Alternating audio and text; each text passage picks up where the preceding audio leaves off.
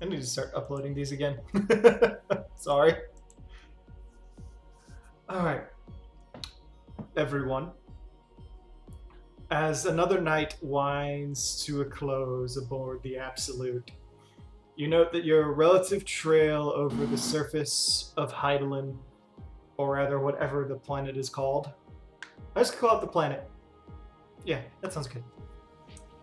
Starts to drift slowly over the main portion of the ocean, casting a long shadow for a few moments over what appears to be the island's outskirting Apernaeus.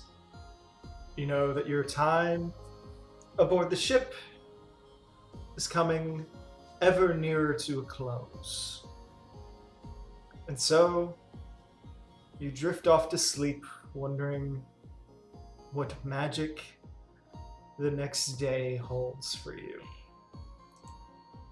And it is at this point that I would like everybody except Talkia to make a will save. Great.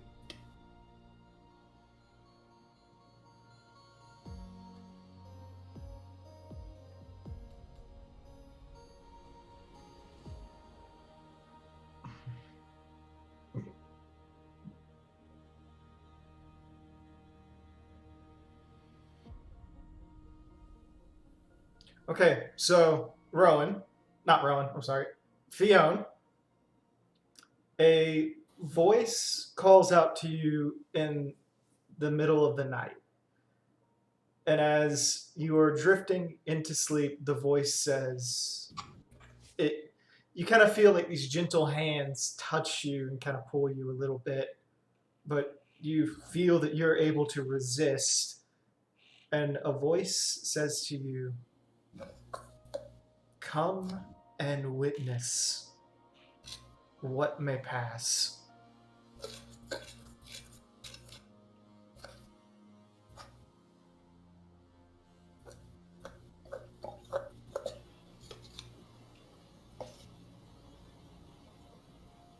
Hmm.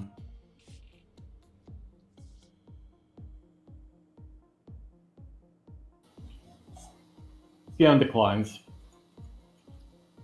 There's silence. The presence seems confused and hurt by the decline, but leaves you alone to rest.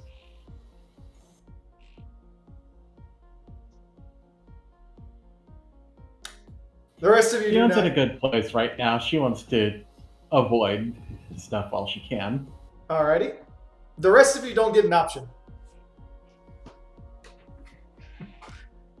You are all more or less quietly jerked awake and feel yourselves drug into a different plane, basically looking at what you would guess is sort of a glass viewport, sort of almost in the shape of an eye, looking down at a blasted Badlands with a Garlean military base sitting at the forefront of your vision.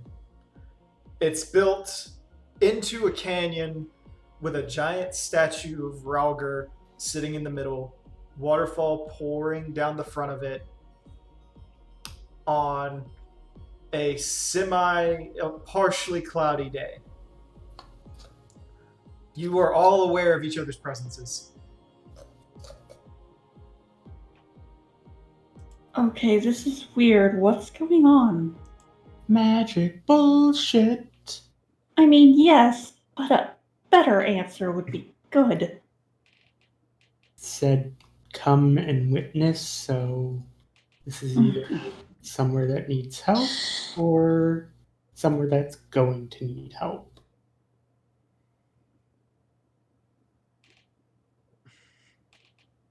Works. Yezrin, do you have any input? Or Rowan? Oh, I was on mute. I was on mute too. Nice. I actually Let's saw see. Rowan. I saw Rowan mute, unmute, and then mute again. No, I was like, "Hi, like you bitch! I was having a good dream." Also, what's the Christmas holiday? What's Christmas called in the Erzia? Starlight? Yeah, Mhm. Starlight Festival. Yeah. It's like, is this the Ghost of Starlight Future? Rowan's Max works. Your hand goes through him. No! You know what I meant. I know what you meant. I was just saying, like, when you Oh no, when that's you- what I say to works when my hand goes through him. Oh, okay. There's She no gonna there's, keep a there's no tally. there's no resistance in Works. You don't feel anything. She's gonna keep a tally just to really snack me when we get out of this. Yeah, so will I. So, what are we here to witness is the real question. The eye seems to focus a little bit, and then, almost as if a bird suddenly took flight, it zooms forward, and you find yourselves looking down into this Garlean base, where below you can see a number of Garlean soldiers eagerly going about, not really eagerly, more panickingly going about their business. To answer your question, Fiam, Telkia is not present as you requested he not be. Oh, I meant like not like present, but Because you said you didn't, his dragon wouldn't want to have any interference with that. With that, I just said fair enough. Telki's just not involved. Okay. So, yes, as you look down, you can see all these Garleans getting to work, obviously getting ready for war and defense of this base. Likewise, you are quick to see three figures that catch your eye, and I would like you all to roll perception to identify them.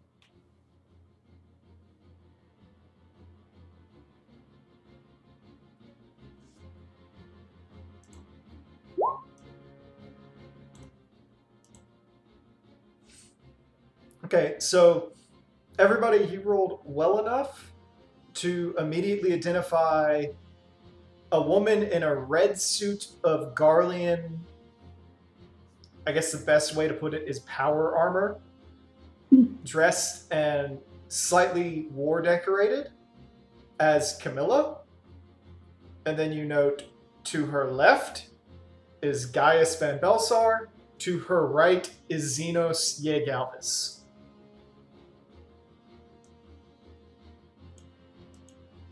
Oh.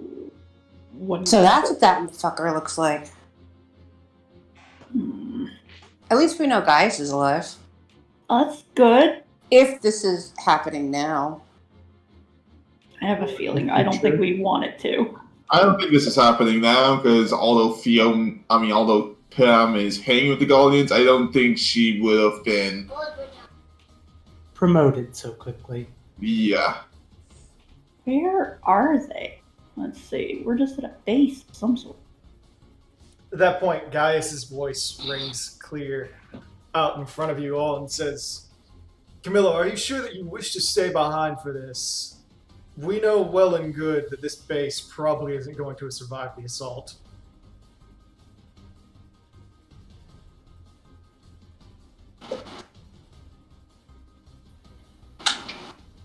I could ask the same. Well, dear, you already know that I'm leaving to try and get reinforcements here as quickly as possible. While my own legion is more or less wiped out, I've offered what aid I can, and I'm heading out to try and rendezvous with the 8th, the 9th, the 10th, the 12th, the 13th, what remains of the 14th, and the 15th to offer aid. But Emperor knows that we may not have that much time. Well, all the better that I'll hold him here instead. Xenos just snickers a little bit and says, "You understand that I survived as long as I did for knowing when I could not win, and then continuing to push myself even further. Are you absolutely sure you want to do this?"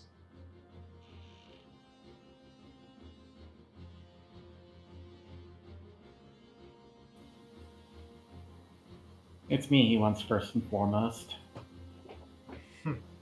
There's no way in hell I'm going to let him continue on without taking care of me first.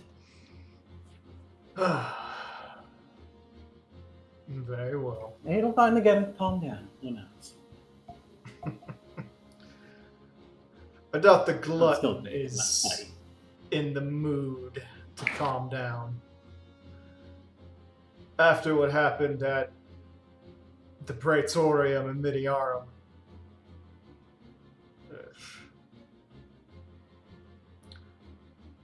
We at least hope you can buy us an hour. I'll do my best. Well, guys, let's move. And Camilla,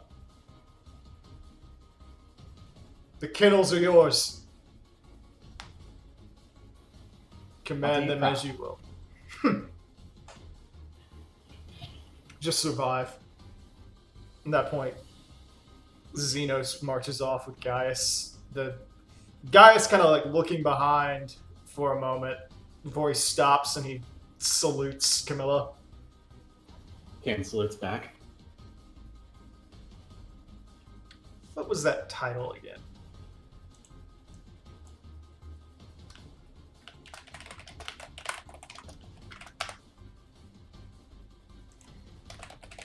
One second.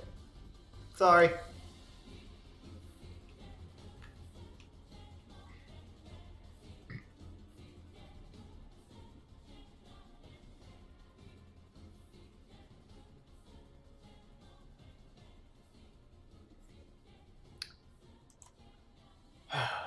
Let's see what we got. At that point, he just says, "Emperor be with you, Camilla told Prentena."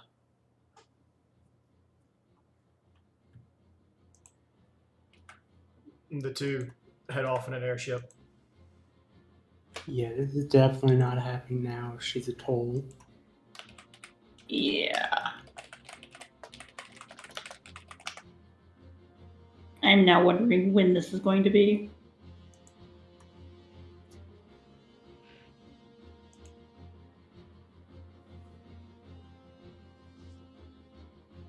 I have a bad feeling I know who's coming, though.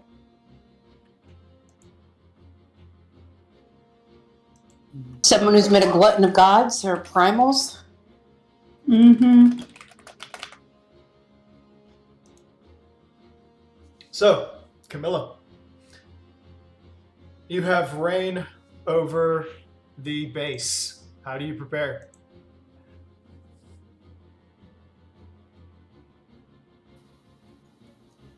Ken starts giving orders to prepare cannons to point at the entrances and starts casting some buffs on herself. All right. Firing lines as well, along all fortified positions. After about 10 minutes passes, you can see various scouts begin reporting back that they Oop, that's quick. can see a number of airships forming along the skies off in the horizon. A number of them approaching relatively closely. At least 3 of them appear to be Garlean in make, but they are surrounded by Ixali, made airships.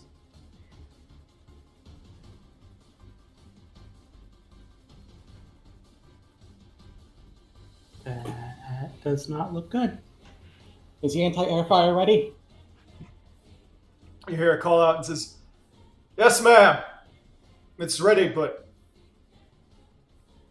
what in the name of the Emperor?" And as he says that, you see the sky immediately darken furiously across as rain starts to pound violently as an obscuring sheet.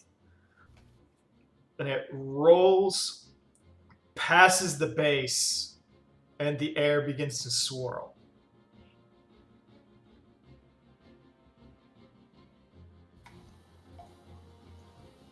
Keep steady. Don't fire until you can confirm their positions. Camilla, I would like you to roll a perception. Oops, I'm casting. Oh, I'm on the wrong sheet. How did that come up? Never mind.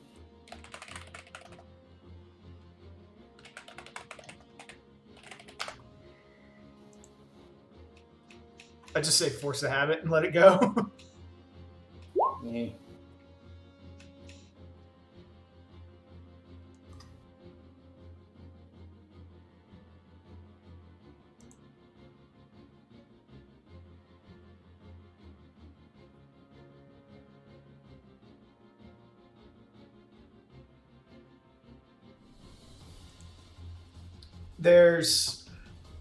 As you look up towards the sky, there's several peals of lightning, and you see a single individual hovering above the clouds, the wind whipping in an orb around him and starting to swirl more violently.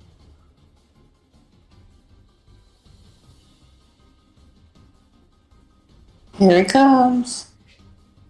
Yeah, just what I thought.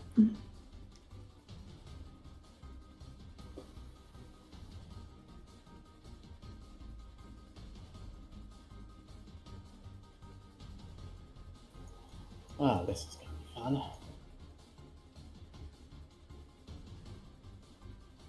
fun. So as to tell us which version or if it's all the same version.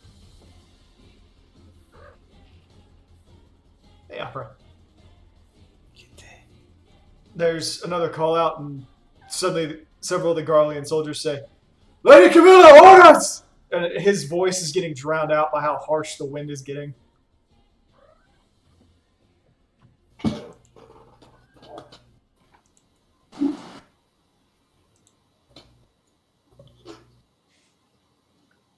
Anti-air fire! On my mark! Said, "Steady!" Suddenly another voice calls out and goes, "Lady Camilla! Numerous hostiles spotted! Amalja! And something else. We're not sure what they are." The cannon fire will take care of it!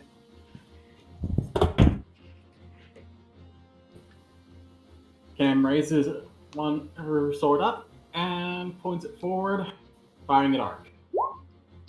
Okay. He's got the beast tribes with him. Nice.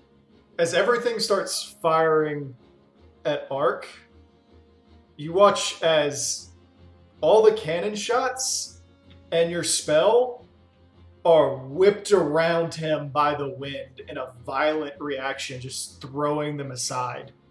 Sighs of air start flying back down towards everything that shot at him, with the exception of you.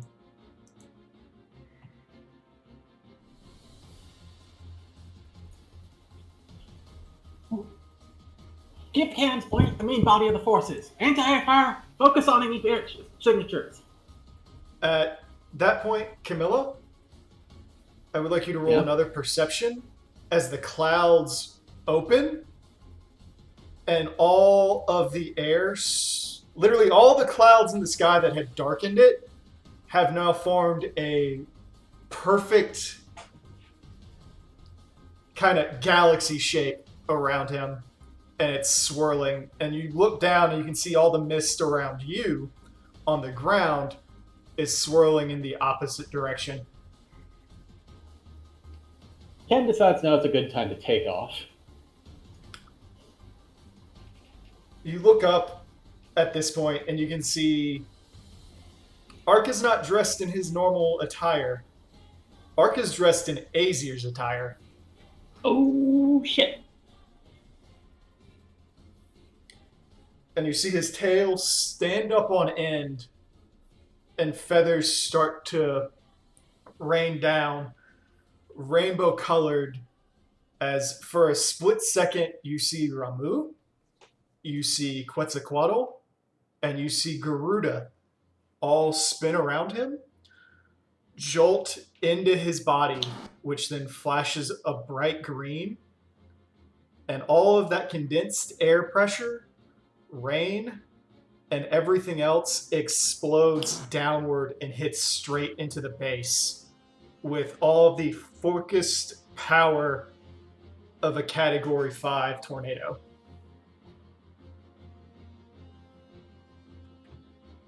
You may roll a reflex.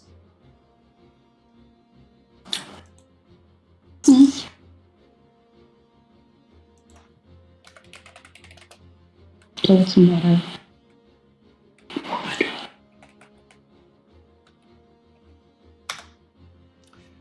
Camilla, Yes. please take 100 points of force damage. Jeez. Okay. She's looking a bit bloodied. And as this explosion spreads out, you can hear it whistle through the base, and you watch as pretty much every Garlean that was in the field immediately is flung and battered, broken. Many of them break their necks as they hit across the rocks, being thrown violently about. You find yourself standing with only a few ragtag survivors that were out on the field. Your guns no longer manned, but members that were from the barracks are rushing in to try to take over as they come down. And it is at this point that Ark takes the field.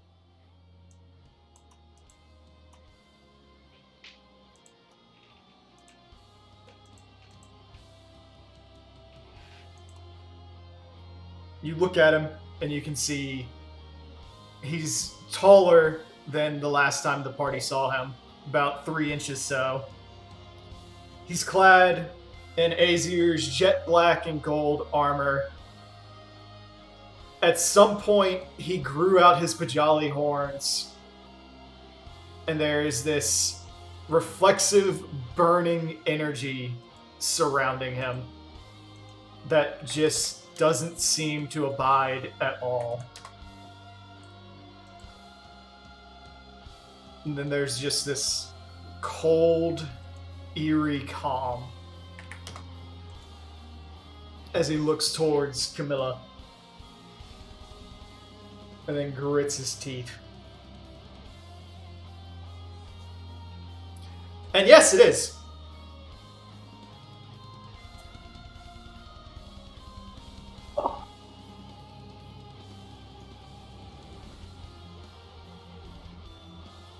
At which point he starts to crack a little bit.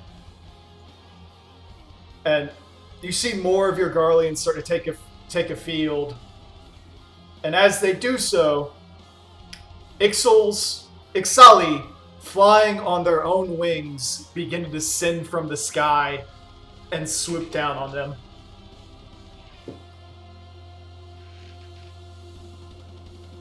Attacker! Start picking them off! Cannons! Keep towards the ones on the ground. I'll take Kobold them. Squad! No! At which point there's explosions from underneath the ground as things begin exploding, dust firing up into the air as you see these kobolds rush out from beneath the ground of the base itself, followed by these white and black spider-like people. Hound them! Protect our allies! At which point he starts marching down the pathway and calls out to Camilla. Did you think I would come alone? You obviously didn't. I think you're a fool for it. Camilla prepares for the signature dual casting and dumps a fireball into the center of the attacking forces before vanishing. The fireball goes off. There's a brief explosion as you fire into...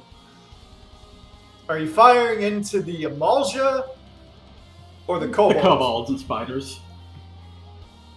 There's a brief explosion and several of them rush off, kind of tending to their wounded, but they are streaming in heavy numbers. No sooner does Camilla cast greater invisibility on herself,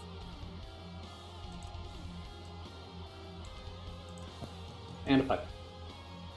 Ark zooms over and swings to grab her head. Do you think I can't see you, you coward?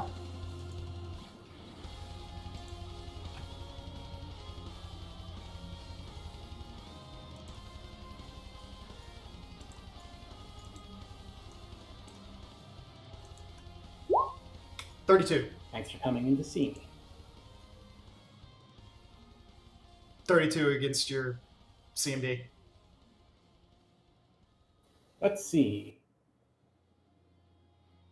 Only 28.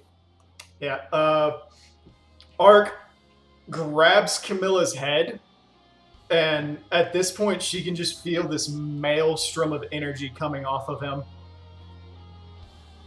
As he continues to clutch, and he goes...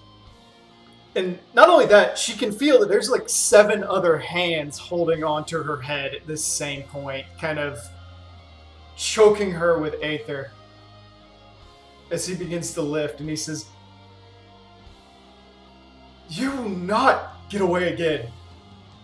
I refuse to let someone with as many sins as you get away scot-free." Speak for yourself! I'm not the one that killed the twins, you asshole! What was that? Cam draws her rapier and thrusts it at its head. Okay, Who did she kill? I didn't understand. Sorry, Art. that was all miss. He said, I'm not the one that killed the twins. Oh! Oh no! And no! Coop. So you just took him with you. He's holding your Yeah. head. So you and touched objects or other touched willing creatures. I'm pretty sure... In that case, she teleports straight down so that he ends up in the earth. So they're both in the ground. No, only she is. Did some very rapid math in her head to break him in a wall. What is the would someone look up the rule for breakthrough?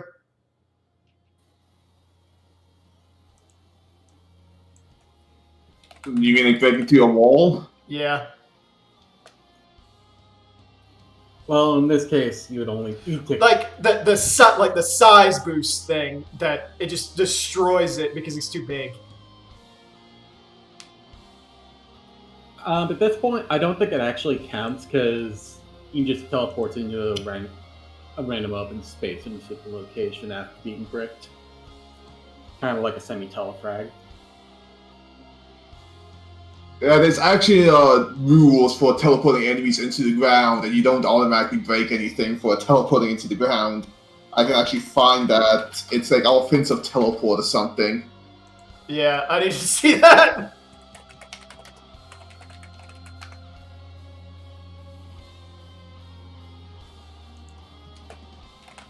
Well, I know that's for D&D. Let's see if we can find it for Pathfinder. Here we go. I found the exact wording of a teleport attack. This is what happens when you do that. It's Comes half embedded. G6. Dimension door rules have something for teleporting into solid objects as well, so let's just go with that. Okay, so it's... He shunted... Where did you teleport? Into the nearby wall here. So you went to the wall, so they would... He would go here. Mm.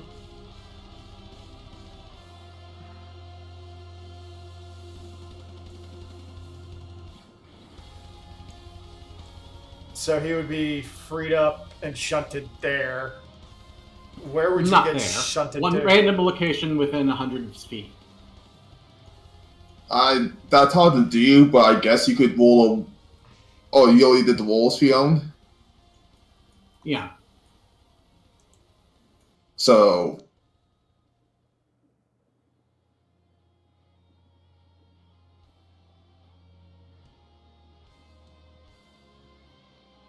So it'd end up about there. Yeah, There? this... Yeah. That's weird. Yeah. Yep. Yeah, it says if you end up inside a wall with a dimension door, you get randomly shunted to somewhere within 100 feet. It doesn't say close by, it just says randomly. You take 1d6 points of damage, and the damage increases if there's less, if you have to go further to get free space.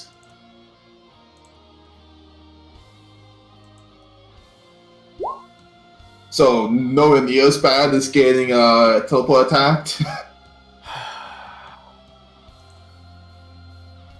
Art takes a deep sigh, and he goes, "Ever the coward. Is that why you felt the need to kill Fion's children? Is that why you took my brother from me? Because they wouldn't fight you back?" It was your own presence that killed them. And who told them about me?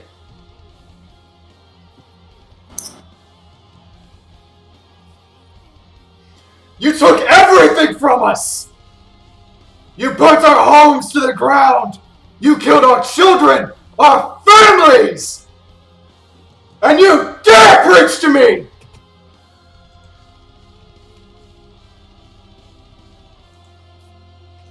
They came for you. Enough of this! It was always coming for you. Alexander! Stop time!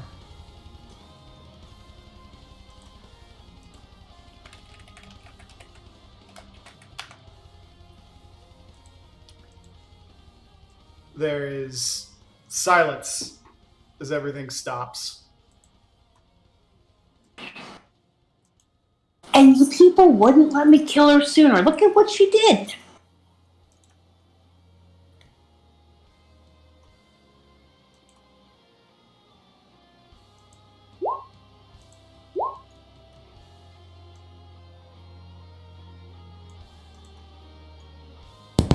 To be fair, Art told us not to. Also, to be fair, if we didn't have high-level visions, we'd have to kill like half the people we know, probably.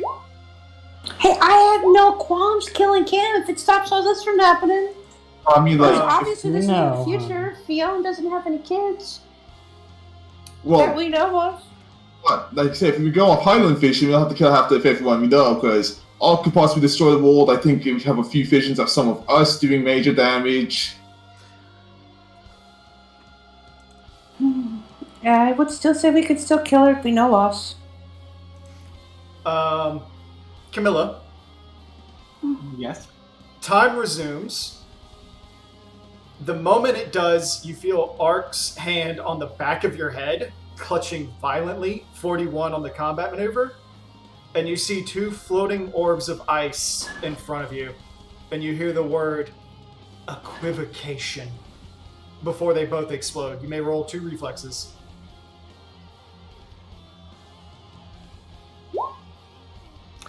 Those both fail. Camilla needs to take 113 points of frost damage. Whoa. Damn.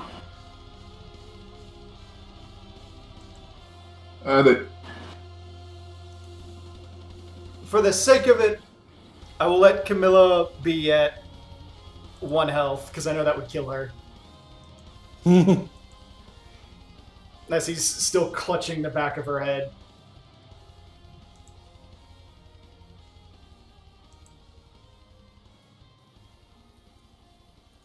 Camilla winces, still barely holding on by virtue of her last gift from Boudica, as well as her own black blood. All I want to know is why, you bitch. Come after me, fine. Why them?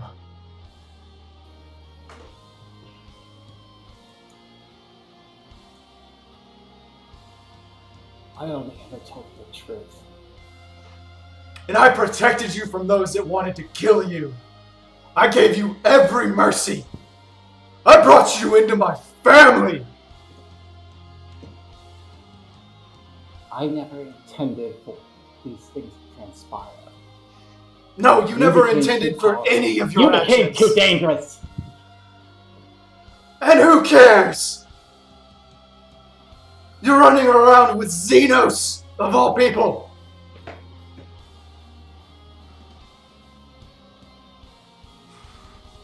At that point, I make no claim for innocence for that. you see Ark's Can Bill arm pass? twitch.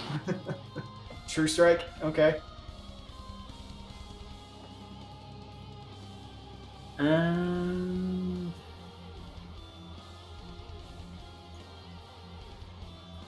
spell strike.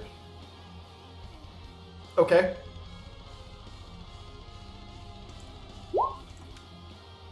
$62 with a 50 to confirm. I need you to roll versus just spell resistance.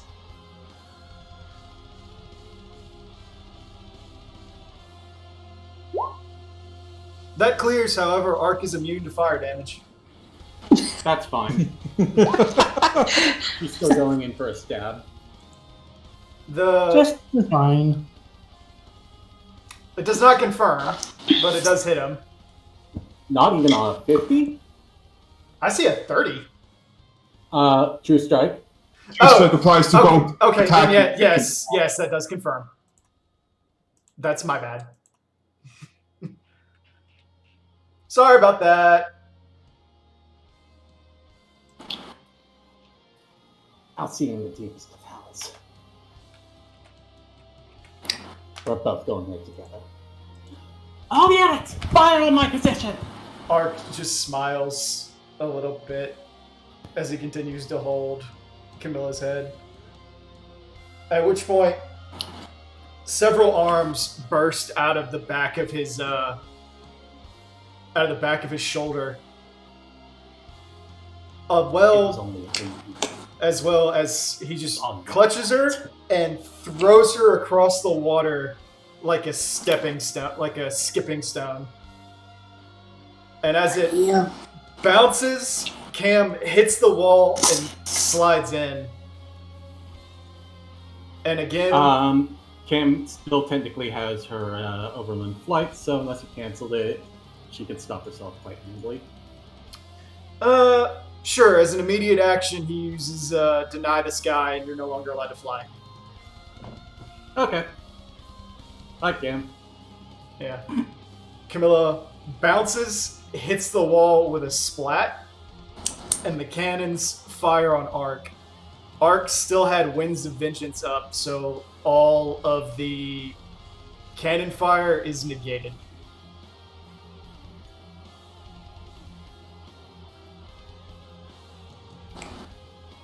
He looks up, sighs for a moment as he looks at the blood on his chest.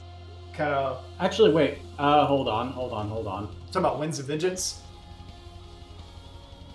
Before that, is any of that was the flight thing a spell like? Nope, it is supernatural. Okay, carry on. Yeah. Because it was the thing that Ark did to Rowan that he was testing. Yeah, I just didn't know if it was a spell like then or not. I'd say anything that is directly from the primals is going to be supernatural or extraordinary. Okay. With the exception of the chronofoil. I will say I will give you a chance to knock that one out. Well, Cam's dead anyway, so. Yeah. She leaves her rapier in for the record.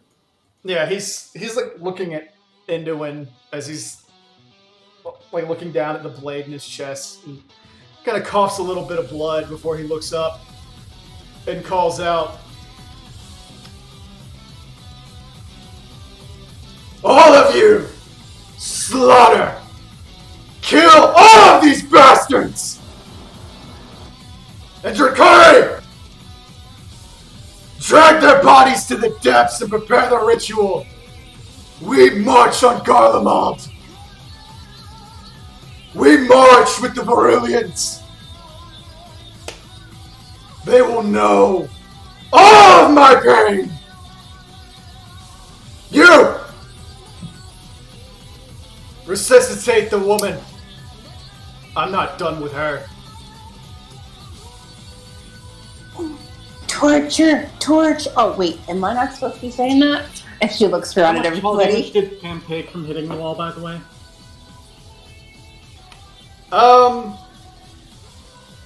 Let's say that she took Ark's strength modifier plus like a 1d8. Roll it. Sure. She took 12 damage. Okay. So she's probably not dead. She's probably just like very, very hurt. Yeah. Dying. I just wanted to confirm since, most Yeah. resurrection spells require a willing target. Yeah. Camilla is dragged out, bloodied, battered, brought in front of Ark, and she's brought back up to Minor, basically just barely consciousness before Ark grabs her throat and pulls her up. And he says, I know you said we'd see each other in hell, but no. You don't get to die. You're coming with me. And I'm not giving you a choice. I strip you from the Aether Stream. At that point, you begin to watch as Camilla, your body starts to turn white as Ark begins forcibly draining all of your Aether out of you and into himself.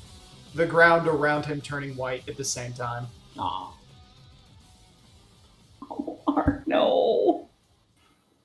Go, get her. Trying to take What did you say? me with you. I Yeah, can't. I'm trying to take me with you. No. I'm going to take your reanimated corpse with me. And I'm going to force your Aether back into it. Because I found something out. Playing immune as usual. Cam spits blood. He just kind of in his laughs. face. I wouldn't mate with you if you were the last woman on this accursed planet. Good.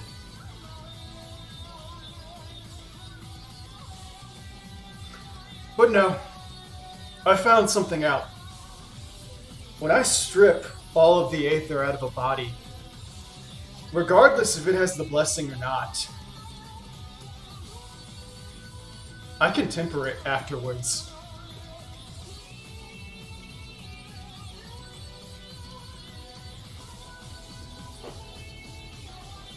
Yes, 6, 7 hits. You know that? No wonder the hierarchs are gone. He just kind of laughs a little bit and spits to the side. You brought it on yourself. I would have never found out if it wasn't for you. At that point, Camilla, all of the Aether leaves your body. And the black blood stops moving. At that point, Ark pulls Induin out, does the same process and turns him white, drops the blade back on top of Camilla, forces her Aether back in, and tempers her. Go join the front lines. I don't care how much damage you take. And he starts to walk off.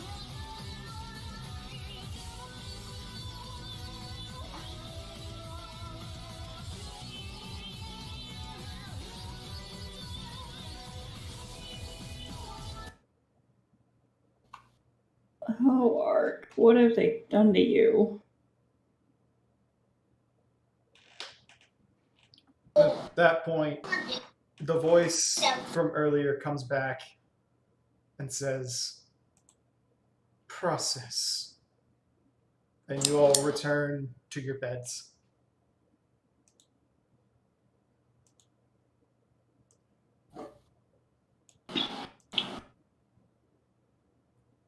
Marsh opens his eyes and it's like, she expects us to handle this how?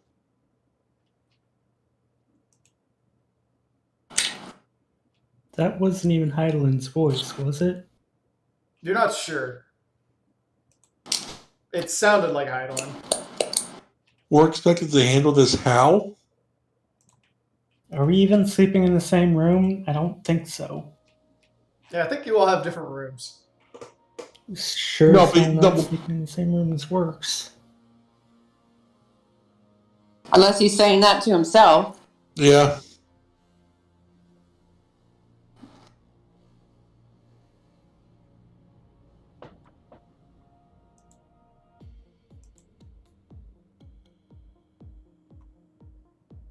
Basically, it just woke up. It's like, so we're supposed to handle that how?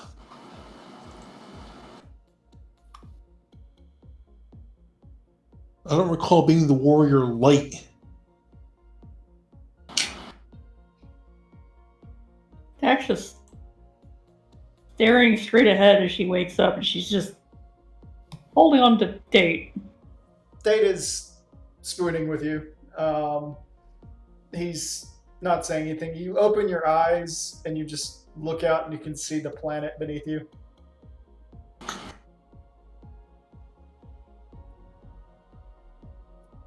She's doing what the voice told them. She's trying to process this shit, and it's blue screening.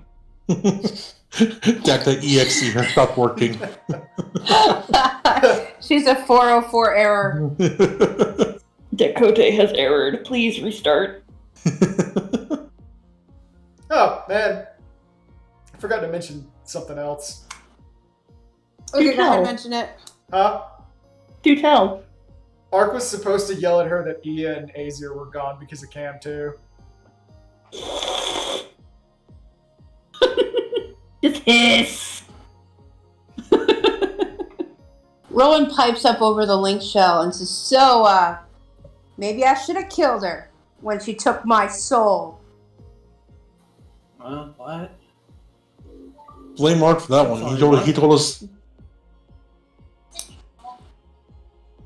There's another buzz, and he's like, what? You hear Ark's voice. It's like, what the hell are you talking about? Aren't you asleep?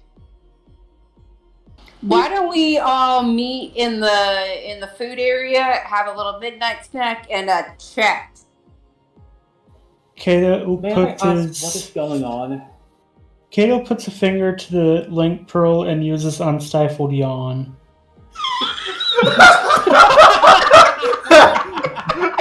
Everybody will save. Oh. We had to throw Will's. Oh, Jesus. Well, at least we know attacks can go through the freaking link pearls.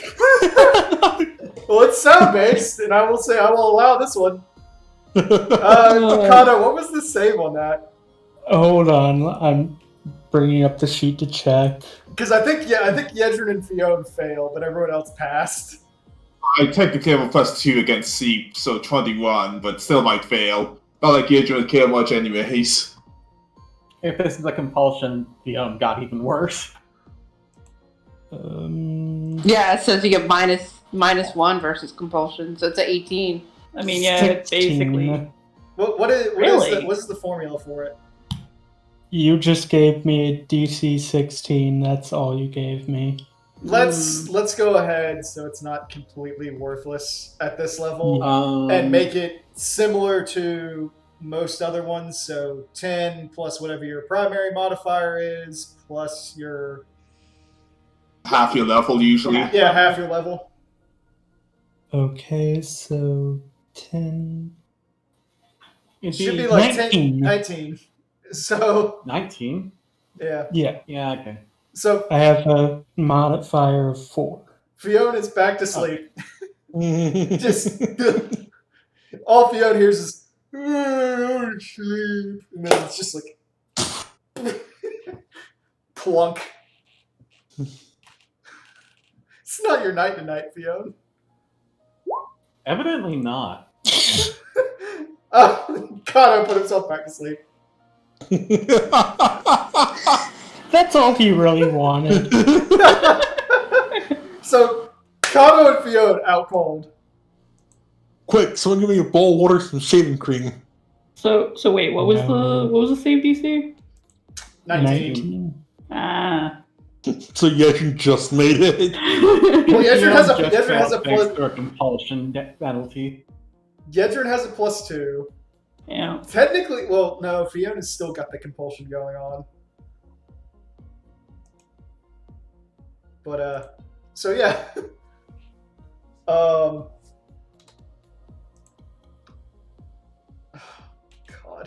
where is he? Can you hear my controller? No. No. Okay, fine. You guys don't have to. Oh, I thought you Around, said. just haven't turned I thought you said. Can you hear? Yeah. Oh. Okay. No, I was asking Kat to hand me my controller because since she's done running around, I wanted to turn off the game. Oh, I thought you said, "Can you hear my controller?" That's what I heard too. I heard that. Yeah. Okay, fine. I didn't. Whatever. That's what I said. Anyway, Ark succeeded on his, and he's just like, "Is Kato snoring?" Probably. I think so. Jack's voice is very quiet. He just goes. Doesn't want to wake date. He goes. You guys are weird. I'm gonna keep staring at the planet. No. Staring time is over. We should discuss this. Ark's like, discuss what? This wonderful thing that we had that's called magic bullshit. Oh God. And I should have killed Cam when I had the chance. But no.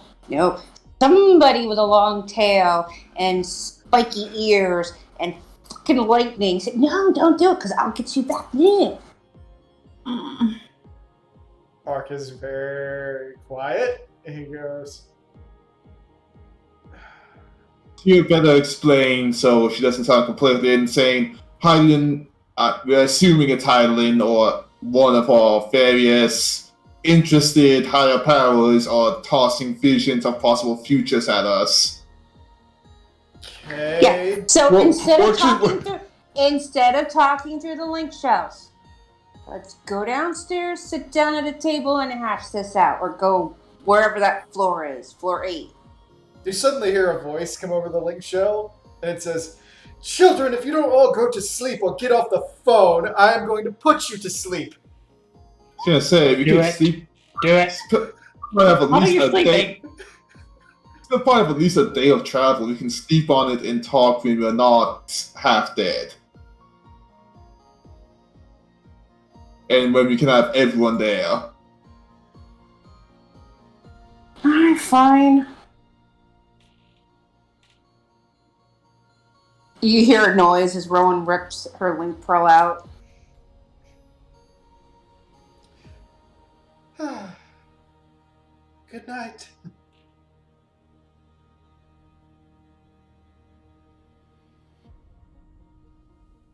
But Rowan doesn't go to sleep. Okay. Rowan goes down to that room. But she doesn't want to fight anybody.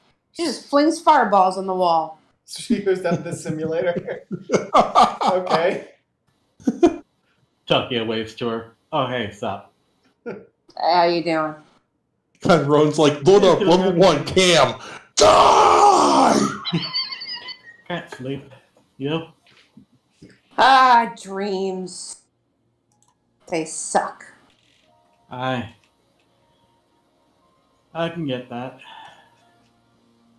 Sometimes they tell me the future and I can't do anything about it. Yeah. We've been getting visions of the future and they just are not the way they should be. And I just want to kill somebody, but you know, I'm not allowed to.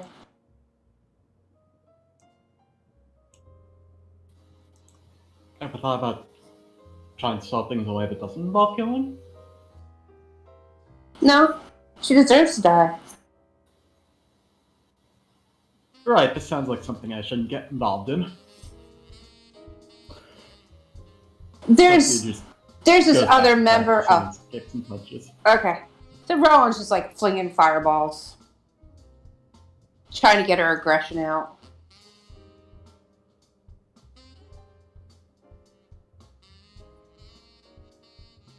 Okay. You continue to fling fireballs. I just beat up a wall. Beat up a fucking wall. I beat up a wall. Deck ends up going back to sleep after like 10 minutes of staring at the planet Okay. from bed. Yedrin.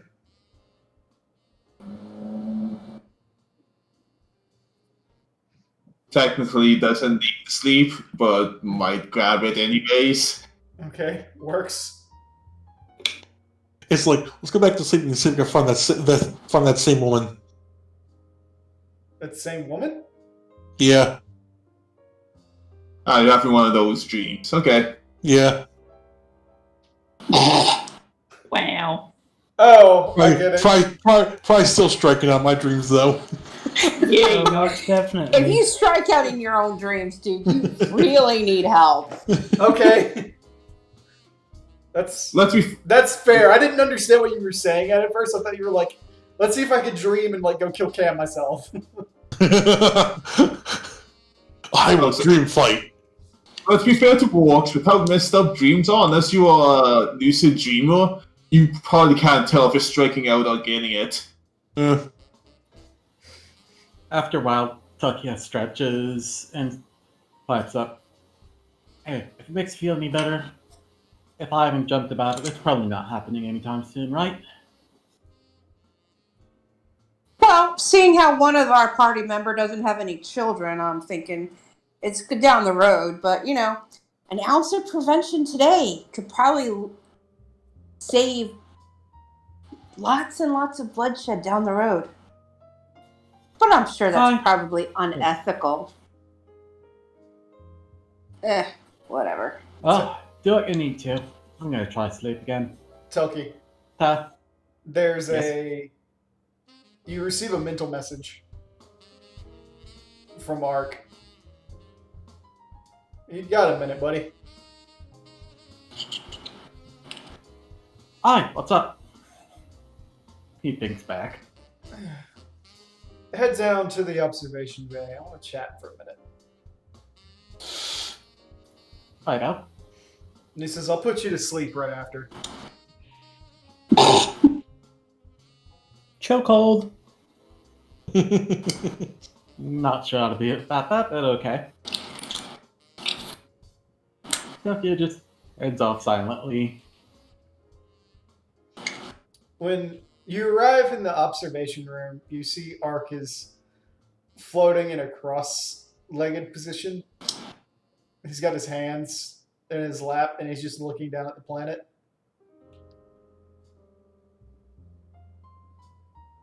So, yeah, I figured I'd ask you because I doubt the rest of them really get it. Do you ever feel like you just don't belong? Aye, plenty of time and then more. I still try to do the best of what I can now. He's How just about going, you? well, I don't know. Ever since I was little, I've always had this aching suspicion that something's not right about me. You know? Like, whether it's being unwanted or just an aberration on this plane, I just don't. Something doesn't feel right. And it never does. I've spent a lot of time thinking about what would be different for people if I wasn't around, or if things just weren't the same way.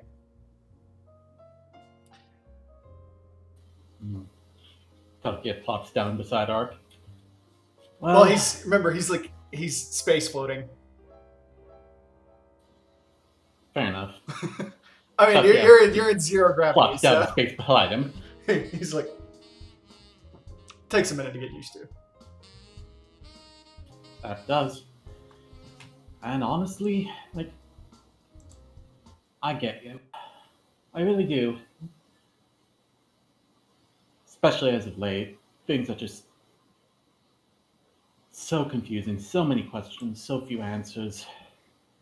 Everything just feels really off, but at the same time,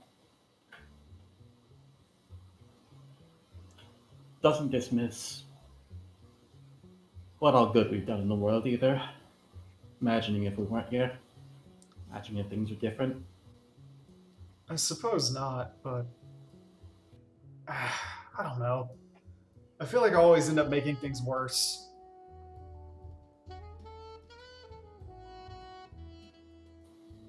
Sure it's you or just circumstances around you? You know, I honestly don't know anymore. That's the bad thing. I can feel the influence that Garuda had on me wearing off, and all of that ecstasy and excitement and joy that I felt. It's like a drug that just ended. It's probably been the first time in a very, very long time I've actually felt alive, I guess. Like, things could actually get better and mean something, and now, I don't know, apparently a choice that I made is really bad again, and I can't help but feel like no matter what option I take, no matter what I do, I'm always in the wrong.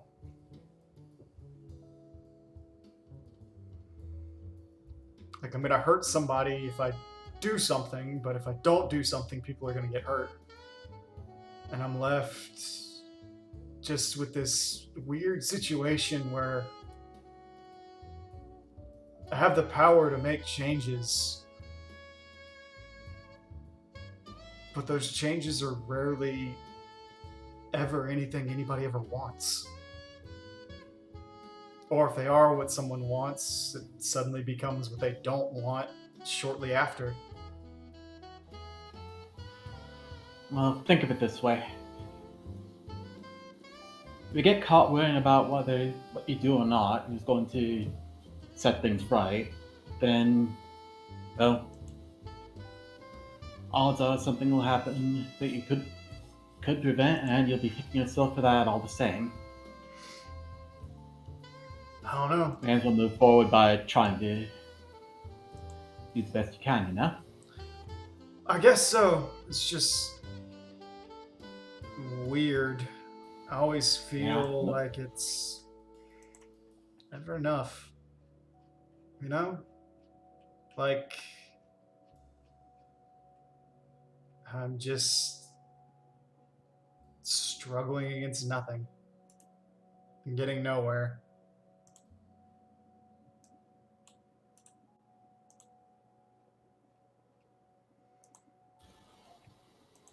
I don't quite know that feeling. Takia stares off into space. And he just kind of stares back out. And he says, You know, I've never understood why people are always so concerned with me getting more power. It's not like I have any real control over anything that's happening. I'm not some political juggernaut. I'm just a guy who can throw a spell. And if anything, being able to free people from the tempering should be a good thing.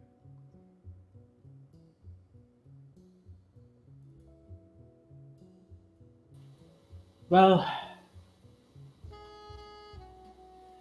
just as you worry, sometimes they worry about whether what's going on is the right thing or not. They probably just want what's best for you, and you need to tell them what you think is best for you, you know? I told a lot of them what I thought the best thing for me was, and a lot of them ignored me. I just said, leave me alone. What's that problem then? Best you can do. Yep. Anyway, you needed to sleep, didn't you? Needed, maybe. Actually can. Well, I guess I'll take you up on your offer. Ark just smiles and reaches into his pocket and pulls out a pill. And hands it to Telki. Oh, this is? Oh. Well, I have a friend in the Empire who sends me little things every now and then. I mentioned that I was having trouble sleeping and having bad dreams, and she sent me a bottle of these pills. They work like a charm. You take one, and within 20 to 30 minutes, you'll be out cold. Sure you don't need it more than me? I'm not usually one to get nightmares unless I need to act on them. And he reaches back into his pocket, pulls it out, and shakes a full bottle. You seem pretty well stocked then. That's why I'm not Thanks. really concerned Appreciate about it. parting with one. So, you take care. Thanks for talking to me. Me too. Not a problem. He nods. Still get Pat's Ark on the side before hopping back off.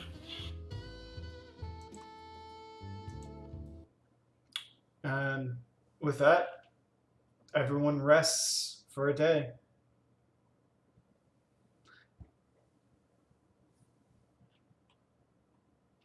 You all wake up the next morning. It's quiet.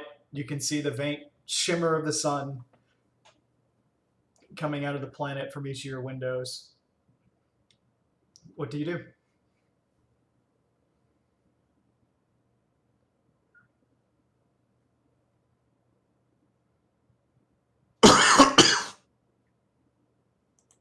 God bless you.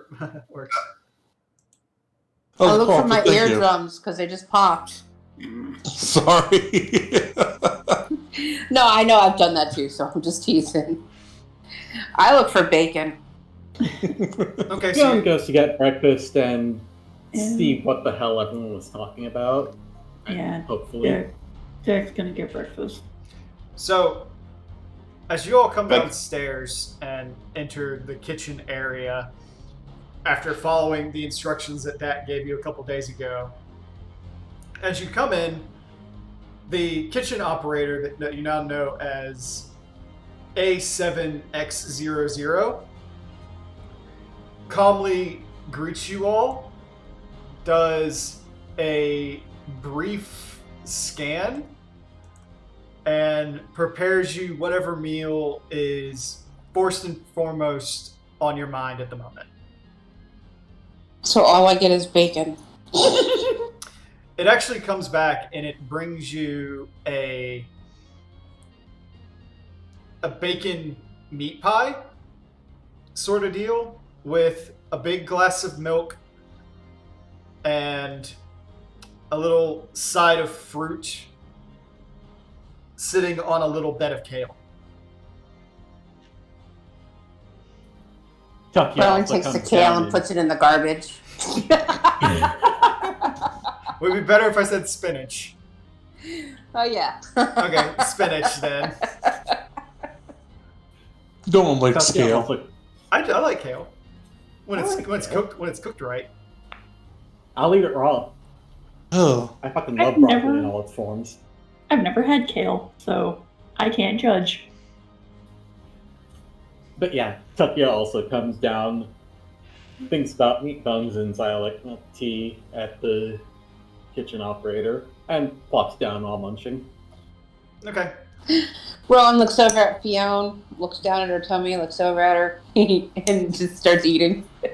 Doesn't say a word. Just waves hi. The meat pie is crispy and flaky.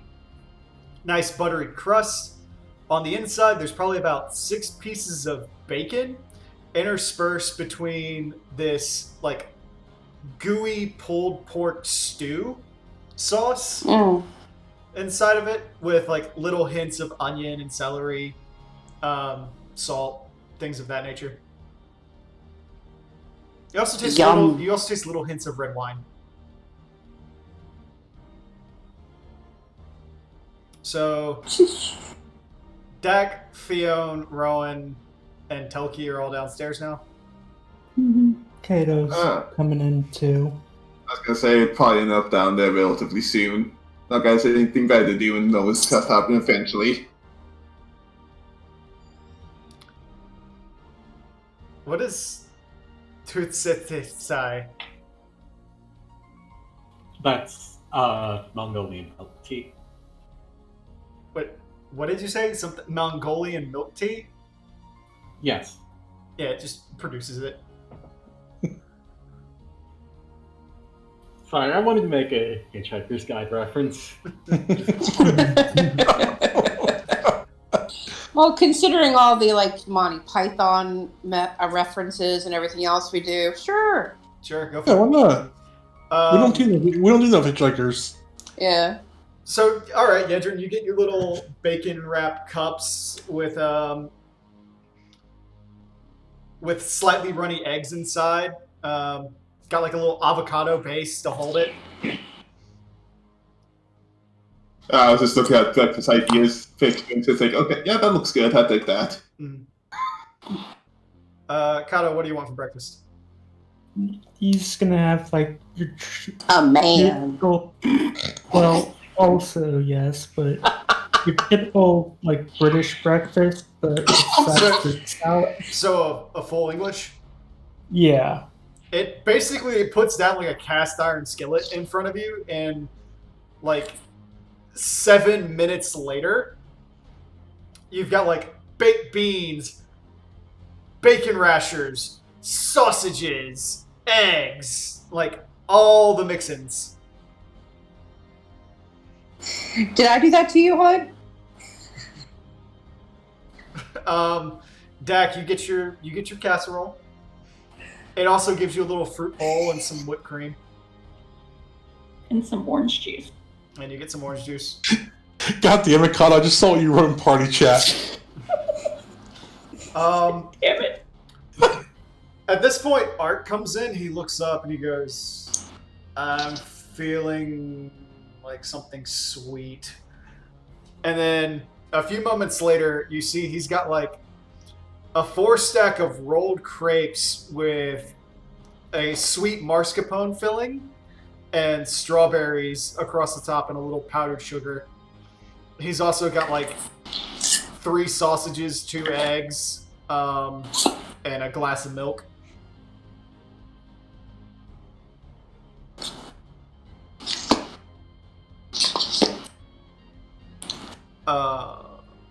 Fionn has Groton. Then nobody's surprised.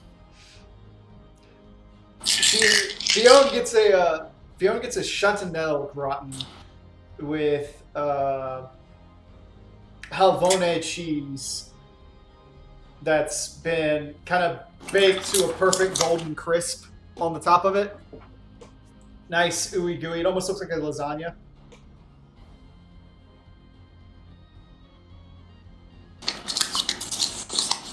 Orcs walks in looking exhausted and beat up. I'm not Ark, even going what? to ask what You- happened to you. Ark just Three looks Yes. at, Fionn reaches over and smacks him. Oh, Ark just looks You know at what him that like, was for? What the fuck? I turned up the difficulty in the simulator this morning. What did you fight? Same thing I've been fighting the past couple days. yourself?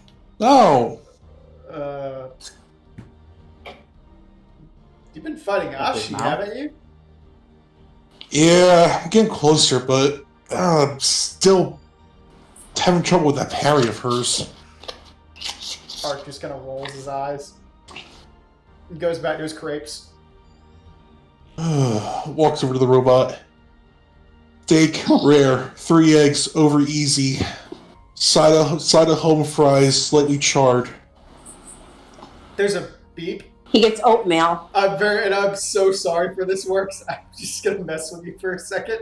Oh, It beeps and it goes, processing, analyzing body. Works end. Based on your current means of practice and your continual efforts to gain strength, and also in order to increase muscle mass without adding any more fat to your body, Raw You egg will- yolks. Ugh. we will be removing the eggs and potatoes from your order. Protein! Wait a minute. Eggs are full of protein. Yes, but they're also super high in cholesterol and fat. yeah. Yeah, that's true. It says, we will be making you instead the steak that you requested. However, we will cook it slightly rare, process it with rice, brown rice, and, well, surprise you. Damn mind reading robots. About 10 minutes later, you get an egg white omelet with steak inside of it, broccoli, very light melted cheese, a spicy ketchup sauce, with reduced sugar, and basically a protein shake. I mean, there's shit that can make anything. I get put on a diet. There's a beep and it goes, you are not put on a diet. We are processing your own. We're processing your two desires against one another. Your desire to get stronger versus your desire to stuff your face. The swole outweighs the full.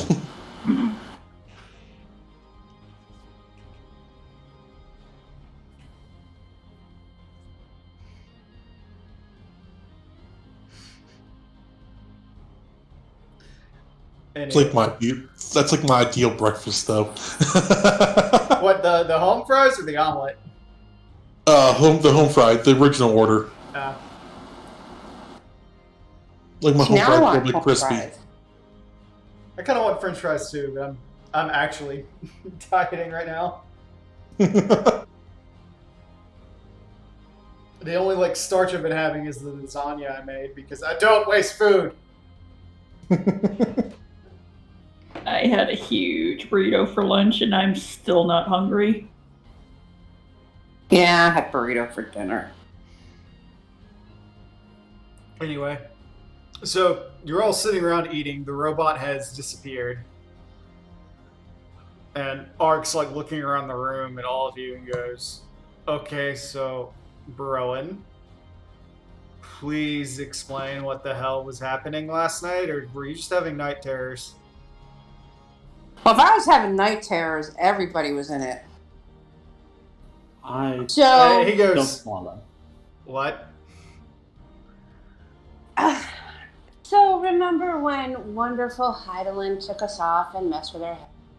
Well, someone sounding like Heidelin gave us all a vision. Theo, you weren't there. It was a vision of the future, because it has to be, because, you know, some of the things that were mentioned. And damn it, I should have killed Cam. Would have saved a whole heck of a lot of trouble. Ark just kind of like rubs his face, and he looks knowingly at Telki. Tapia just shrugs helplessly. To explain more clearly, Heidelin's been tossing a bunch of possible future visions at us, and I say possible because I'm not going to say they're true, guaranteed, considering the length of time involved. It's like the usual amount involved around things getting worse in various ways. Ark just goes, what's new with you all?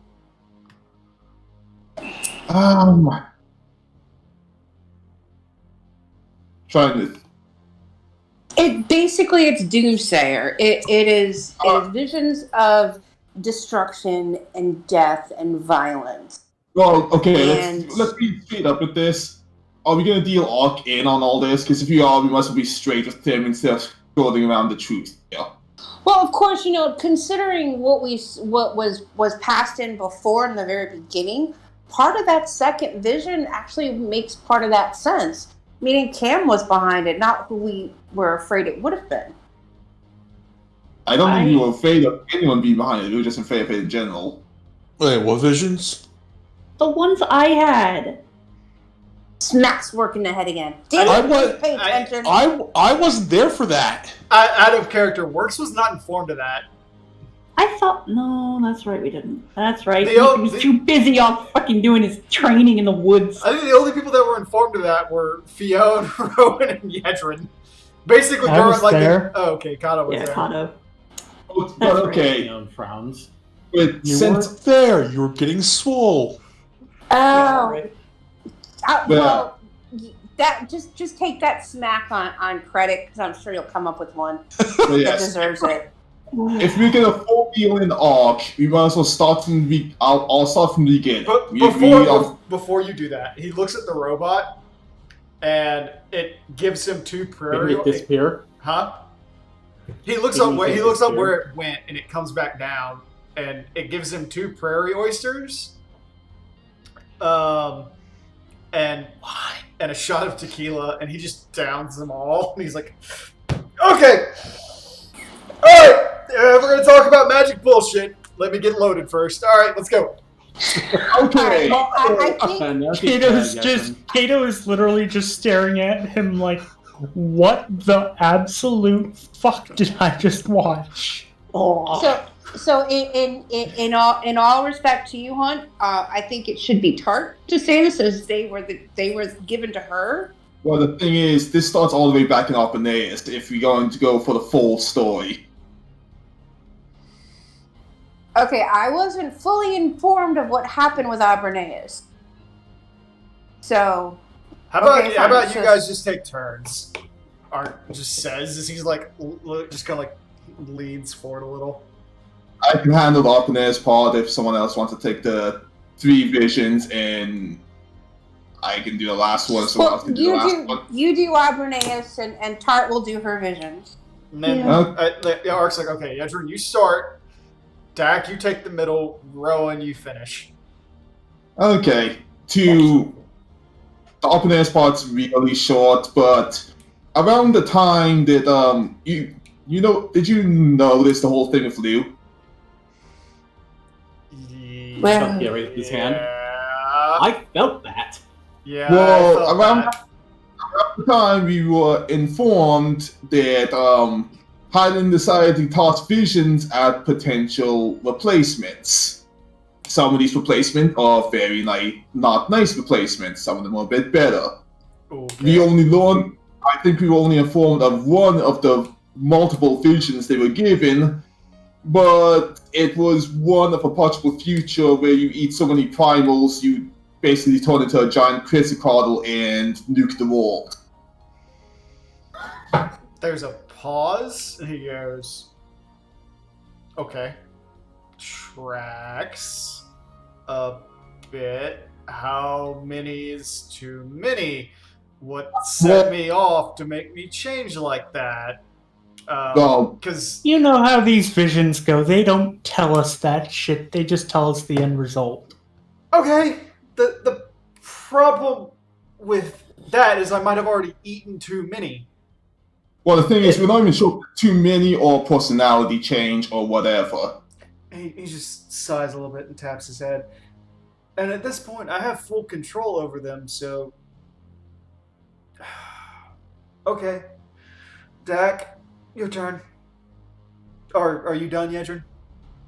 That's about all my part, and Dak's part should elucidate some of the possibilities for why. Okay.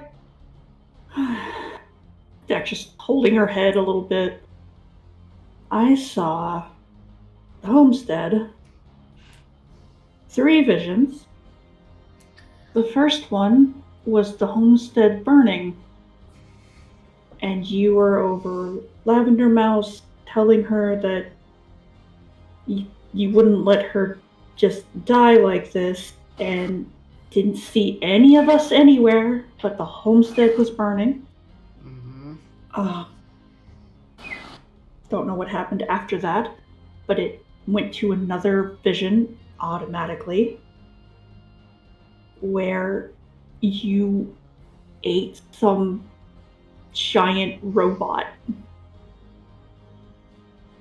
Art just kind of It like was- pauses and goes, It was primal because you ate it. I am not nearly drunk enough for this, but alright. Yeah, no. And you tried Did to... they give you any special tea before this? No. No, he didn't. I could really use some right now, though. Fuck. Ark, would it be acceptable for me to roll a knowledge local for remembering stuff I might have heard during my time in Dravania? Sure. Okay. Out of character. I probably also... know this as well, so chill roll too. Okay. Out of character. I also can't remember if he had said Alexander's name in the vision or not. He I don't said think- he did not. He said Alexander in the last one. The current. Yeah, in the dream. The current one. The quote that he said during that was "Time has no meaning." Yeah. 9. Toki don't know shit about shit. That was meant to be Fiona, sorry. Oh, Fiona knows things. Fiona at this point is like, all the shit. Fiona at this point has gone, all the shit in Ishgard and a box to the left.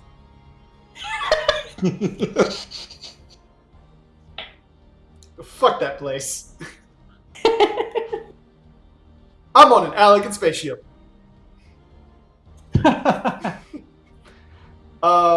Kato, what are you trying to knowledge out with that knowledge? But if he would have heard about the great Colossus Alexander, Nope. You have no recollection of this. There's not really anything going on to think about.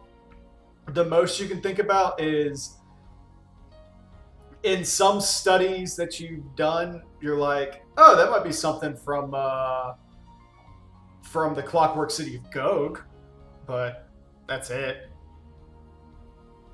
okay. Since this is actually related to the Alva tangentially, The what? since this is tangentially related to the Alright. Xylith and the steps, Okay. No. okay. Toki's busy like thinking about, man, I really fucked up this tea. What did I do wrong? Oh. But you apparently tried to do something with time, and it said it wasn't the right time yet. And then it went into she's kind of like looks a bit nervous about mentioning this next part. Art just like looks at her and he raises an eyebrow. We were having to fight you, Okay. and it seemed to have been a long time from now because we all looked very different. And you said everything was a lie. I was used. You were never loved. And what's the point? And you, mm, And I. we fought. I don't know. It went dark after that. I don't know what happened. Art just thinks for a few minutes. Okay. We probably died. I mean, I know that Art blushes a little bit. He says, I know you love me, Dak. I don't know about the rest of you. I think Fionn thinks of me as a brother. And I know Mom and Dad love me. So does the rest of the family, so I don't understand that. I don't understand either, but it hurt.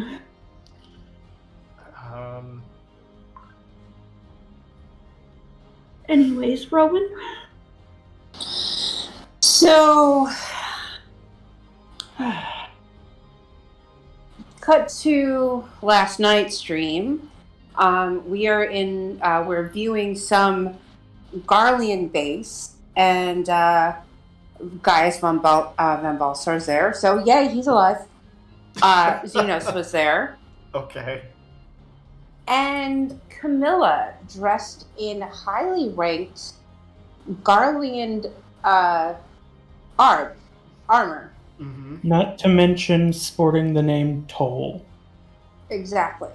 He uncorks an eyebrow. So a second in command, huh? Mm-hmm. So, in this, she is left in charge of the base that we see as Gaius and Xenos are going to try and find reinforcements. Shortly after they leave, you, in all your Pajali horned and large glory, come up. Yeah, your Pajali. Yeah, your Pajali horns were out. You grew a few inches. You were bigger than you were at this point.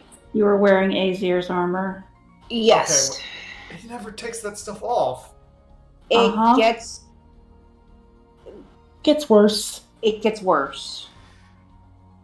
So you have a army of all the beast tribes.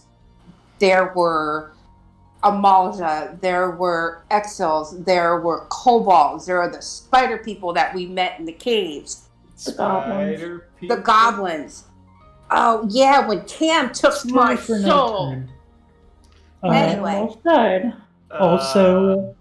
Also, somehow the Ixil had gained the ability to fly on their own. Yeah, which is weird. Troubling enough as it on its own. Yeah, we think that may have been a primal influence that did it. And so, battle ensues. Through the battle and through your anger and yelling at Cam, we find that Cam has killed the twins. She has killed Azir, and I can never say her name. Aya.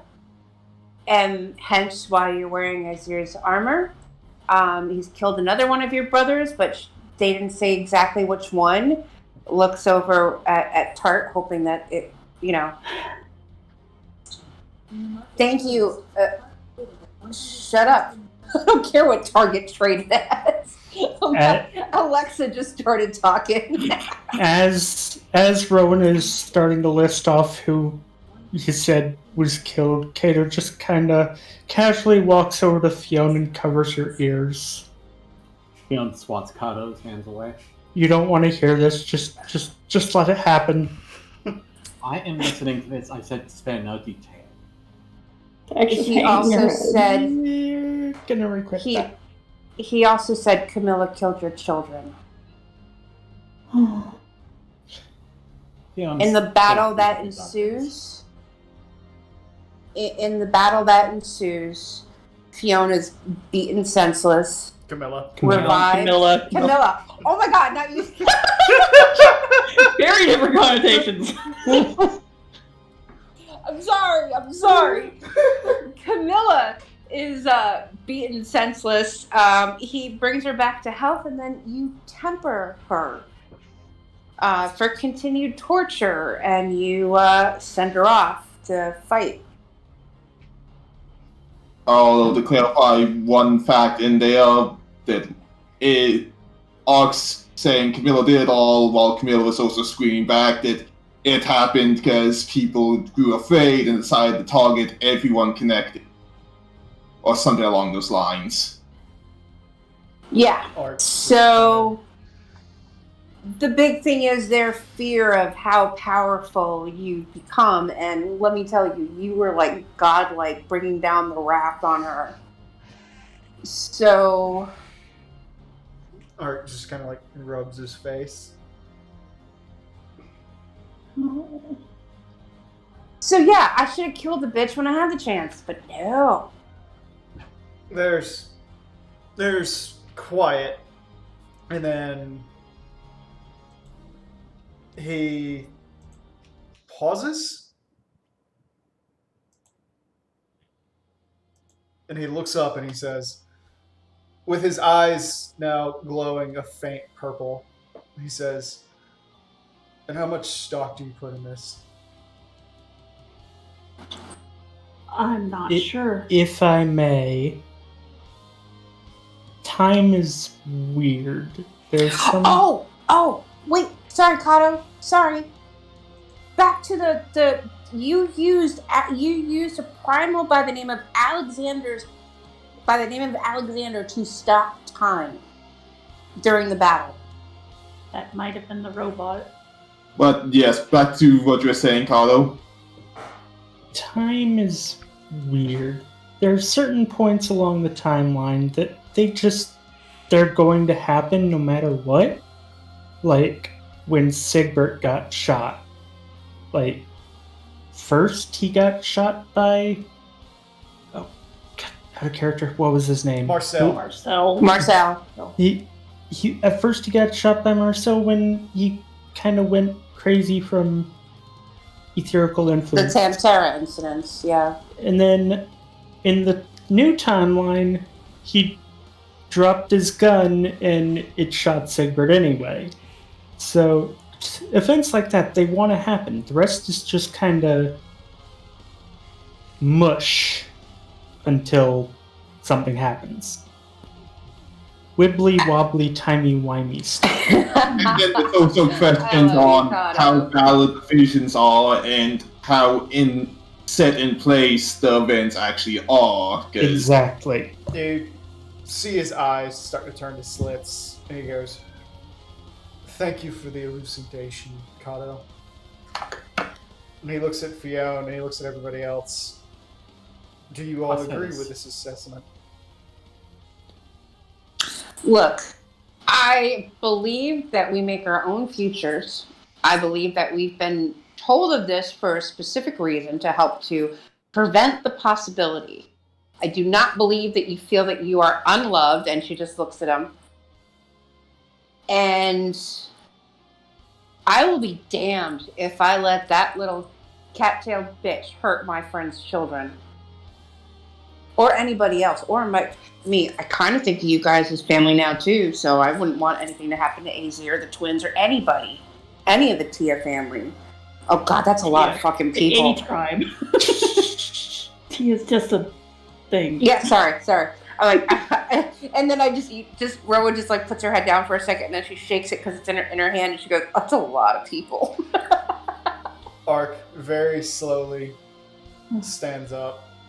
He Fiona walks. stands up as well. He walks over to Dak, puts a hand on the top of her head, Ark? and then kisses it very softly. Ark. You all know What? that I'll be there anytime you need me. And all it requires is you to call out to me. But if an Yes. iota of this is true, then I may need to disappear again. No.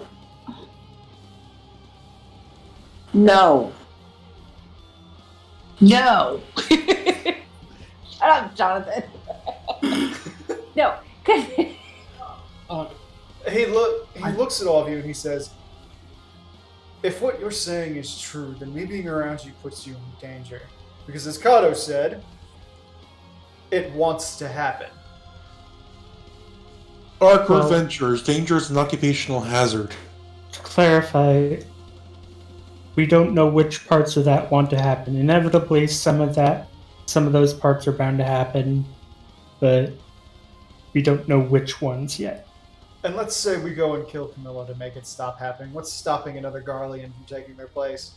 What's stopping Boudica That's from precisely coming what at I want to us? say. See, that's It's the not kind of just Camilla, stuff the like what I Guardians was will talking evolve. about. Dream. Whatever that dream was. We need to take this with more caution. We needn't do anything rash. Aw, but I like to do things rashly and blow shit up. Ark sighs and he says, we know, Rowan. Okay, all kidding aside. As a thing for this, I don't think you should go off and do solo arc. Because what if it was solo arc that led to all of this? Indeed. At least when you're surrounded with friends and family, we can smack you around when you start to go a little crazy before you go crazy. If you go Rowan. crazy. I said if.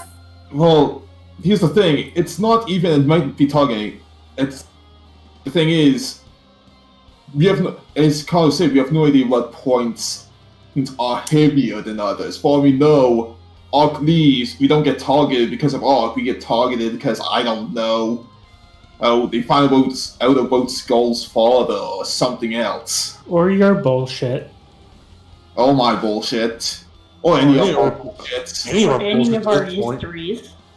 Ark just kind of sighs a little bit, rubs his face, and says, regardless of what happens, I will be making a Ark. request of Kane-sana when we get back. And I suggest Very we well. all get ready for what's about to happen when we land. How much have we have to land? We have a day. Cool.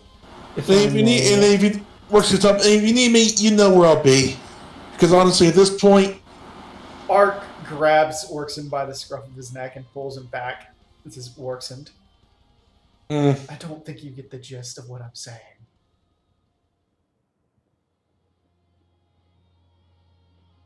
What are we at? Where are you gonna have to do? I'm saying when we land, we are going to cause an international incident, the likes of which has never been seen before. I'm aware. Yeah. Likewise, we already know that Camilla can't keep her mouth shut. Yep. Garma probably already knows. Yes. Now, obviously, the Garleans can't enter into Eorzea at this time, but who do we know that's already in Eorzea? Few Garleans, I think. Now, who else do you think's going to show up at our home when the Empress of Alg and her personal flagship land? Everyone and their goddamn grandmother. Right. So maybe don't be dirty, go clean yourself up, and be prepared for what's about to happen. Okay, be prepared for big boy politics. I'm not suited for big boy politics. Go You get will- cleaned up anyway. You Spend will the be- day in the You can spa. look pretty in the back. I still don't.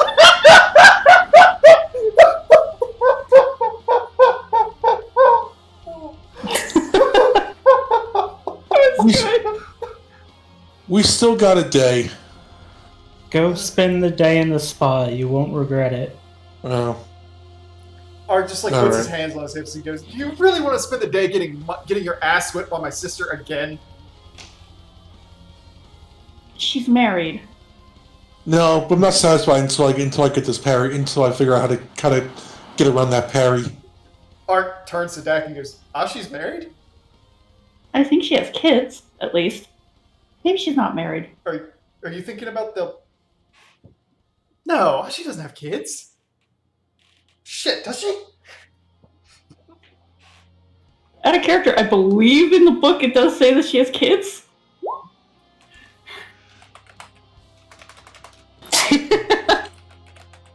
Are you furiously looking for this now? Yes, I am.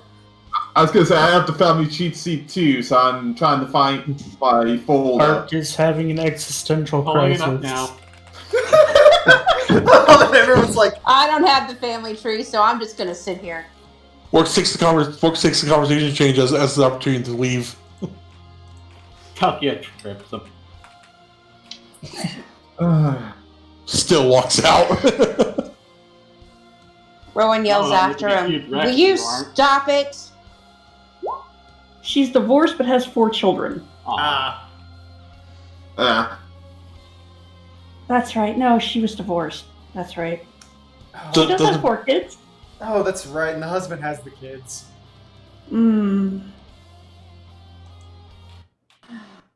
Telkia doesn't break. Nope. Anyway, Curses, stubby legs. Art just Anyway. rubs his face a little bit. I think I have an idea on how we can move forward with all this, if you are willing to hear it. Sure. Lay your idea on me, I'm willing Kato. to hear it. Ark continues to do whatever they need him to do, but whenever he eats another primal, he takes some time off. We assess any personality changes that might have happened, and maybe we can stop That's him from going over the deep end. That's very thoughtful, Kato. I approve this idea. Perhaps moderation is just key, and we'll be there for it. Alright. I have a question while we're here. Because you all are family.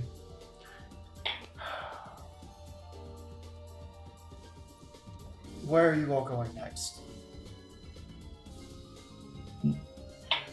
Didn't we agree to go with Alice? We did promise that we'd help. I have a meeting with a very hot chick in Gridania in a week. Sorry. What? Art just kind of laughs a little bit and he goes, I'm sure everyone's going to need some time to cool their heels after this one.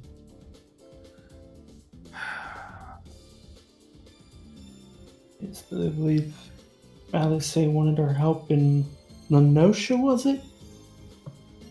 Indeed. Yeah. Art just kind of goes, well, I can teleport between Zelfatal and the homestead at any point. Okay. He goes, I know But you be going Alice, back to Zophatal. You already ate Garuda. I can't just leave all those people there. Oh, okay. He goes, it takes time for the tempering to sever, and I don't want them summoning a different primal in my absence. A prudent choice. But Understood. I know that Alize said that she needs 8 people to go with her. Do you want me to come with a doll? I was going to ask if he wanted to come with.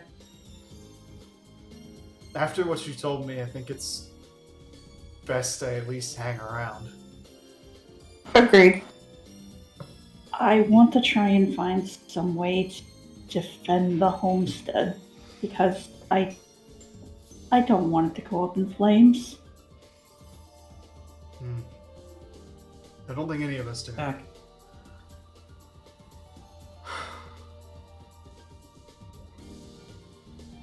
In the meantime, go ahead. Ark then just stands up straighter and says, I'm gonna pamper myself while I have a moment. I wish Maybe all of have you a the better best. breakfast. He looks down. He's like, he finished the crepes, the sausage, like everything that was in front of him, and the alcohol, and he goes, I mean, what else do you want me to eat? Alright, I forgot he ate the crepes instead of just the bull testicles. That's not what a prairie oyster is. That's a Rocky Mountain oyster. Yeah. Yes. I actually don't know what a prairie oyster is. A prairie oyster is gin, hot sauce, and a raw egg. Ah, gross. So not much better.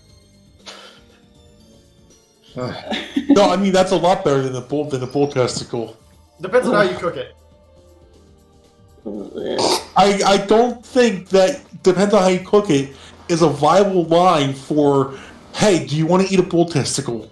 Well, you gotta remember, anything's good depending on how you cook it. People will eat just about anything. Humans are Just weird. look at Brussels sprouts. Fuck those things. Regardless, Ark just very calmly takes his coat off and he puts it around Fionn, and then he leaves. Ark, wait. No, let him go. It's a lot to process. In the meantime, we have to probably talk about having down the bigger ploy politics, and I'm thinking only ones allowed to talk are Todd and Fionn. I just wanted to hug him. Don't do that then. Yeah, Fionn, his jacket smells very much like him and Ozone. Fun.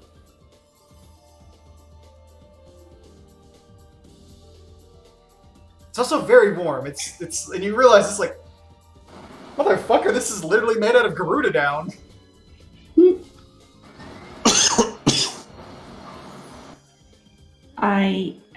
I'll try my best, but what does one say to Connie Sana? Oh, here's a ship. An Allegan ship. Oh, here's the Allegan Empress. And Surprise! almost on cue, Zand walks in. Surprise! Yeah, something like that. She says, Well, seeing how Zand is probably the more correct person to do this, perhaps she should be the one that is doing the speaking. Hmm. And with that, Rowan just walks out. Zand just laughs a little bit. She says, I've been doing research on all of the current nations. And I will have my say when it comes time. Oh no, Ooh, are you that gonna doesn't pull out all sound... their? Are you gonna dry out all their dirty laundry? Oh no. Zand looks Kato up. just looks very excited about this. Oh my god. Zand just looks up, smiles a little bit, and she says, my satellites have been collecting data for the last, several millennia, correct? 12, yes. Oh, sweet matron. She taps the side of her head. I've been having all of it be uploaded into my brain over the last several nights. I needed Arcelus's help for a moment, but otherwise, it's doing well enough. Your leaders all have such fascinating lives. Oh, I don't see this going well at all. Kato's just giggling giddily. Kato. You didn't seem that interested in political affairs. Well, presuming them, at any rate. Oh, Has there been a change of heart? no, I have no interest whatsoever.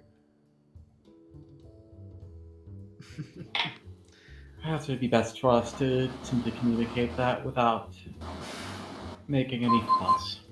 Zan just laughs. I have an aching suspicion that our dear friends are less interested in me and more interested in the ship that we reside on. And all the technology. And all the technology that is locked inside of my mind. Of course. Zan And just, that's maybe how they can use it for war. Zan just smiles as he says, Unfortunately. and I have already told you all can earn it. I will hand nothing to you. Not until it comes to my attention that maybe you're about to get it on your own and I can give you just that little push. Thank you for at least considering that. I Oh, hope that I the news like of all you of not you. wanting to be involved would help communicate that. Zan just looks over all of you and just smiles and says, I like all of you well enough. And maybe sometimes, you'll be able to catch me in a good enough mood that I'll help you all specifically. But for the most part, it will depend on my mood and if I feel like it. That's perfectly fine. You're always welcome at the homestead. Indeed, and we would not wish to impose. Zan just smiles a little bit and opens, squints an eye for a second and focuses. Ah! Lady Decroix, the first of your guests has arrived at the homestead. Oh. Yes, it would appear that Marrowweb and her retinue have arrived. Oh. Not that she got there before Connie. Well, she's probably get us. She can probably get away from the public a lot easier. Based on my observations, apparently a number of pirate vessels reported our takeoff before anyone else got a sight of us.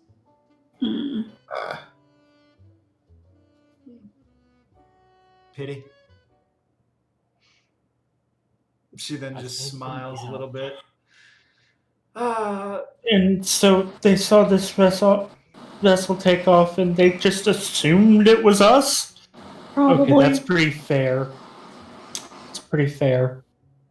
Either that or they contacted the pirates who were leaving. Also Oh. fair. I was gonna say, Kato, what is our team name? Fair. Let's see. The Garleans will be there within 2 hours. The Sultana appears to be en route and will be there in 4. And Kane-sana and her retinue will be there this evening. It would appear that the Ishgardians are also sending 5 people. Huh. Scholars, maybe. The old Dons. I said the Sultana will be there within 4 Oh. hours. No, Someone Fiona, it said- appears to be the Lord Commander and 4 of the Heavens Ward. Wait, Americ's gonna be there? Yes. Rowan goes to the Kato. spa. Somebody keep an eye on Rowan. Zan goes, and they are accompanied by Sir Haurchefant and his men. Dak just kind of points a finger at Kato and the little squirt of water. Kato, no. Rowan feels yes. a disturbance in the force and goes to get pricked up. Oh my god. The Americ Thirst Squad. God, you thirsty bitches. Rowan, he's mine. Kato, bitch, I will fight you. Oh my fuck, just share. Jesus Christ. Ah, Kind You think share. You might be able to get away with just like hiding in the pond for this. Yedrin just popping up just the top of Yedrin's head, just like a crocodile. Talkia raises his hand. All the same, I think I'm probably going to just try to get dropped off back in Minsa, if that's alright. Do you want to Well, go back? join me, Adrian. He looks. Zan looks at Telki and says, "You'd like to go to Libsa? Hi, if that's Any okay. particular location?" I can find my way back. Okay. I think she's Bye. offering to tell. Oh, wait. Telki just immediately teleports in the middle of Libsa. Well, all right then. Oh, Yes. slash Lala panic. What the heck? Talkia looks down at his auntie and sighs. Oh.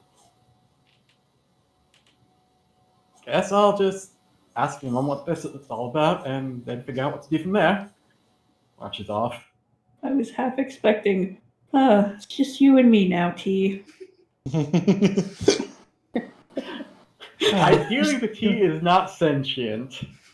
Just you and me now, No. T. Oh, right, Oh. this tea sucks. It's just you and me now, T. Oh, now it's just me.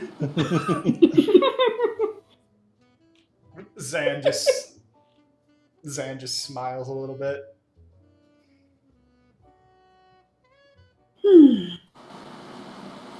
Yeah, and I suggest not taking Talkia's offer. Fiona just leans over and whispers. Which one was that? To go with him. Ah. Oh, If you need to, you can just free fall into your pond. I think that magic that you talked about, it'll save you. You'll be fine. You'll be fine. Yeah, just fall from orbit. That's that. You'll be fine. Again, magic bullshit. I don't think magic bullshit prevents falling from orbit damage. Oh, I just realized I haven't been a Makote in front of any of them before. That's gonna be an interesting thing. Works. You realize that's a spell, right? What? I know, but you still got to get through. You still got to get through the atmosphere. No, it's literally called Nail to the Sky. Oh, right, that. You spend eternity falling from orbit. Oh God. Any road. Alright, means if that is all, I should probably get prize for one of our additional guests. And make ready myself. She gives a little Okay. curtsy. You are excused, dear. Please feel free to use any of the facilities on the ship, as always. Thank God. Like, Fiona She says- curtsies back in. She says, That's all. before I came over, I did do you a small favor. Oh? I reorganized that dreadful little grimoire of yours, that white one, back into appropriate order, and I whipped that foul little sprite back into shape. He shan't be protesting. Oh. Very well then, thank you. Fiona curtsies again a bit more hurriedly and heads off with a bit more haste. You Touching my shit. you head off at that point. Adol opens the door and like almost runs into Zan, and you see him like do the shocked Makote thing, where his hands come up. And he's like, "Eh." And she says, "Do you need something, dear?" I was just coming in to get breakfast. And she steps aside for him. Hi, Dave. Hi. I guess I missed some fireworks. A little. Well, I assumed when I caught Ark stripping in the hallway. I missed it. Damn. Damn it, Connor. Just spritz again. He's not naked. He just took his shirt off. He gave Fiona No. his coat for now.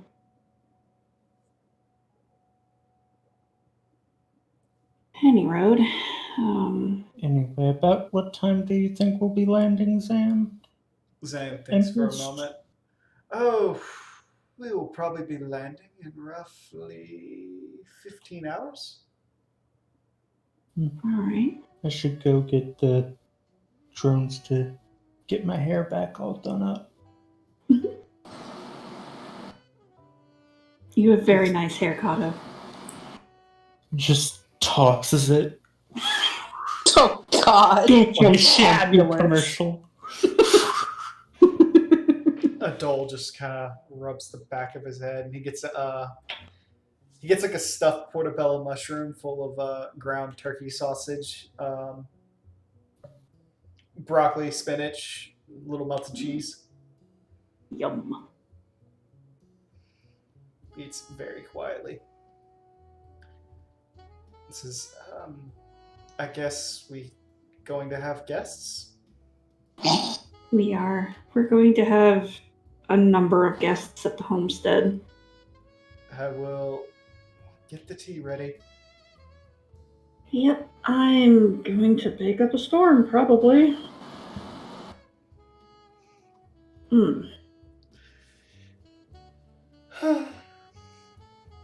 Yeah. So, what do you all do with your last day on the ship?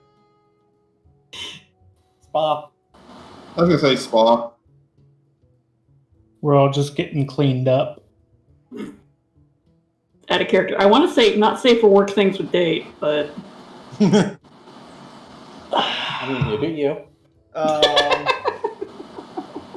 Boinking. So, Fionn, Rowan, and Kato are all sharing a. Are all basically sharing a spa room with Ark, who, despite his new size and everything, is still not shy about his body at all. good. Good. Good. I'm not going to the spa because I'd already gone to the spa. So, yeah, he's just basically like during all the treatments that you guys are going through, he's just let it all hang out. Doesn't give a shit.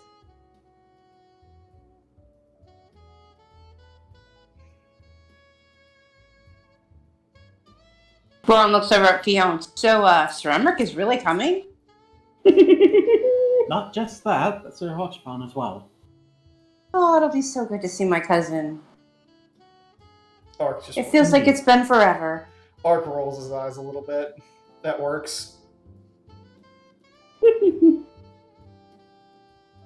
At me?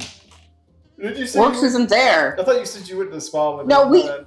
we told him to go to the spa, but I don't think he went. Not yet, anyway. I'm sorry, then he rolls his eyes at Kato.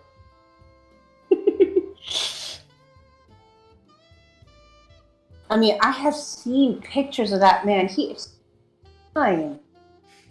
I would love to lick those ears. Robot comes over with a bottle. That's just weird. I can imagine Robot just comes over with a glass of water. I concur with Kato. That is. Ark's like, what the fuck, woman? That is entirely too forward. He's I'm like, not gonna just like grab him right then and there, okay? Hey, baby, let me lick your ear. it's like, Hey, little baby, I mean- let me nick you on the ear. Ark's like, bro, that's almost as bad as a foot fetish. What the fuck? I'm not about to. Rowan just looks at him and is like, really? Because you have anywhere to say, because, He just goes, I'm I not sleep gonna around. make I their don't choices, mess but- around with people's body parts. Please, not in mixed company. It's the four of us. Who gives a damn?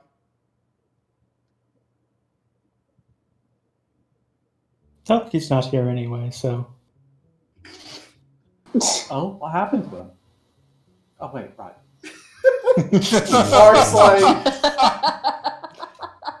No, Okay. well, Rowan doesn't know and Ark doesn't know. No. So, what do you mean Tolkien's not here? He was downstairs having breakfast with us. The Empress sent him away prematurely. No. okay. Just zooped him off to Limsa. Alrighty then. All right. Well, Ark sinks a little deeper into his bath and goes, so what's our plan of attack for this? Oh, through the whole thing, I forgot to tell something else. Yeah. Yes? Fionn. She looks at her for a second and she's like, Pomeroot is requesting to see you.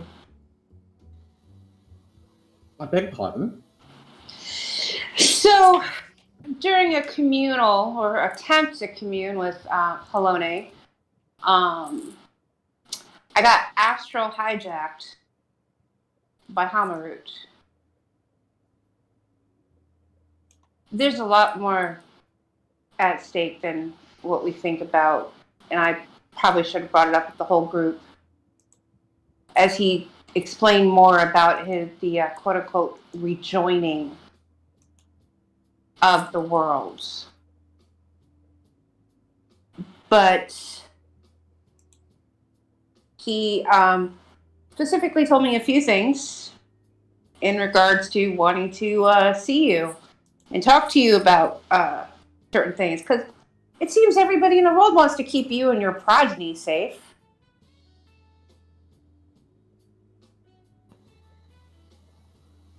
I swear, I haven't actually told anyone besides Skull about it, and yet somehow the entire command knows, and beyond. Ark goes, that was news to me. Well, I mean, it couldn't have been news to you since, we told you about the whole thing with Camilla.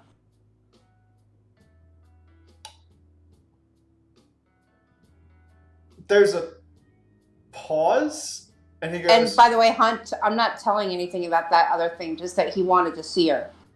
oh, I thought you were... Ark goes, oh.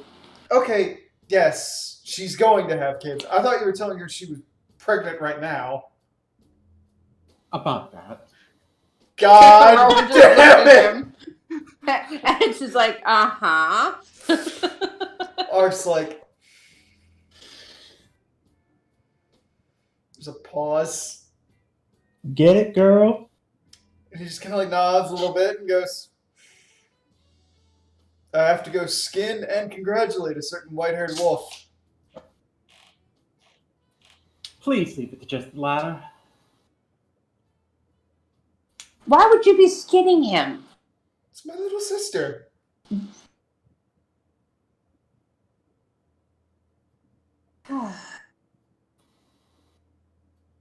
Rowan just like, okay, I'm good. I'm done. And Your just little leaves. sister is an adult. It's like, I'm not being serious. She's already gone. She just left. Well, he's talking to Kato at this point.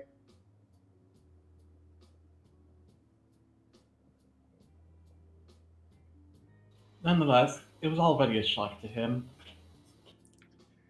I don't think he needs to get any further flack for it. I'm not going to give him any flack. I'm not even going to say anything to him. Honestly, I feel it was not anybody's place but your own to say, so I'll consider that I don't know anything and let you announce it. Thank you. Honestly, I wouldn't be surprised if... At that point, he looks at Kato and he goes, I don't trust you to keep your mouth shut, so Art casts Alter Memory on Kato.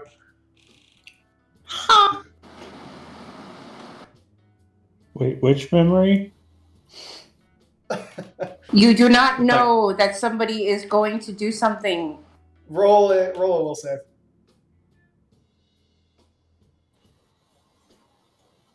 He's a fucking divine caster. What do you think is going to happen? He fails. Never mind this. Wow. How do I ever... This is ARC shit, okay? No, I'm genuinely wondering how I have better will save than Kato. Yeah. On War Priest. Oh wait, no. Oh wait, yeah, no. Sorry, I was gonna say on War Priest isn't Will Save. No, Will Save's one of the good ones. Yeah. Yeah. Yeah, Will and save person and based fortitude. caster. Arc alters the memory, Kato, so that it's basically. You think that you all had a conversation about the odds of Kanisana getting pregnant instead of Fiona's pregnant. So you no longer remember that Fiona's pregnant. And Fiona has not immediately registered this, so she's in the midst of tying up. I wouldn't be surprised if the moment we touched down, the entire realm wasn't going to be holding a baby shower or something. There's a Arc just kind of like rubs his head a little bit and goes, "Ugh. Don't you think it would be a little odd to have a mother that doesn't age?" Like,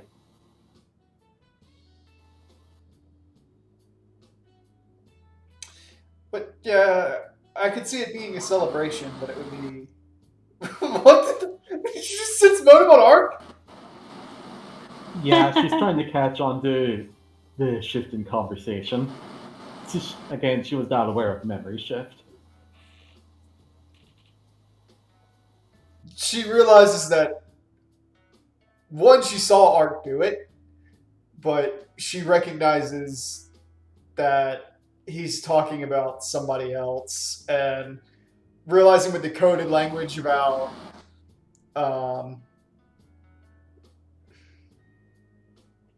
not aging, it becomes apparent they're like talking about Kanisana. Right, yes.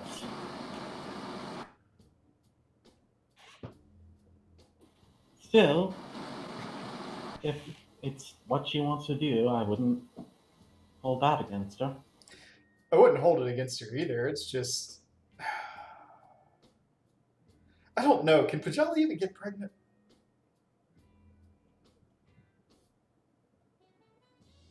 That's a dumb discussion.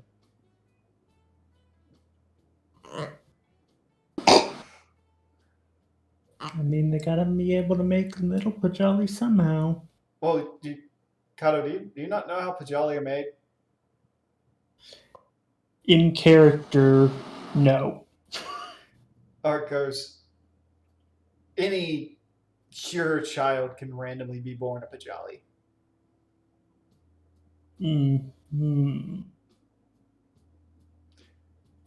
And even those not of Huron heritage can also bear similar results. Ark raises his hand.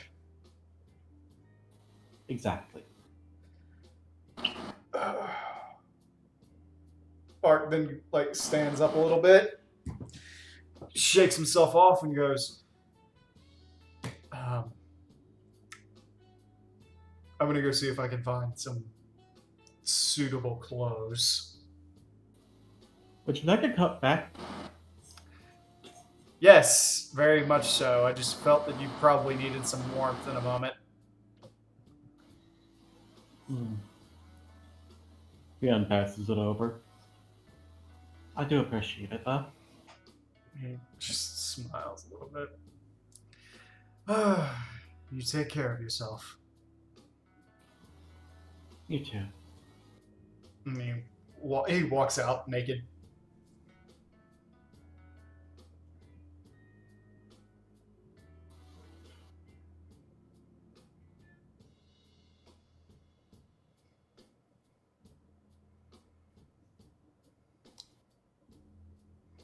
It leaves Fiona and Kato to talk if they want to. Nope. I'd like to thank you for being the voice of reason back there. Well, I am pretty much the local expert on time bullshit, so even though expert is a little strong of a word in that. You can remember that, which effectively didn't happen for the rest of us, so I'll defer to your expertise. Only if I caused it. I'm pretty sure there's someone else were to do the same thing, it would, I'd have the same thing happen. Well, let us hope we never have to worry about that coming to pass. And who knows? Maybe you will sense it. You never know until it happens. So, Works and Yedrin, Mm-hmm. what are you two doing? Works is getting in a few more rounds before he has to get cleaned up. Works, Yeah. roll a 1d100. Yippee. I always do bad at these. Oh, wow. Okay. You manage to win a match, but the very next match where you try to replicate it, Get it your doesn't ass beat again. work, and you realize that after you won, the machine automatically increased the difficulty. Ashi quite literally, this new Ashi quite literally kicks you out of the simulation room. And Just grabs you by the scruff of your neck and just drop kicks you out. no, I was thinking more along the lines of like how Uncle Phil threw Jazz on Fresh Prince. Ah! no, it's more along the line. She like straight up pins you against the door, and then Sparta kicked it open. At which point, the simulation room door closes and then locks. And then a message from Zan just appears. Go take a bath. You smelly, smelly lizard. It's like, well, all right. I went around. That's all I care about. Let's go find this spa. And Yezrin, what are you doing?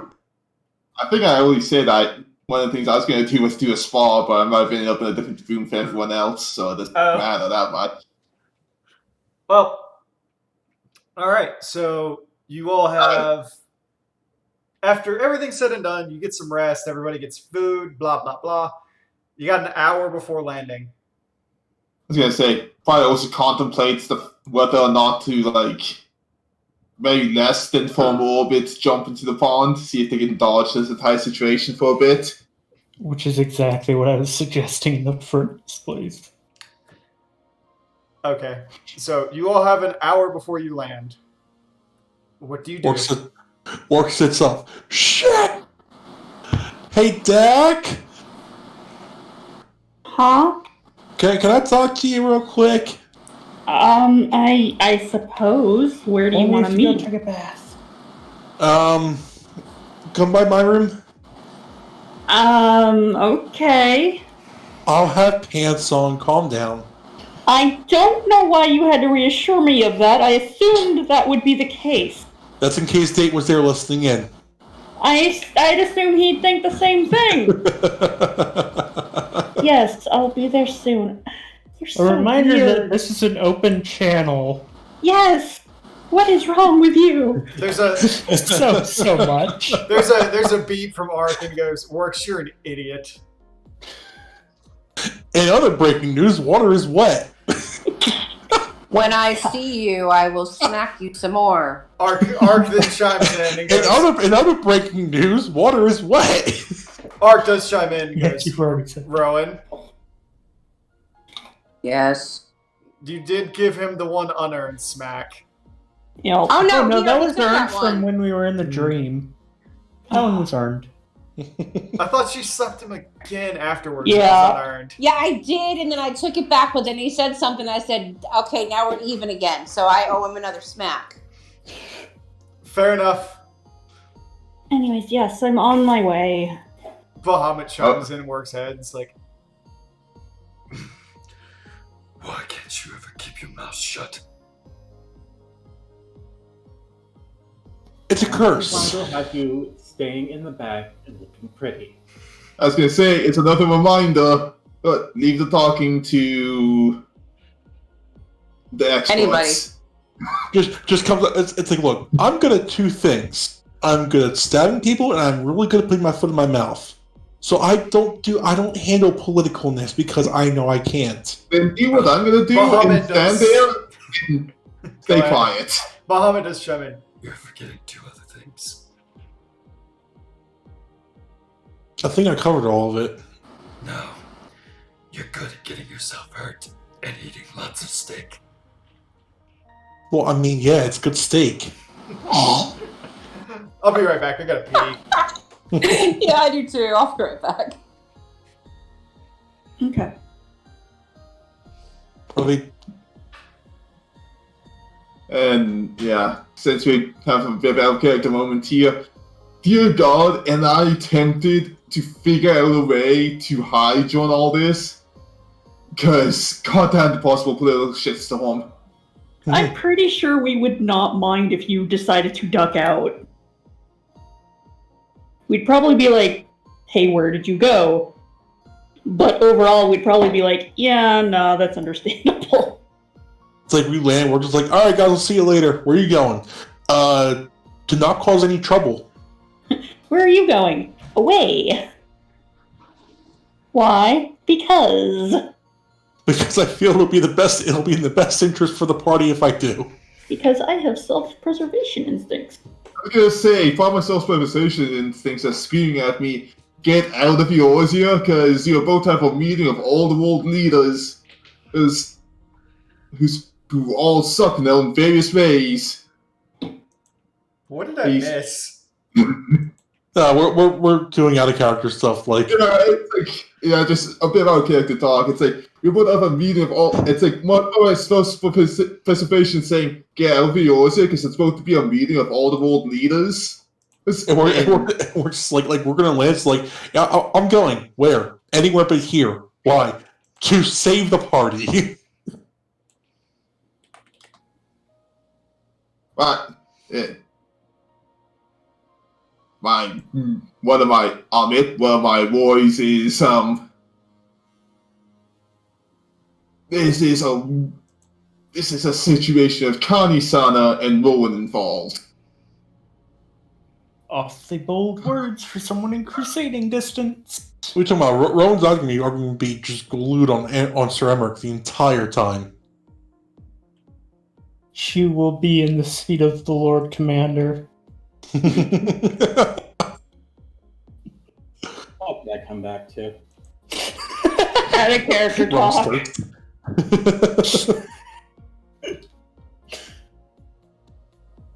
Anyway, are we all back then? I think Rowan's still AFK. Okay.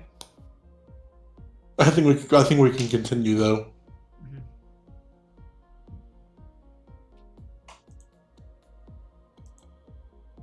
Okay, so I'm assuming Dak's heading to Works' area. Yeah. I'm heading to Works's area because I don't know where his room is.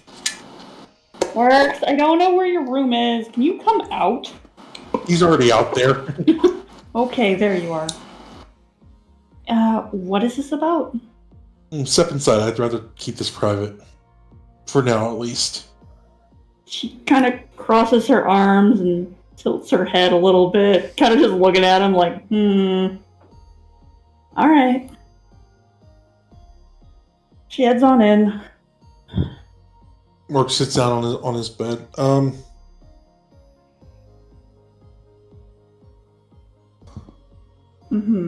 want to run this by you because I want my parents to move into the homestead.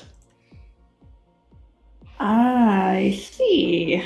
I told them since we're not there a lot, they could use my house, and I'll figure something out for, when we're there. Well, I believe Yetrin's old house is currently unoccupied. If you wanted to give them their own room. Oh yeah, I think Andrew's house is a little bit bigger than mine. Also, if you want to, you could always pay for it to get expanded for them. Hold hold to the boots. I don't have money. I remember I had to borrow money from you to get these things. Right. She just kind of like plops down on your bed. Yeah, that's right. So I also wanted to ask you, Uh-huh. like, if there's anything they could do to, be, around the homestead. I mean, I can't tell you. I don't know your parents. Mom's a really good cook. Dad's Well, good with his hands, especially, building stuff. I mean, I mean, there you go. I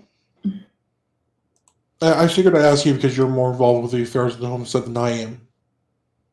We have more than enough workers at the bakery, but I mean, if she wants help with like the inn or the bar, that'd be fine. And Sure. we don't exactly have a handyman around, so he can help repair things if he wants. Yeah, he's always been good with his hands. So, alright. Yeah, I just wanted to ask you before I mean, I already talked to them about it, and they're both Mhm. on board. And I probably should ask you first, but Yeah, you probably should have, but I Yeah. appreciate you actually asking me, though. it was kind of in the moment, and I kind of wanted to No. ask him why it was on my mind. Dak waves a hand. No, I understand. I understand all too well. Yeah. No, I'd rather have him here than halfway across the world. Yeah. Well, I mean, I don't mind your parents moving in. There's an Right. extra home. If they want to pitch in any gil towards the homestead, that's fine. Not required. I don't even know how much they have. The I don't even know what they have to their name. There's a the beep that sort of interrupts your conversation. yes. 45 minutes to landing. Oh hells. Alright. Well, as long as everything is cool then. Yeah, of course it is. Alright. And only I'm probably gonna disappear for a while. I expected you and maybe Yudrin to run off. No, I'll be close by, but I'm not gonna be taking part in the political affairs of all this. I don't Yeah. handle politics well. No, I understand.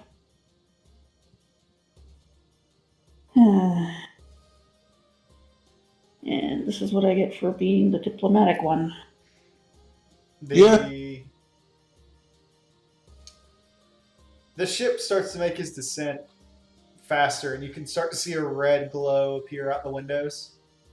Oh, that's okay. That we would should- be the heating of the air at re-entry. Yeah, no, I know. Dak doesn't. That's what he's saying. You're not there! You're not there. Oh. This is Work's room. I assume they were making their way back to... No, they're still in Work's room, as far as I know. Kano's just like hiding in the shadows, like, that's atmosphere. Science! Kano, how the fuck you get in here? Bitch, I can phase through shit. I imagine Kano's like, I've been here the whole time. Okay, you creepy, go away. Anyway, I should probably go get ready to meet the others. Yep. Where are we meeting, by the way? I guess back on the observation deck, or? I meant more of I have to mentally prepare to meet up with the leaders. Oh, yeah. No, I can imagine. This is going to be interesting. I'm gonna at least stay within earshot. I want to hear all of this. Oh, thank you. Would you like me to stand on my roof with pom poms to cheer you on as you try to, I will say, Toki, unless you're like psychically feeling that out, you sure as hell are not seeing them come down. Are they not leaving me a trail in the sky? I mean, they've been past Limsa for like 2 days. Remember how far Limsa is from Gridania? Yes, Fair. but imagine an asteroid of that size entering our atmosphere. You're gonna see that from a hell of a long ways away. Yeah, and entry angle would also affect it. Mhm. Would I see something like that enter the atmosphere from? Oh, let's say this thing entered the atmosphere over Newfoundland, and you were at the southern tip of California. Would you still see it? Probably not, given curvature. That's what I was saying. Toki's probably not seeing this. Okay, fair enough. That's right. Our map's a lot bigger than the actual map. Yeah. I keep forgetting that.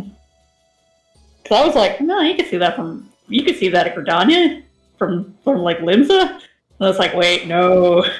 Oh, Seriously this world's huge. big. You're assuming translating land masses towards more realistic sizes. Yeah. Yep. Fair enough. That's what Orc's saying. It's like, what? You want to stand on my roof and gather some pom poms and cheer you on? Well, it's better than putting a chair up there and drinking liquor. I wasn't going to bring any liquor. I mean, I was going to grab liquor before we left, but I was saving that for an occasion. Oh, that's right. And we have to try and sell those plans we got for money. Because that's what we were going to go try and get from this stupid venture. Instead, we got this. I mean, honestly, this is like the best case scenario until we get back down to the planet. But like, wow, this was a week of actual vacation, and I loved every second of it. I kind of wish I had more vegetation, but that's me. Honestly, I just realized that frickin' Eorzea is just a really weirdly shaped Africa. Yeah. Basically. Yeah. Come to think of the angle of attack is that way, might be able to see a bit of it. Well, here's I'm Yeah. gonna say it's probably like I'm gonna say Eorzea is probably a bit bigger than Africa, and here's a reference to how big Africa actually is. No, I know. I'm just. Damn. If Donald could be seen over more down from La Nochette, then that angle of attack would probably show up like on the horizon. Yeah, probably. All right. So at the risk of Ark killing me, does that mean the White Mages are blessing the rains? Ark throws They always you do out it? the fucking airlock. Prepare to take Anyways, I don't know. It looks more like South America to me. Anyways, I leave. Okay. Eorzea looks more like South America. I honestly. heard you. I heard you. Orc scratches things, heads to the bar and grabs a bottle of the 12,000-year-old scotch. Hell, at that point, Dak might as well. Jesus Christ, you Don't can you- eat it. Don't you already have a bottle? Don't you have like? I 3? drank bottles. I didn't actually grab a bottle to take with me. Try to grab another bottle, you get zapped.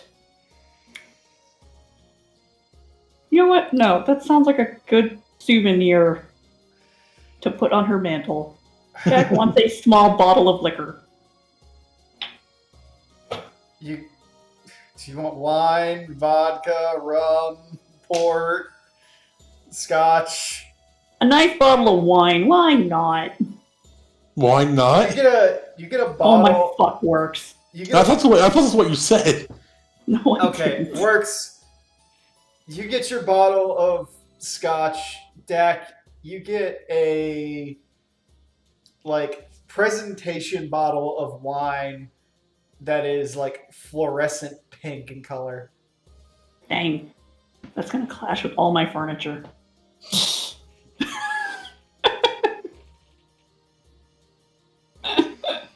Anyway. Anyway, where are the rest of you all during this? Fiona is pacing in the observation hall, trying to figure out speech, and just scribbling furiously into her grimoire. Mark's just looking at her and he's like, "Do you really think they're gonna let you talk?" Gods, no. If I'm going to want that questions answered, I'll have to talk sooner or later. Just tell them the honest fucking truth. I will, but there's a certain decorum to go about it. I mean, you also weren't there, so why would you tell the story? I mean, neither was I.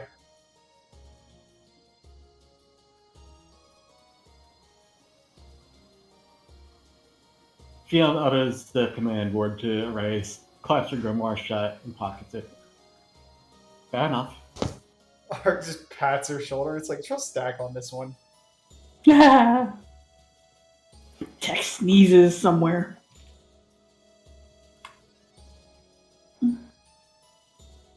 Well, I hope she has a better speech prepared than what I was doing. Knowing us, we're gonna wing it. We're gonna fail horribly, but everyone will still like us anyway.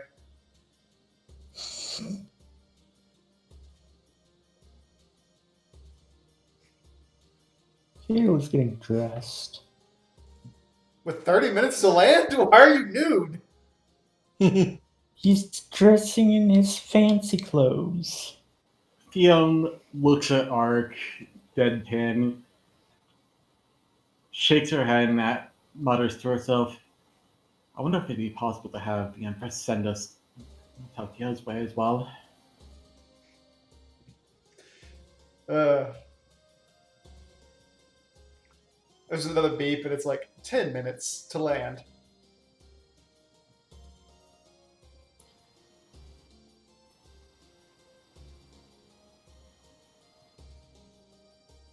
You also note that Ark is dressed how he normally is dressed.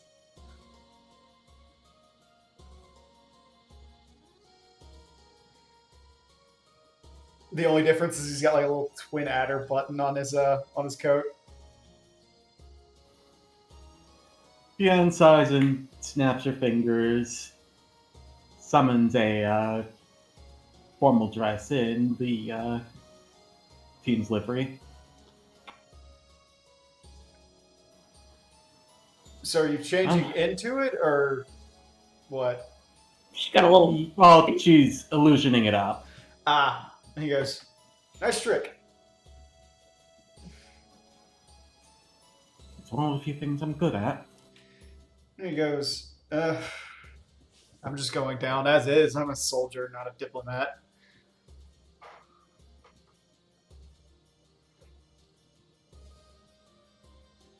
And kind of waggles his tail a little bit and thinks and goes, I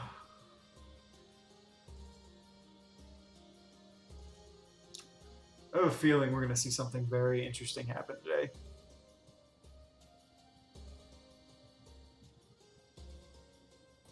Interesting in the sense of, quote unquote, may you have an interesting life, or... Quote unquote, we're probably going to see a load of magic and Alligan bullshit.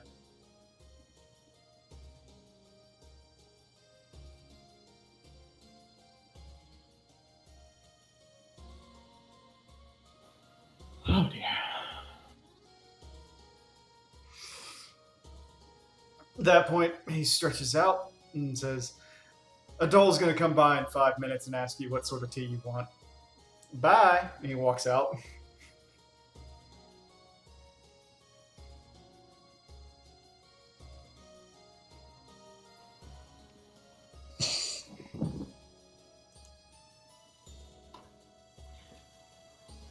Okay.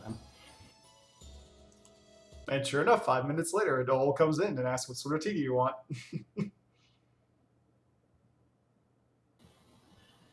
Just some Ishgaudian black with a shot of whiskey.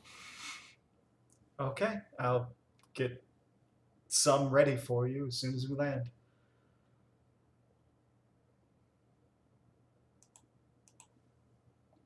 Okay, so Rowan, Yedrin, what have you guys been doing this last 30 minutes?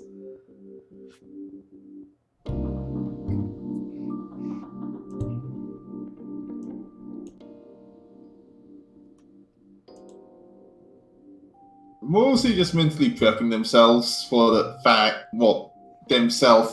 that they might not be able to duck out of whatever bullshit's gonna happen, and possibly saying prayers to random gods for this to not go horribly wrong. Which random gods? 1 second, I gotta be right back. You've been calling across the desk I want to get rid of. Okay. Rowan, what are you up to? Oh, Rowan's in her room and she's dressed, she's ready to go. She's drawing and she's slightly miffed, so she's making mean pictures of somebody. Okay. Little stick figure of Cam getting her head ripped off. Nope. Burnt. Nope, not Cam. She's probably mad at Ark. Oh. Is his tail on fire? Yep.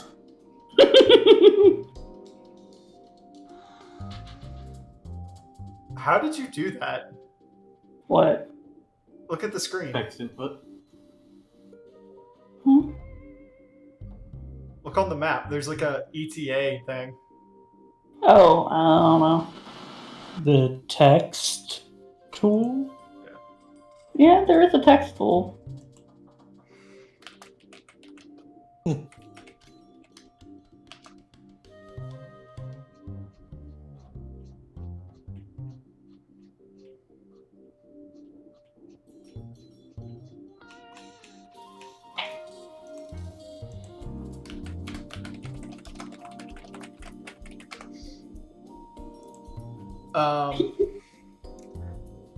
Anyway, as all this is happening, it says T-1 minute to landing. Please prepare to exit.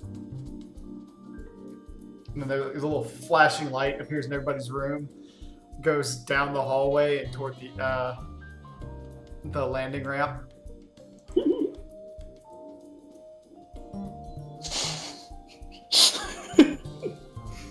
No, that's making it lag.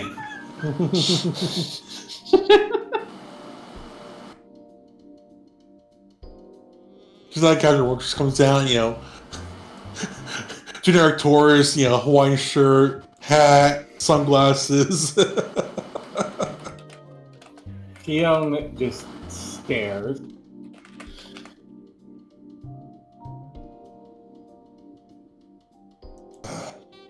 Does my hair look okay? Your braids are fabulous. Awesome. I swear to the 12, I did not expect I would have to find a spell to clothe you, but you are not a bloody child. Who, Kato or me? Yo! That wasn't a character, I was joking. Oh, thank God. I did say out of character. Okay. I didn't catch that, sorry. Might not have picked it up. Okay. You did not hear it either? No. I didn't hear that. It might not picked up. Thank goodness then.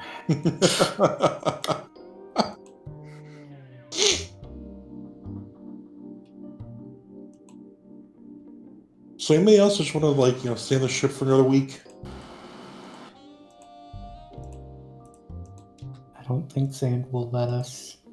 And so just to say, lost track of the Earwig, gonna try and hunt for it a little bit because I don't want an Earwig around. Second thing, poverty gods, I don't know. Neanderthal. Maybe Thaliak. Maybe if you want to bring in some Japanese cards, aim new Uzumi. Maybe praying to Rauger to stand by. Maybe. I wouldn't want to stay here another week. If I have to be disconnected from all the elementals for longer than this, I'm going to go mad.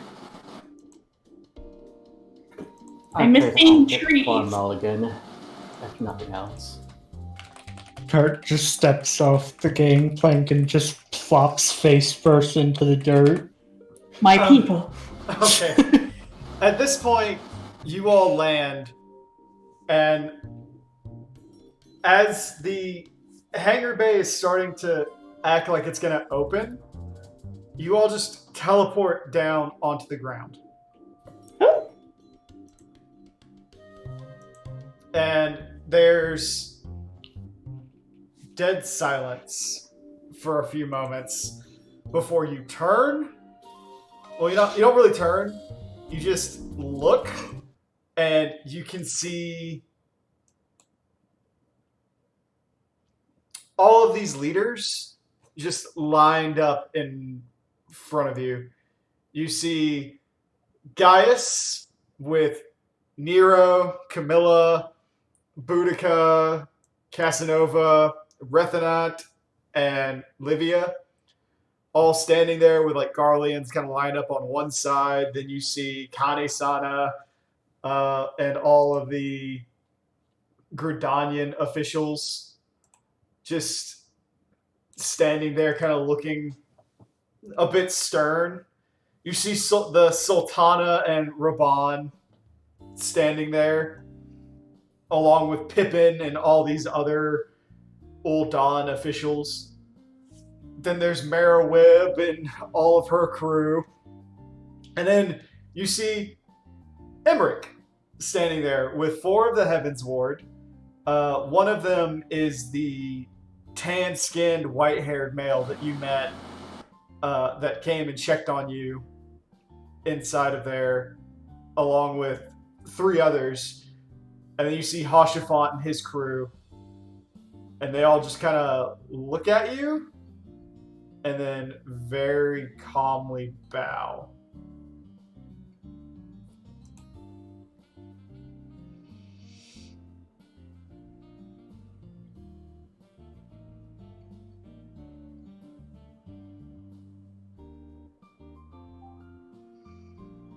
My internet dropped.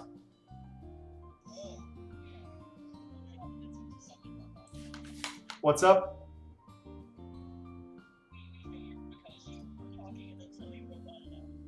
Yeah. I like turned my head, and next thing I saw was my router went to a blue light, and I went, oh, that means I disconnected.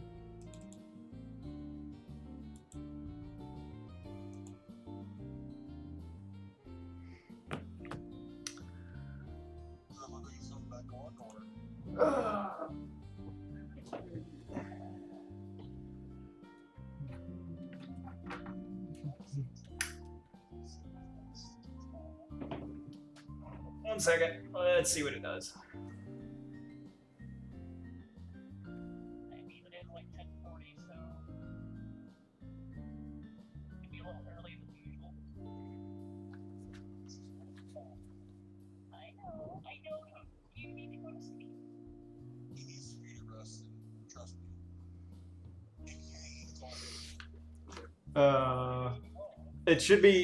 It should be coming back like right now. I did the troubleshooter. It was like, plug an Ethernet cable in, and I'm like, what the fuck? So I just unplugged it and plugged it back in and started rebooting.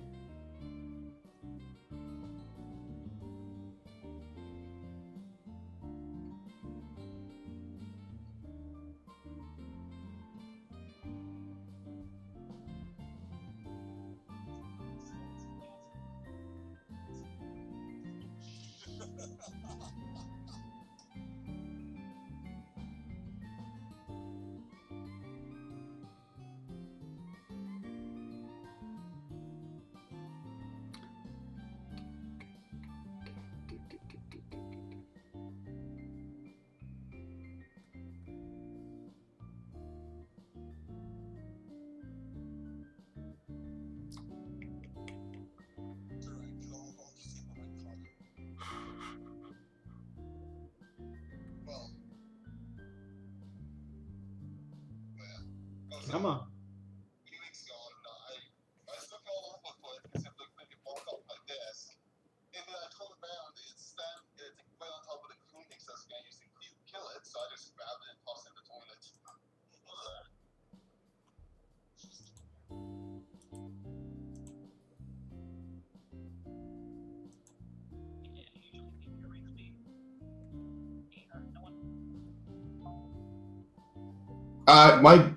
My stance is I leave bugs be Until unless they they're get to your bubble. until they're on my desk. Black. Hey. Yeah, I'm back in. But Okay. yeah, I'm the same way. So where did I cut out? They were all just looking at you. Hmm. Okay. So I'll just start over. There's at the very front, there's Gaius, Camilla, Nero, Rethenant, Livia, and like a bunch of their soldiers, along with Boudica and Narcisio. Then next to them is Kanisana with basically a bunch of the Gridanian officials and soldiers. Then there's the Sultana, Raban, Pippin, and a bunch of their people. Then there's Merowib and her crew. And then last at the very end is Emmerich with Hashafont, the tan-skinned, white-haired man that you all met back in Ishgard, that came and visited you inside of the Fortemps house, along with Ignace, Palcrian, and Gruno.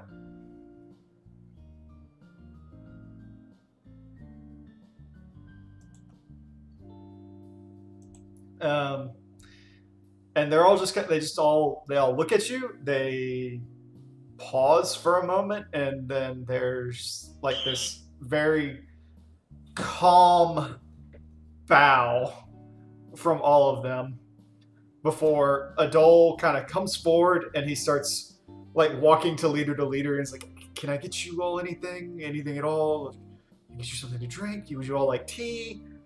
Blah blah blah." And then as he's going, like everyone's like looking at him like, "Are you absolutely insane?" And Gaius is like, Can I get Nishgardi Black, please?" You come into our house and expect not to be served tea. Out of character, of course, but yes. Yeah. You see that Adol and Gaius actually start talking, and there's a brief pause before they begin to discuss, like, it actually sucks like a few people in. They actually like to start discussing the merits of different teas. Young whispers to Deck. Hmm? I pray you have some sort of speaker. I'm sorry not to answer your prayers. Ark then pushes between two of them and says, "Just wing it." Yeah, that's the plan. And you see he actually just walks up and begins talking with Kanisana.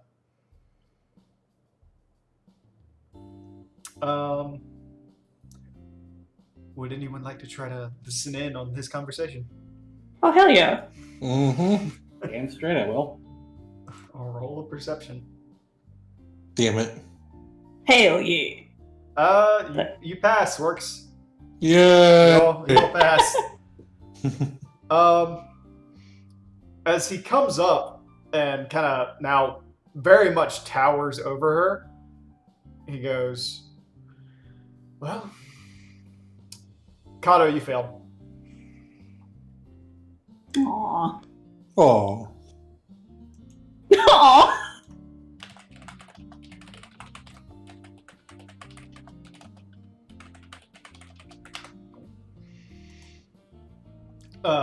As she comes up, he comes in and he goes, she looks up and she goes, "Oculus, you have grown. what happened to you? And he goes, oh, you know, just, I ate my greens.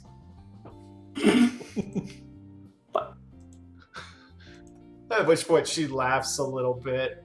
And so you continue discussing, and he goes, what, do you have a preference for bigger men or something? And she hits his chest and blushes a little bit. At which she goes, Ocelus! This is all going off to a great start. He goes, she's now blushing more furiously, and she says, stop it. I'm a taken woman now. Oh. And he just made you snickers a little bit. The two continue to talk, mostly about work. Welcome back, Kato. Gedrin, roll a perception, buddy. Aha. Alright, And then Yedrin rolls a sneak. Gedrin. You quickly note as you're you're trying to fade in the background and be calm. There are several soldiers of every variety kind of hanging out by your pond. All of them are fishing right now. Those buttheads. They don't have a permit. You think Yedrin gives with the permit? Fucking alligator them. Well, it's also the fact that I think we allowed fishing in the pond since forever. I know. I'm joking. By the way, for those of you who did succeed the perception roll, after a little while, Ark does say the job in Zulfatol is done. I'll go back to monitoring soon enough, unless my family decides that they need my help. There's kind of a pause from Connie-san, and she says, very well, you've at least earned leave of absence for the time being. You've done well, and you've done us all a great service. And she's about to continue on when you're all suddenly cut off by Nanamo standing in front of you and bowing a little bit. Bows back. Hello, Your Grace. She says, well, well, you all have seriously outdone yourselves, and honestly, I'm terrible at these without them prepared, and you all certainly didn't give me any time to prepare it. So... Oh, don't worry. We're not prepared either. She says, I did want to thank you all. With the absence of my charge in your group, I had feared that you all would just go about your business as usual. But you all still became a blessing and, well, protectors of the realm. And for that, I want to thank you. But I also wanted to say that you don't have to feel obligated to go any further. You've done so much for, well, Eorzea and the realm's sake.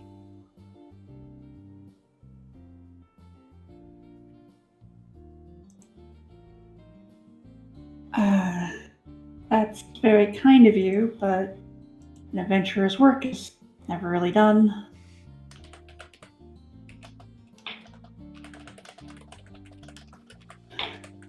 So, regardless... There are a few of us who don't really have many skills outside of this. Just kind of glances at Works. Works just shrugs and agrees, like, eh.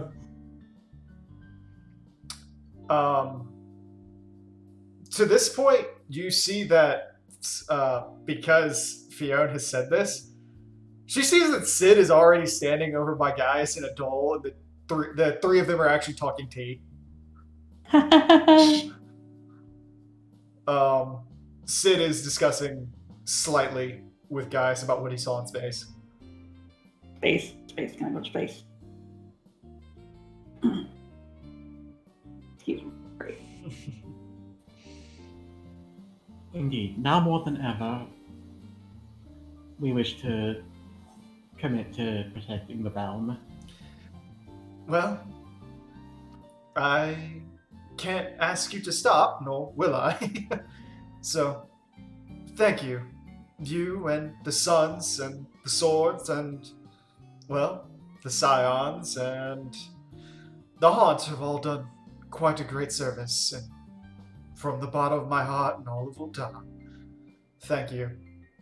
Mm-hmm. At that point, Merowib is now standing behind her with her hands on her hips, looking down at Nanamo, then looks back up. Yes, yes, all well and good, Nanamo. But your infantile buttering up of the adventurers who brought us this, she Called the Absolute. she points to the ship, a fitting name. And we didn't bring you it. Note It brought us. Note I said. It still very much belongs to the Empress. Merowib just kind of sighs and shakes her head a little bit. Yes, well and good, but where is this Empress? And to be perfectly honest, to cut to the chase, that's why we are all here. You've unearthed a relic and a weapon that could very well determine the superiority of whoever's military for the next several millennia. I will be blunt. We didn't know going down there that this would occur. The Empress has declined to involve herself in political affairs at this time, and will be taking the Absolute back with her. There's a sudden laugh from behind you. And you turn your head and you see Zand is standing directly behind you with no signs that she teleported, just with her hands on her hips. Yep, just as I thought, waiting to make an entrance. Yes, waiting to make an entrance. This is Empress Zand. She just Fiona just shuts her mouth and she smiles and steps says, aside to bow. She pats Fiona on the shoulder and says, "You do not need to speak for me, Miss Eliswa. I am more than capable of doing it myself." Floor is yours then. Merowib just looks at her and says, "Well, by the looks of you in your eyes, I can very much assume that you are the one they call Zand. Well, I'll be blunt about it, as always. The Eorzean Alliance is here to ensure that these war-hungry Garleans don't steal any technology or this wonderful ship from anyone and then use it against us." At which point Zand laughs and goes, "Oh, dear Merowib, where do you get off calling where does the pot get off calling the kettle black? Oh, hells. If anyone here," and she immediately puts her finger and pokes it directly into Merowib's chest, "is war hungry here, would it not be you?" Oh, bother. And then you Fiona just puts see her there, finger to her link pearl. at which point you just see there's like stunned silence as Merowib just like looks at her like, "How dare you?" Before Zand, much like a mother, grabs Merowib by her wrist and walks her off elsewhere. Oh, hells. I'll make that 2 shots. Adol's like, "Oh, yes, right away." And at which point he scurries off. Thank you. Alright, so I would like everybody to roll a perception at this point.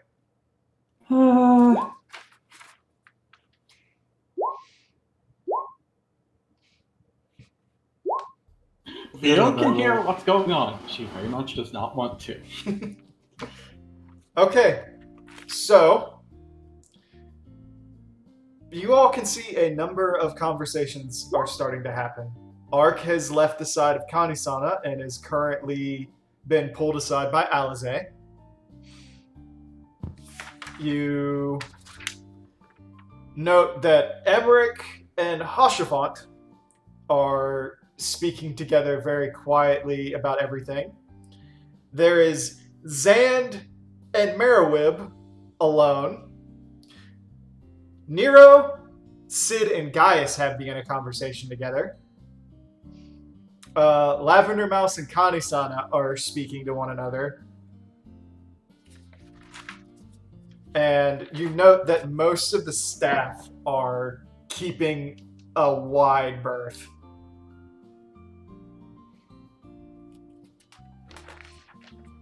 So, who wants to listen to what conversation?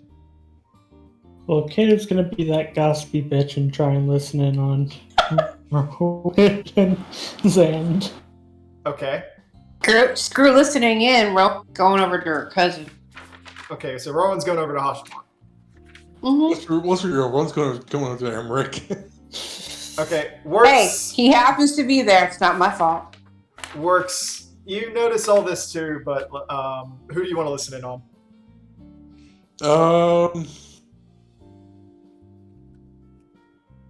He's drawn to the drama. He's going to listen to all Merowib and Okay, Zand. so you've gone over to Merowib and Zand with Kato.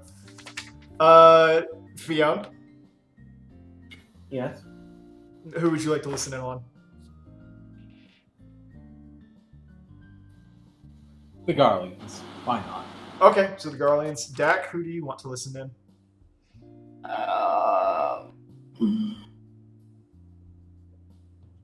Whoever's closest to her, I honestly don't have any real. I would Well, say. no, I want to hear Ark and Alice. Okay, and Yedrin?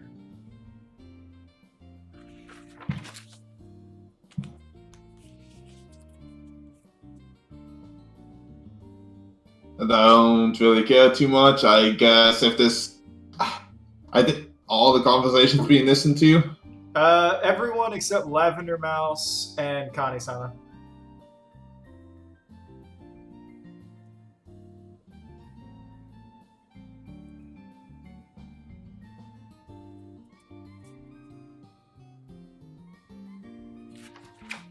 So it doesn't matter. You just pick a conversation. How many conversations are there? There are 1, 2, 3, 4, 5.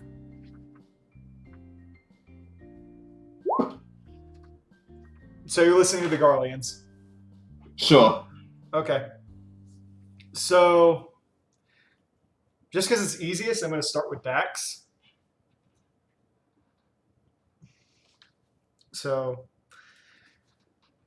oh, Dax. Okay. Well, sorry. I have a little hand fan and I didn't want the air going into the mic. That's fine. Dak, as you walk over, you see that Alice has pulled Ark behind one of the buildings, and the two of them are having a relatively quiet conversation. And the first words that you hear are essentially Ark saying, "Look, I've already done you the favor that I owed you. Thank you for feeding me back when we were in Limsa and I had nowhere to go. But honestly, you asked me to introduce you to somebody who could help you, and I already traveled with you a fair bit. How much more do you want out of me? I'd say we're more than even at this point." And then you hear Alice go, "Yes, but I need more help for this issue. We just need one more person. Can't you come with us? I respect your expertise and strength on this matter, and it would be of a great boon." And Art just shakes his head and says, "Look, unless they ask me to go, I'm not going. We've already discussed this. It's still a bit of a maybe, but it seems that they want me to go. if you want to make it assured, you can pay my going rate. Alize just sighs and goes, fine. How much are we talking? 5, 10 gil? 40,000 gil plus hazard fees. What? What? Sorry. Ark just rolls his eyes and he says, I'm a highly paid member of the Grodanian military and a special forces operative on top of that. I don't do things cheaply. I am paid well because I do my jobs quickly, and I do them thoroughly. So, you're asking for me to come help you. Either convince one of them to tell me what to do, or you pay me. And based on what you're saying, I would need about 60,000 up front. Because you're asking me to march into a Garlean base, as I am, and then venture into some unknown system to explore and find gods know what. Alize just... Dak, at this point, you see Alize, like, ball her fists up, and she goes, you're an asshole! And he goes, I don't know why this surprises you. I'm with the military.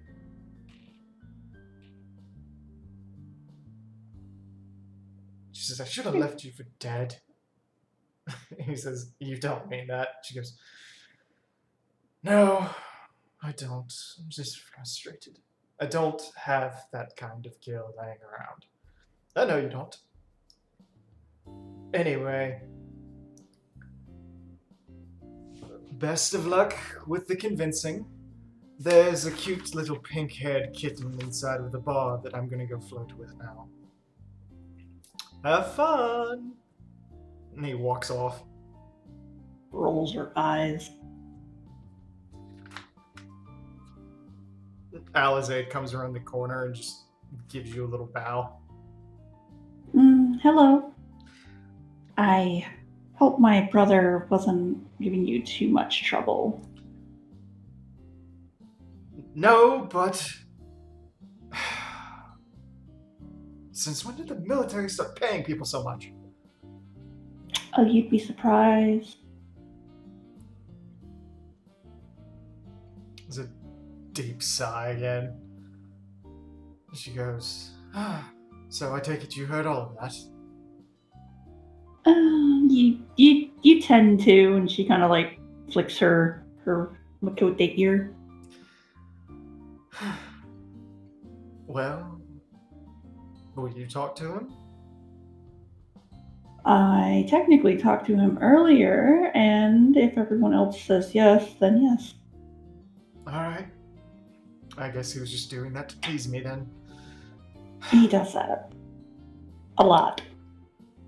Yes, I know. Thank you for taking care of my brother. He took care of me more than I took care of him. Any road. If everything here goes well, we are free to help you out. Well, I appreciate it and pray that all of this goes well. And then she bows a little bit. I think I'm gonna go fishing. Calm my nerves. Maybe ask for a cup of tea. Well, my fiance does make very nice tea. Indeed he does. She walks off. Derek just looks a little too happy to call him fiance. Fionn and Works, you both listening? No, Works is listening in on the on Zand. So Fionn and Yedrin. It was gonna be so Fionn and Yedrin. So let's see.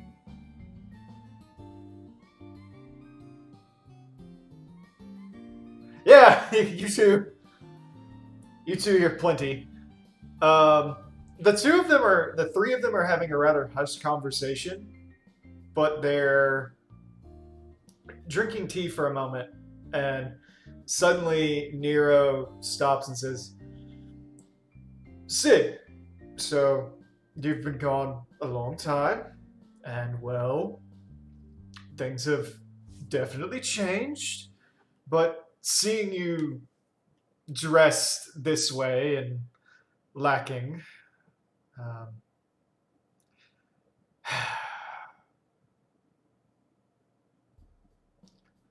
I held on to your old tools, and I believe it's only appropriate that I give them back. And then you see him like put down Sid's old toolbox from his Garlean days and push it across the table to him, and Sid just kind of looks at it and goes, "That's very sentimental of you, Nero. I never expected you to be the type." "Oh, come now, Sid. We were kids, just people playing around in the academy. Yes, you aggravated the ever-living hells out of me by always being better than I am, but we grow, we learn, and we find our place. And, well, I hope that you can find your place back with us, back with me and Gaius and Livia and all our old comrades back in Garlemald. You're something of a celebrity now, I hope you realize that, and, well, we have wanted for your expertise for many years. And to be frank with you, without the competition between me and you, or rather, me against you and you not even noticing, I can't bring out the best of my work anymore. I need you to be the best I can be, Sid, and, well, please come and join us. Gaius, meanwhile, just laughs and goes, To add my 2 cents to Nero's statement, I agree, we've missed you. I've missed the man that I called my adoptive son, the son of one of my best friends, and of the legacy of the Garland family. We've missed being able to talk, sharing your insights into Magitech and the various capabilities that you have. We would be honored to have you back and welcome you with open arms, but we understand if there's other things that you have to do. Nero laughs at that. Oh, he wants to get on his hands and knees and beg so bad, but... Well, after you being so long gone, Sid, how rusty are you? You think you can still keep up with us? Sid finally laughs and says, While I appreciate everything, boys, Gaius, Nero,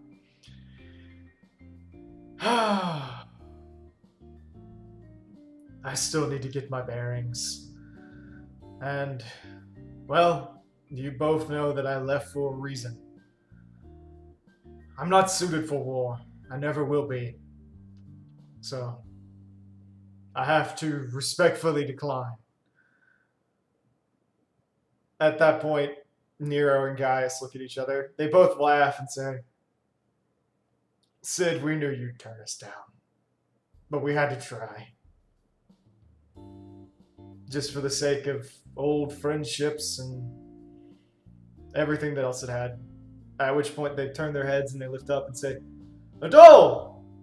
Get us another round of tea, will you? Whatever you would suggest. At that point, you hear Nero just go, So, what was it like on that ship? And looking at it, it's an absolute marvel. I want to hear everything about it, all the details that you can spare. At which point Sid just laughs and says, Nero, not even I'm smart enough to comprehend everything that I saw in there. I could barely comprehend a fourth of it. Maybe less than a tenth. But I can tell you what it looked like, and then they just go into a conversation about what it was like being in orbit and how alien everything that he saw on the Allegan ship was.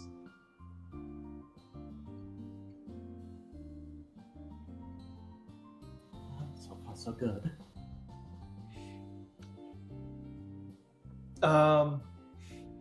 Rowan. Yeah. Okay, so you approach Hashivant and Emmerich and the 4 members of the Heavens Ward, who all bow to you except Hashivant, who holds up a hand and says, Cousin dearest, how are you? Have you been doing well? I see you've made an excellent discovery. No, yeah. Looks back up at the ships as amazing things. That's definitely for sure. But I've been well, and you? Oh, I've been doing expertly, honestly.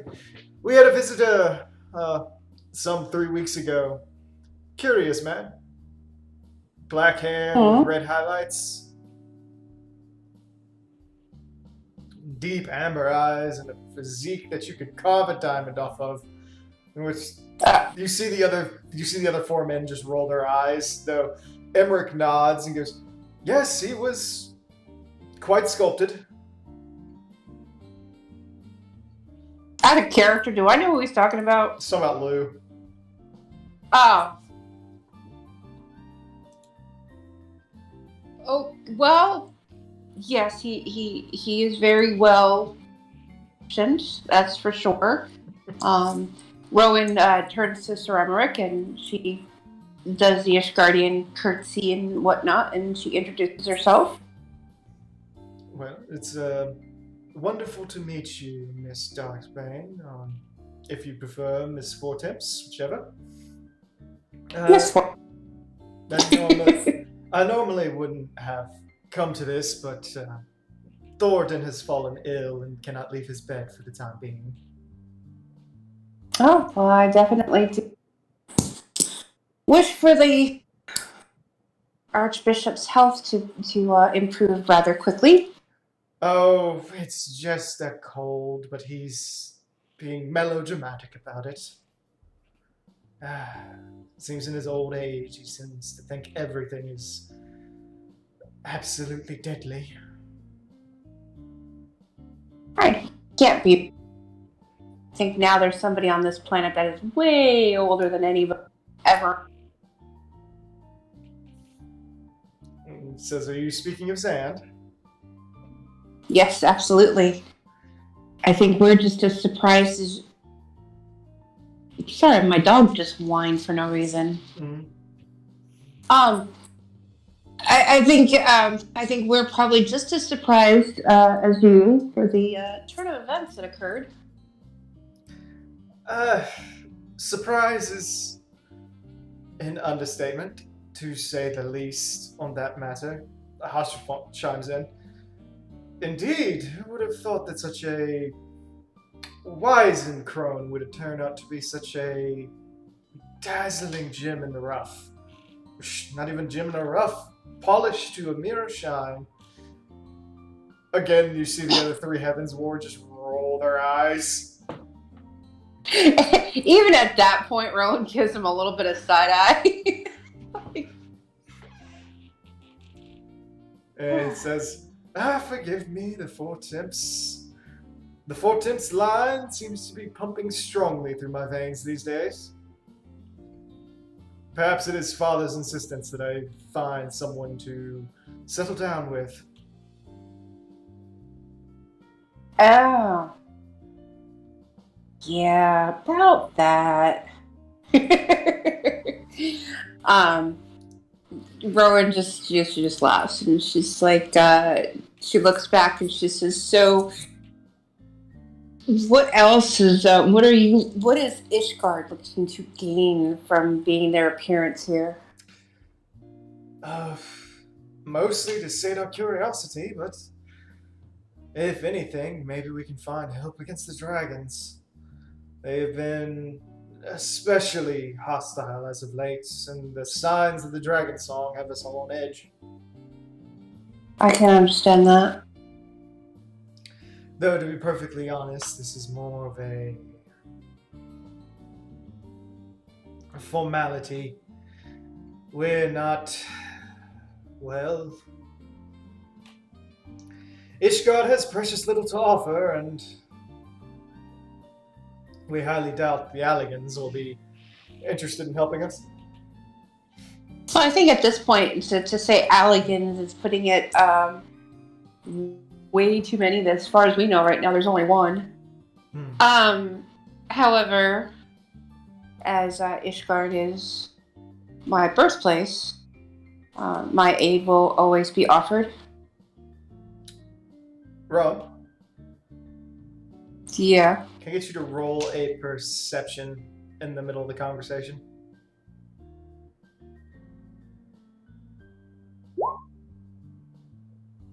Okay, so you know two things as this happened. One, you see Ark have a private conversation with Alize behind a building nearby. They're standing in view of you, but they're having a conversation, and Alize looks incredibly frustrated, and Ark looks done. And then you watch him walk into Pandemonium and begin talking with the pink-haired Makote female that works behind the bar.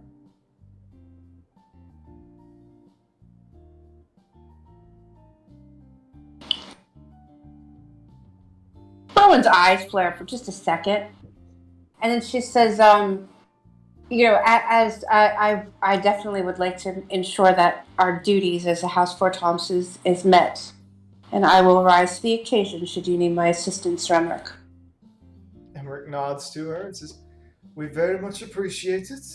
You know, Four Temps has always honored its duty, as Hashifant and the rest of them are well and good able to attest to. Though we are always grateful for more help, as we were grateful for your help when it came to the Green Wrath."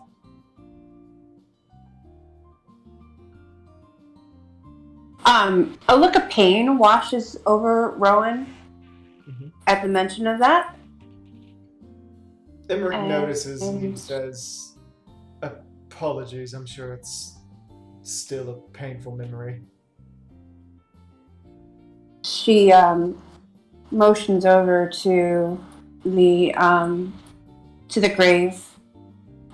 Says yes. As I am not a seasoned warrior, as I've never been in war, the just total devastation and the amount of death was very hard to take. That grave is for Colby, one of the Varillians that was posted with Hirschfont. The men look at each other and they nod as if they know. They said, "We will have to pay our respects." Yes. Rowan thinks about it for a moment, but she decides no, she's not going to say anything about reviving it yet. She goes, yes, absolutely. We should all, once all the formalities and the looky-loos are completed. And she just smiles at Emmerich. Emmerich smiles back, at which point Hashifant actually tucks his arm beneath Rowan's and says, "Rowan, dear, would you accompany me to get something sweet and some tea, please?" If you'll excuse me, Sir Emmerich, certainly. Hashifant walks off with Rowan, heading over to Adult, and he asks for a muffin and some tea before he says, "He's quite the man, is he not?" Oh, Sir Emmerich? Yes. Well, yeah, I mean, his position, how he rose to it. I mean, very formidable gentleman right there. Oh, please, I see the look in your eyes. You have the 4 Temps blood just as much as I do. Hey, I am not as thirsty as you're acting right now, so... No, please. I'm just open about it. Yes, because I'm going to sit there and openly drool over the High Commander of Ishgard. And while, yes, I am on the inside, I spent an entire day at a spa before coming over here, so... You never know until you try. You might be into it.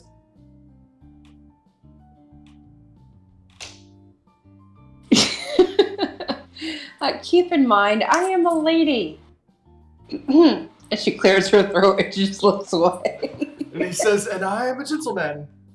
But I am a gentleman with discerning taste and a tongue that will not stop. Oh, I did not need to know that. You're my cousin. You crazy man, you. He laughs. He says, at least I'm not Emil. Huh? Emmeline. He says, at least I am not Emelinim. How do you pronounce that? From what I hear, he's quite interesting. Oshafat laughs a little bit. And he says, though I did note your little burst of anger, something bothering you. Oh, no, I didn't even realize that was there. I do apologize.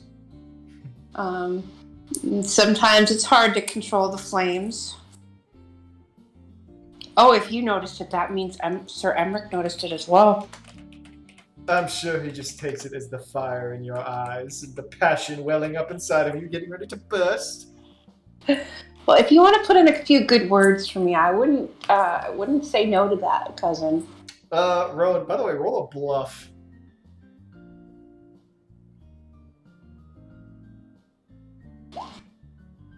Please be good, please be good. It's okay.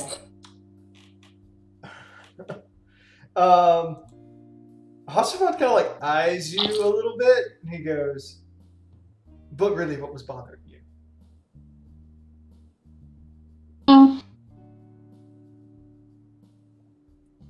Do you have all day to discuss it? Well, I'm not really needed for anything but security, and everything seems to be going smoothly, so sure.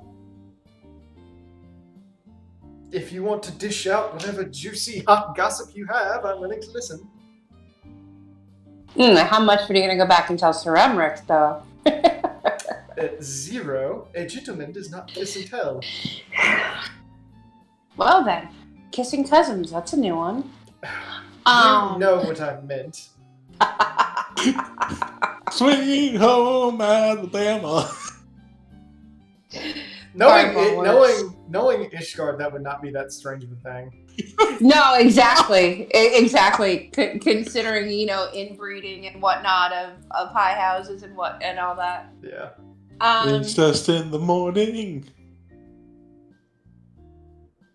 So she just, she's like, it's just been as much of a wonderful trip as it was. Oh, and I have some wonderful drawings I want to share with you, and something called a picture. I'll show that to you later. That's interesting. I mean, it's something that the Garleans are starting to touch upon, according to our Dragon of the Sea, but I've never actually seen it actually work, so that was pretty cool. It wasn't all kind of fun and games up in space and whatnot. It was very interesting and very cool, but we have this saying, we're surrounded by magic bullshit, and it's just certain things that happened that something reminded me of something and just kind of irritated me a little. You saw someone that looked like someone else and you got angry?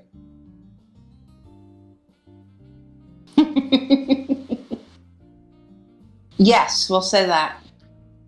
Okay, good. I thought there was something else going on that may have made you angry. And what did you think it was? don't know. You looked at that rather tall Makote as he went to speak with somebody, and I thought you were, I don't know, having a lover's spat or something. It's kind of hard to have a lover spat if you're not together. Workston and I have broken up as well. Ah. Right. Oh, speaking of which, Fionn, because I'm a dumbass, Yeah. I did say Camilla's here.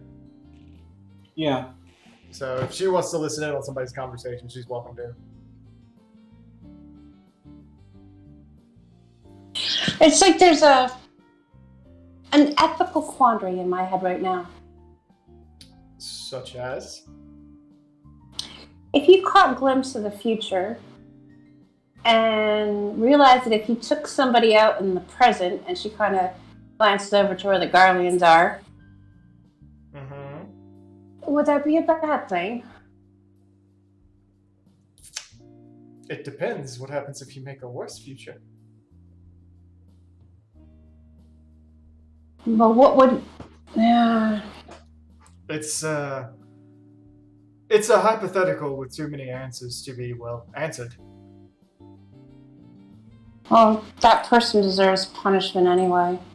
She's only alive because somebody told me I couldn't kill her, and glances over to Ark. Who is inside the pandemonium now drinking. That tall Makote over there has kept somebody alive. And how I would love to kill her.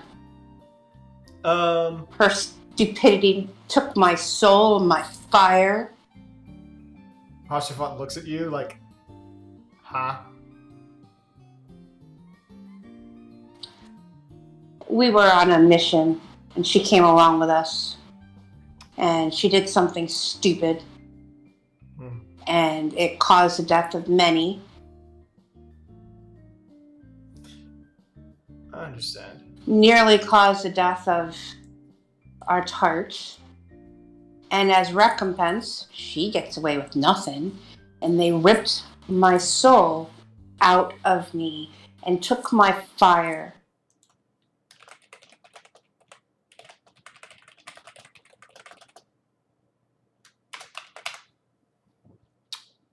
Hashifant kind of nods a little bit and kind of looks over to where Rowan's been looking to see Camilla, who's sitting around a table with Boudica and Livia. The three of them kind of minorly chit-chatting back and forth about everything.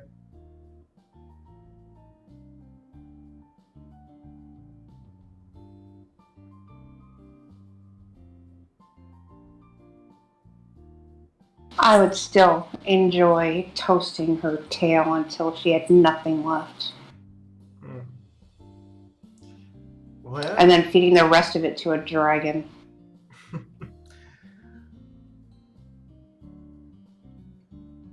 Well, I would know about that, but why don't we return to Sir Emmerich and let the cool drink of water cool you off.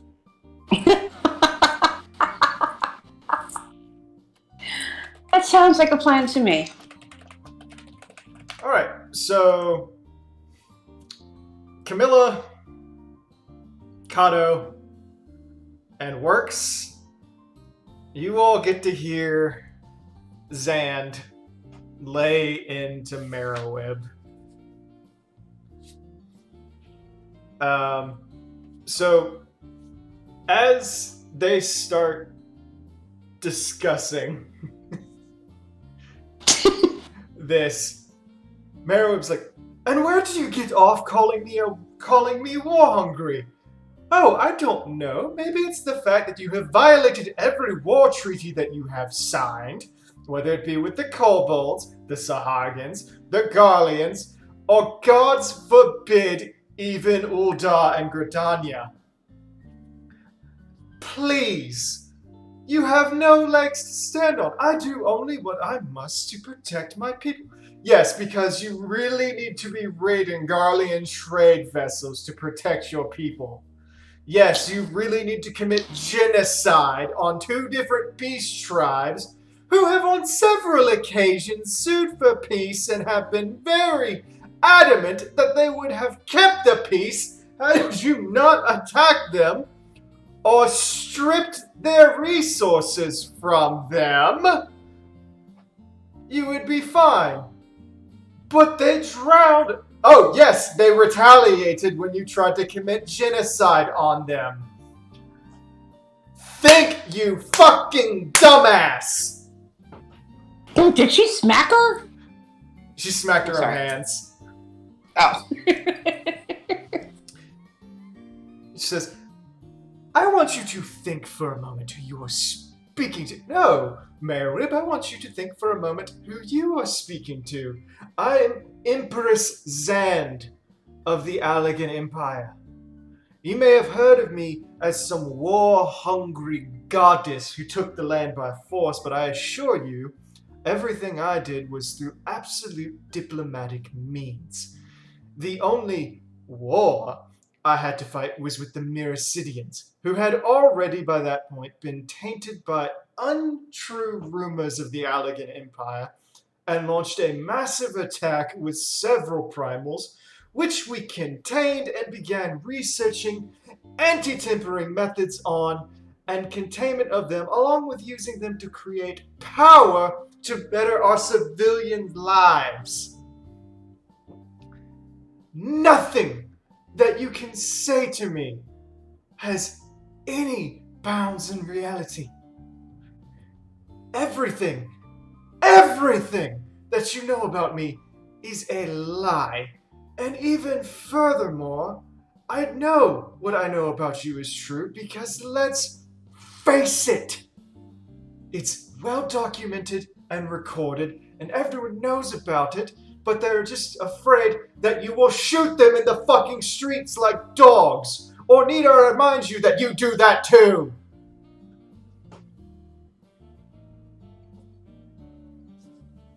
And then there's just this quiet from Merowib.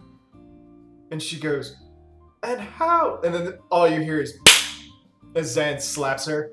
I will not be talked down to by a bitch who thinks just because she grew up a pirate, she has absolute authority to do what she wants with power.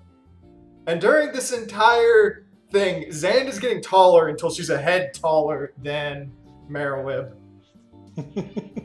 Ken's ears actively flick at the Splatland. You just see Merowib like Just gasp. like she touches her face, and then she was like, she looks back and she goes, it has been a long, long time since I have met a leader with the balls to do what you just did. Oh. And I don't know if I respect it or am I angry. Oh, you will respect me, Merowib. You will respect me greatly because I am far more than you will ever be in your entire empty life. And I suggest very strongly that if you want anything from me or Alg, ever, that you shape up quickly. Because I will not suffer the insolence of someone who deems it fit to punish their people openly or make them suffer in any regard. Whether it be you, the Garleans, Grodanians, Uldar, Ishgard, the Varillians, Razat Hand, or anyone else. You all are paltry to me. And more than anything else, I am disappointed in you far more than any parent could be. I gave you 12 millennia of resources, of building blocks and foundations to build upon, and look where you are. Sitting around thinking basic gunpowder is an achievement. Living in wooden shacks in the middle of nowhere. People starving with ample tracts of land to build and grow upon. with magic so elementary, I look upon it and I weep with sadness for what was lost. I am ashamed to call you my children, but that is what you are, and that is what you will continue to be.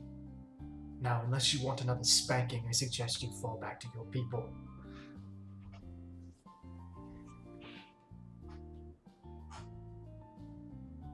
And there's this long pause before Rashitan, the Rogden with Gaius, comes in and bows and says, "Apologies for interrupting. I couldn't help but notice the incident that was forming here."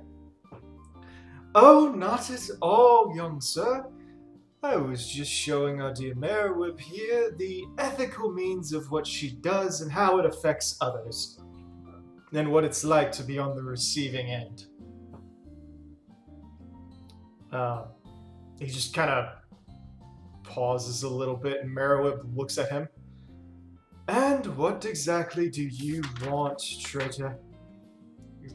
Rathathon just pauses and says, "Well, I was coming to give my regards and greetings. I'm not sorry that I left your crew after the actions that happened between you and your father, but I was not willing to serve under you, and honestly, the pay wasn't enough to put up with it. So, I headed off for a better living." Merriwib just kind of sighs. "Very well, I understand that. We all do what we must to eat, but you would have had an ample place within our own fold, Rathathon. Yes, but it wasn't a place that I wanted to be in. And based on the conversation that you had, you probably would have shot me for voicing discontent." Merriwib just looks at him, just glaring daggers, and Zand is, meanwhile, just smiling from ear to ear. "Your reputation precedes you, Merriwib. I'll leave you two to it. It would seem that the rest of you have a desire to speak with me." And she walks off.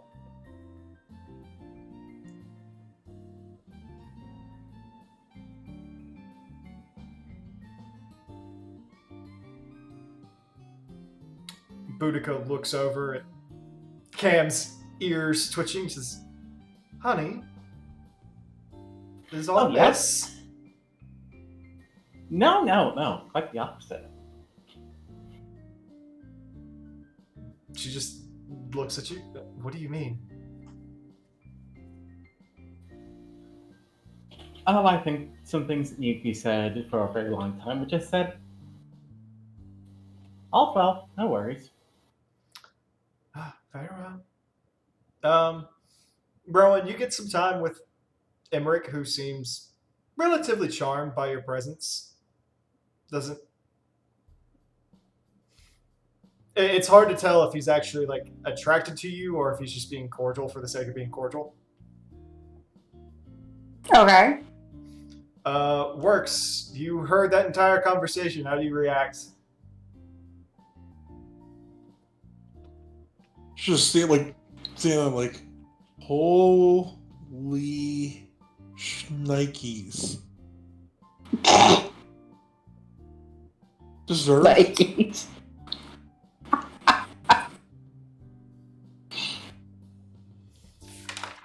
Shit. I would like he walks away just chuckling to himself a little bit. I would like everybody to roll a perception. Sure.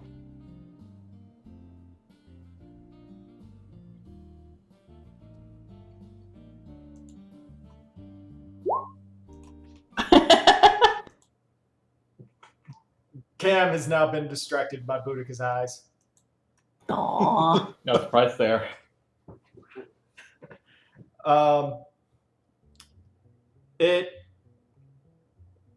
At this time, you all see you guys get like another 20-30 minutes to yourselves to converse before You see Imric, Gaius, Nanamo, Kanisana, and Merriwib all approach Zan together in front of the ship. And then everyone but Camilla starts to hear their conversation as all attention in this area turns to them. Oh dear. At which point, Nanamo curses and says, Empress Sand, if I may, we would like to know your, well, intent now that you have returned to us, and, well, more than anything else, we would have to mention that because of the ship that has come down and, well, its size and everything about it, it will have to be commandeered. At which point, Zan just... What? Just staring in shock. You fools! The Absolute will belong only to who I will to have it, and no one else. There is nothing any of you can do to change this fact. And you can kind of see, like, you all can kind of, like, feel the tension start to build in the air as she looks at them and goes, you all have no idea how utterly unworthy all of you are of this, or any of the blessings that Alg has to offer, or that I have to offer, or locked away for that matter. On one hand, we have a man come to represent his king here, a man who could not even be bothered to show his own face on enemy soil to greet an empress 12 millennia old. A man who has to struggle frequently to rectify and justify his liege's commands, his orders, the fact that he has been exiled, and so much more. We have a man so utterly devoid of his own power that he cannot even see that he is being used as a tool, yet he preaches at length about the strength of a ruler. You know not what strength is, Gaius Van Belsar. You know only how to bark like a dog for a master who won't even throw you a bone. Rowan nudges Hirschify. Oh my god, did you hear that? He goes, I think everybody heard that. Oh. She then turns and looks at Merriwib. Already laid into you once, but shall I do it again in front of an entire crowd, you war-hungry, slavering beast of a bitch? A woman so eager to kill her own people to prove her power that she puts even the Garlean shame to the savagery that she commits. At least they offer their captives a place within their empire. You just throw their heads into the sea. I wonder how many of the Sahagin that you hate you fed upon your own people's flesh. Doing all of this under the guise of treaties and the whatnot while you send out pirates that are so obviously your own to hound anyone that dares to sail your waters. You are a leader, not some bygone method of attacking. And Nanamo, where do you get off constantly running away from every single one of your problems, venturing out into the city unprotected, unsupervised, and without any of your guards knowing full well what you mean to the people of your nation? You are not a child anymore. And yet you let yourself be run roughshod over by a bunch of people who just have money. Something you can print more and more of and throw it completely out of circulation at your own desire, which you well know. You have more power than they can hope to have simply by the efforts of inflation. You know what the mints are. You know how to run them. You know how to offer command. And yet you stand behind your meat shield Raban, a man who understands nothing of politics. and act as if he is your stand-in. Grow up, you child. Do the duty that your parents raised you to do. And yes, I understand that they are gone, and it is sad for you, and you have had no chance to run your life the way that you wanted it run. But greatness and leadership are thrust onto people all the time. I will hear no whining. And as for you, Kane-sana, you come and you say that you hear these grand voices of the elements, something no one else can do. You lead your people in some theocracy, hidden behind a military that keeps everything in check. Everything I have seen in Eorzea, everything I am witnessing now after all these many years, points to one thing, and one thing alone. And yes, this doubles for you, Ishgardian. At which point Emmerich just kind of like pulls back a little bit. I want you all to look plainly at yourselves and look deep into your own hearts and see how you are all struggling for your own power and your own sakes, throwing your people's lives away at a whim for a stupid war that could be stopped with just a few peace treaties between you and the beast tribes. You let yourselves all be led astray by the whispers of some dark force, or your own greed, your own hatreds, your own stupidity. None of you are worthy of Alg. None of you will be my successors. None of you will get a drop out of me. At which point, you see all of them just kind of look at each other, and they begin reaching for their weapons. And you see Zan's hair start to stand up, start to lift as she rises from the ground. You would Members of dare! the Alliance are dearest friends. Zan Please just calm shoots you. yourselves. Zan just shoots you a glare, like it just says, "Shut up. I'm not done." Oh boy. Io backs off. As she rises up and stretches out her hands, she says, "You are all helpless children, empty of any notion of fair play, empty of diplomacy, and devoid of everything else.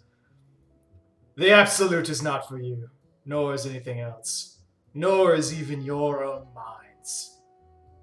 Al created all of you.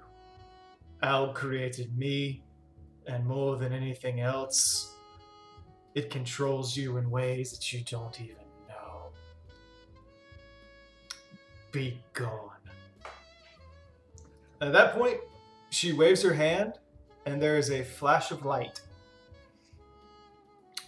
Camilla, you are the only person here. You are allowed to roll a will save.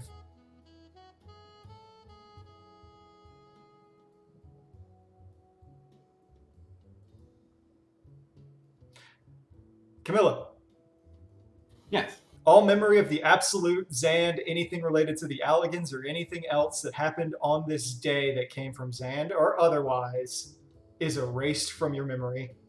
You think of this as just you think of this day as just a tea party between all the nations to try to come to an agreement. Is Telkia affected by this? Yes, he is. Tokyo was on the ship, so no.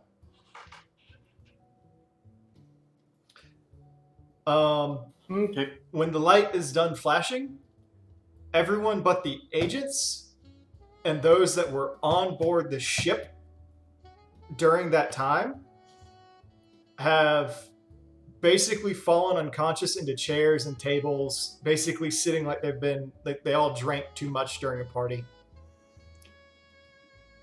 Zand then walks up to Sid, pats him, and says,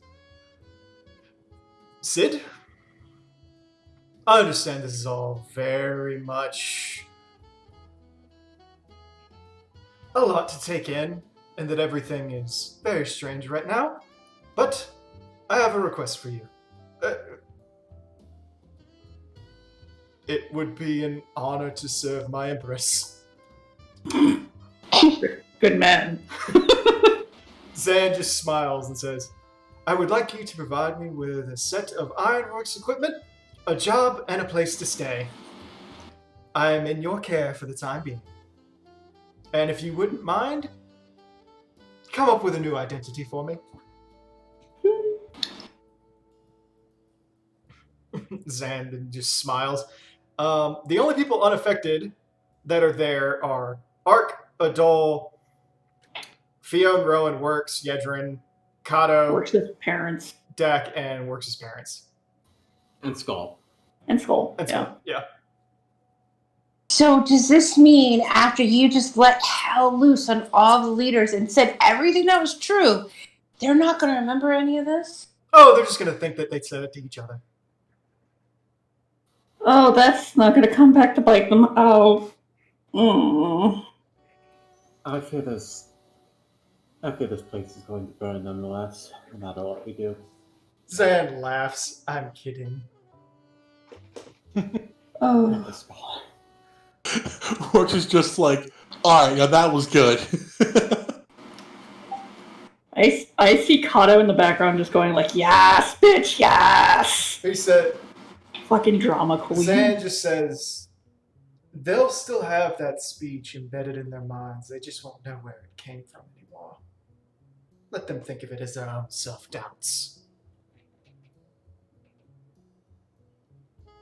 Oh, boy. I should also mention, I may have removed the entire planet's memory of me, except for you few.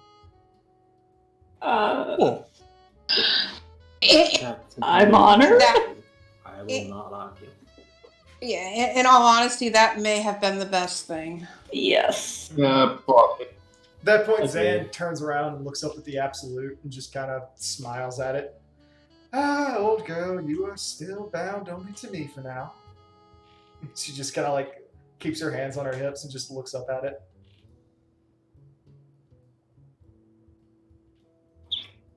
And that's a good idea as well. Well, If you'd like, I can contact the Ironworks and let them know that you and Sid are both available for picking up again. Yes, that seems to be a good idea. Sid goes, Zend, I have 3 names that you can choose from. They just kind of popped into my head. There's,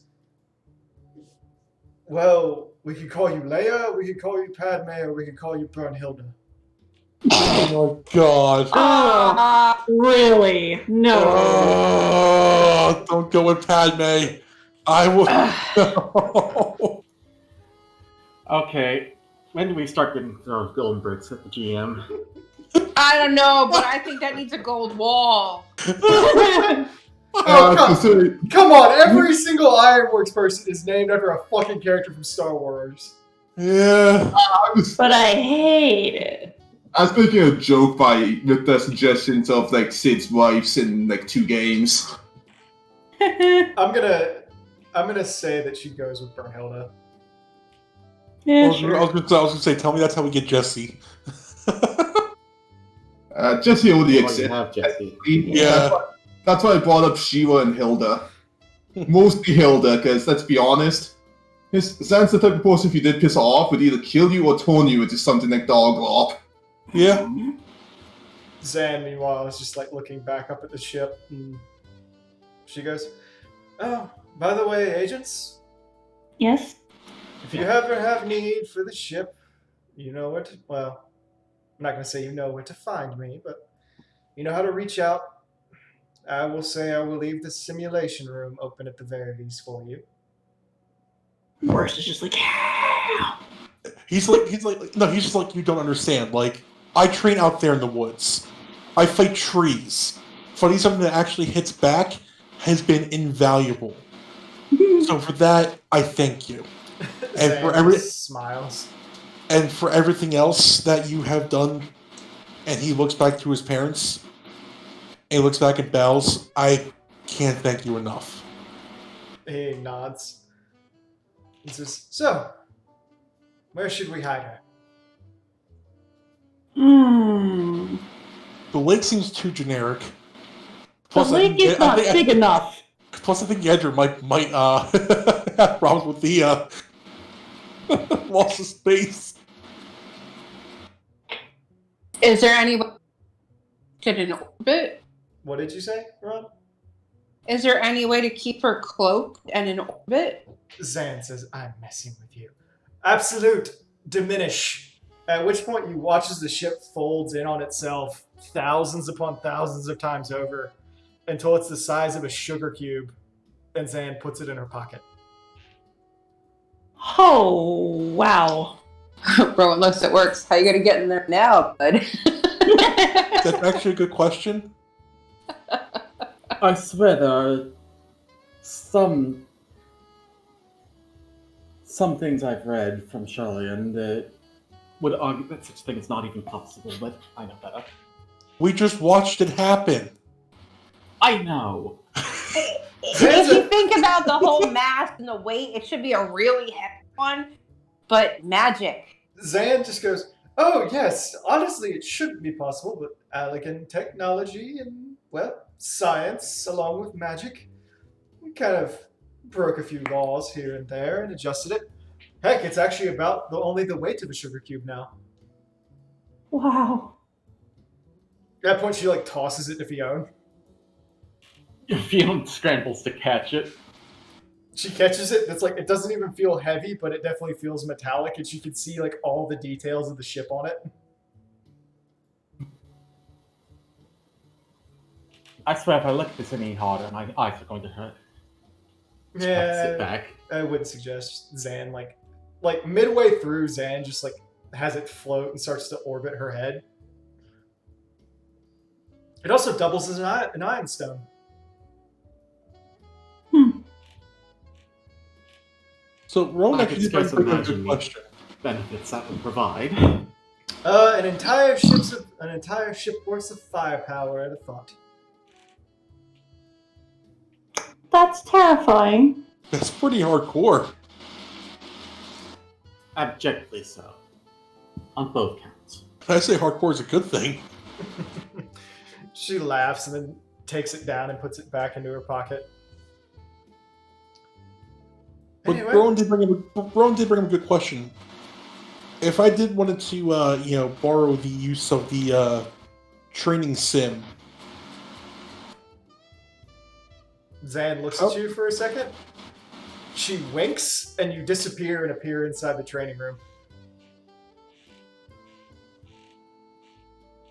That's how we get rid of it. I mean, it's like I guess I just exit to leave. he set up a door inside his quarters that leads in. We'll probably never see him again. Do you try to walk? Honestly, Do you try to walk out, Works? yeah. You walk out and you realize you are inside of the Absolute. Huh. You take about 3 steps out of the training room and then you reappear inside, like, back where you were. Okay. Are you all right? Yeah.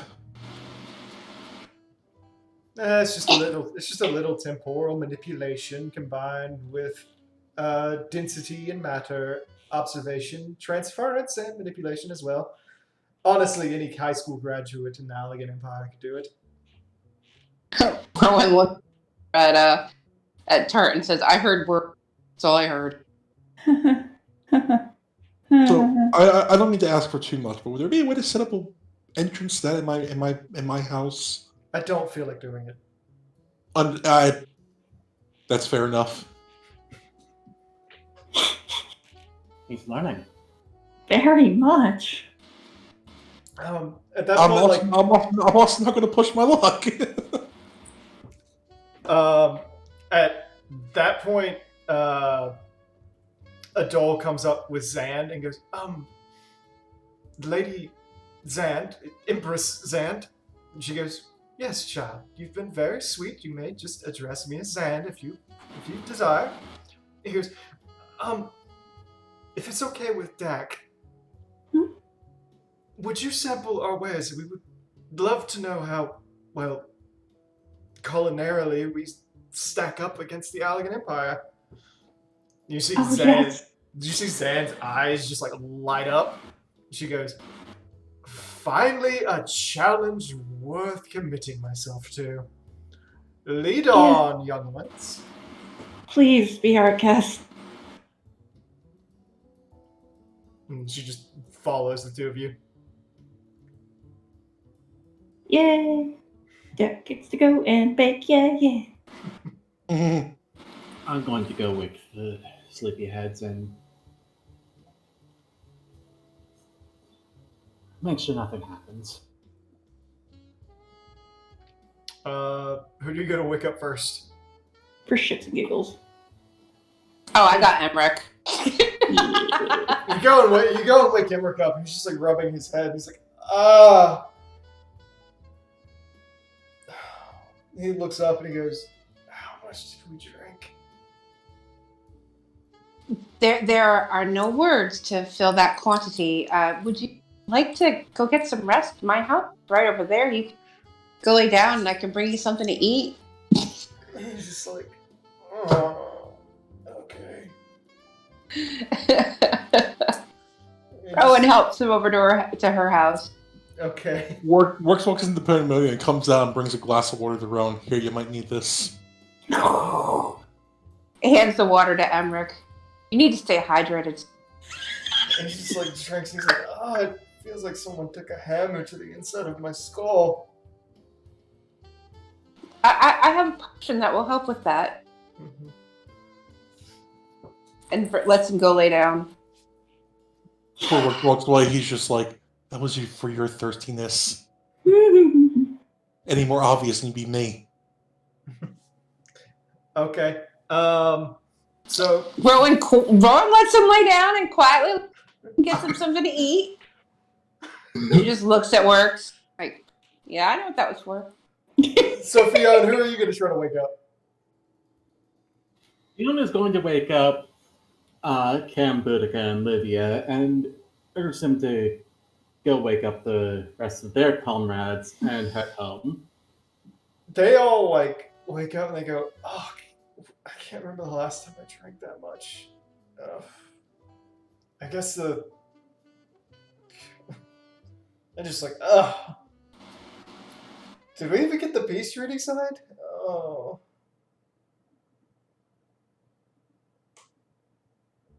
Don't worry, the leaders are working that out themselves. Well, you may want to go fetch guys and head home for now.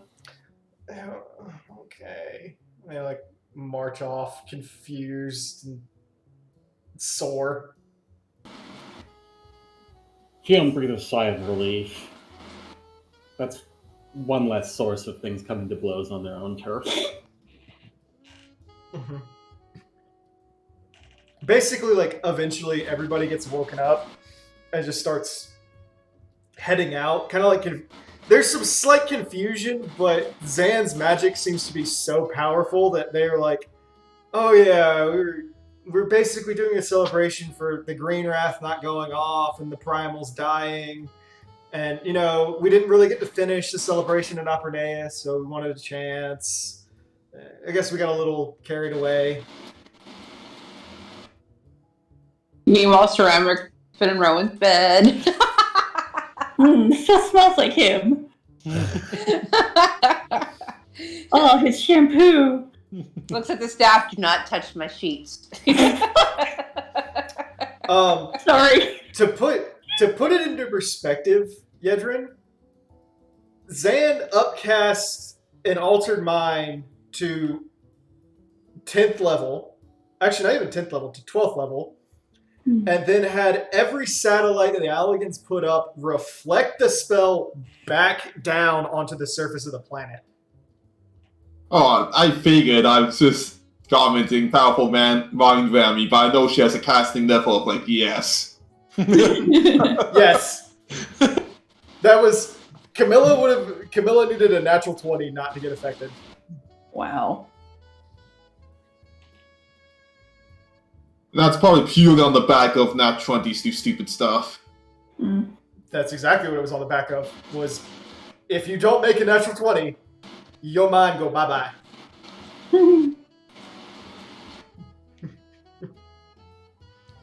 Oh yes, while you're here, please buy all of our tea and our snacks and our booze. Give us the money. Right? Imagine how much money we would have made and not actually sold any of our stock.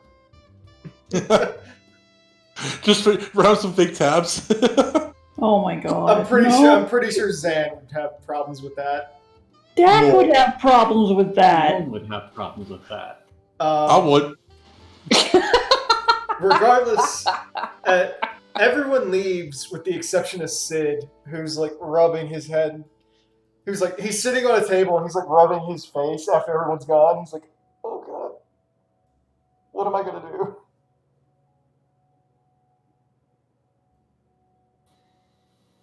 How do you heal yourself, Sid? You should know there's no rest for the righteous. He just Except looks get up. some tea for him. He just looks up at Fiona and goes, "You just pawned off probably the most powerful woman in all of recorded history onto me after she removed everyone but 13 people's memory of her? Or is it 14? To be fair, we didn't Dak, foist her. you and Adol are like serving. Oh right, we're out of here. Sorry. Yeah. I'm Yeah. sorry. I She just pawned herself off. I dare say we would not be able to convince her of doing anything other than what she wanted, no matter how good of a mood she was in. He just kind of. I already have one strong female figure in the ironworks. I'm gonna survive with two.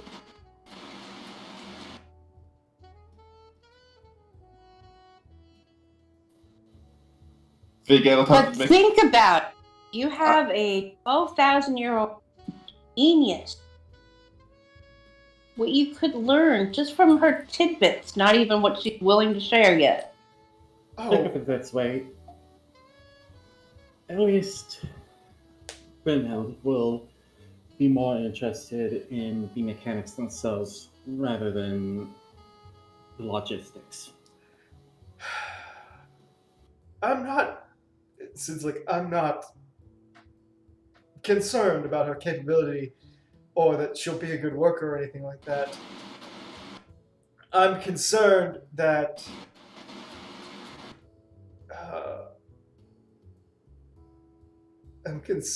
she's gonna get bored.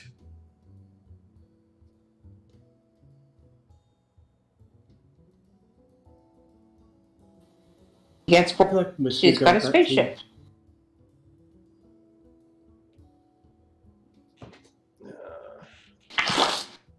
Meanwhile, over in the bakery, Adol has made up some of his best tea that he can make, and he's looking at Dak to see what she's baking for him.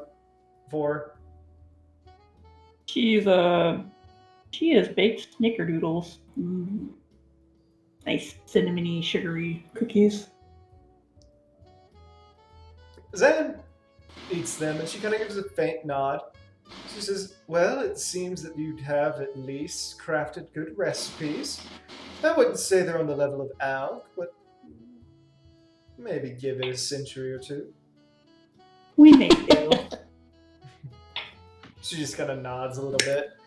Oh, it makes me so sad to see how much was lost. Well, that's what happens when things get sealed up, I suppose. Yes. Well, I'm off to change clothes and get ready to start my new life.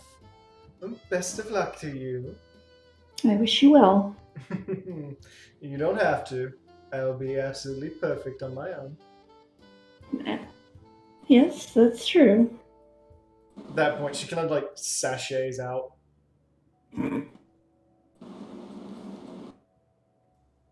About an hour later, Sid's standing there with Bernhilda having come out, now dressed in ironworks equipment, kind of wearing goggles similar to Sid's, with her basically claiming that she's a Garlean. And then just kind of pats a hand at her hip, and she goes, and he goes, is it not to your liking? He goes, is all of your clothing this rough? It's a little itchy. It's just, no, but they're work clothes. They're not exactly meant to be, well, comfortable. They're meant to be functional. A pity, I'll have to modify these. Do whatever you like. She says, I do expect you to man up a little bit, Sid. You are apparently my employer now. I'll talk to Jesse about that. And the two head off.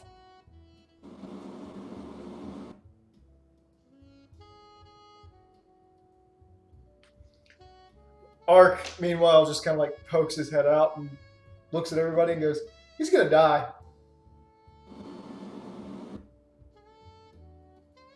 From stress, if nothing else. Now taking bets on who's going to kill him. Whose bright idea was it to summon him again? I think collectively. Points Well, at Kato. Kato? That was Tokyo who. Oh yeah, it was Selkie. Yeah, no, yeah, we get to blame the little dragon kid. I mean, to be fair, we went along with it because I don't think any of us wanted to like put it off trying to figure out where he was for like another. Gear.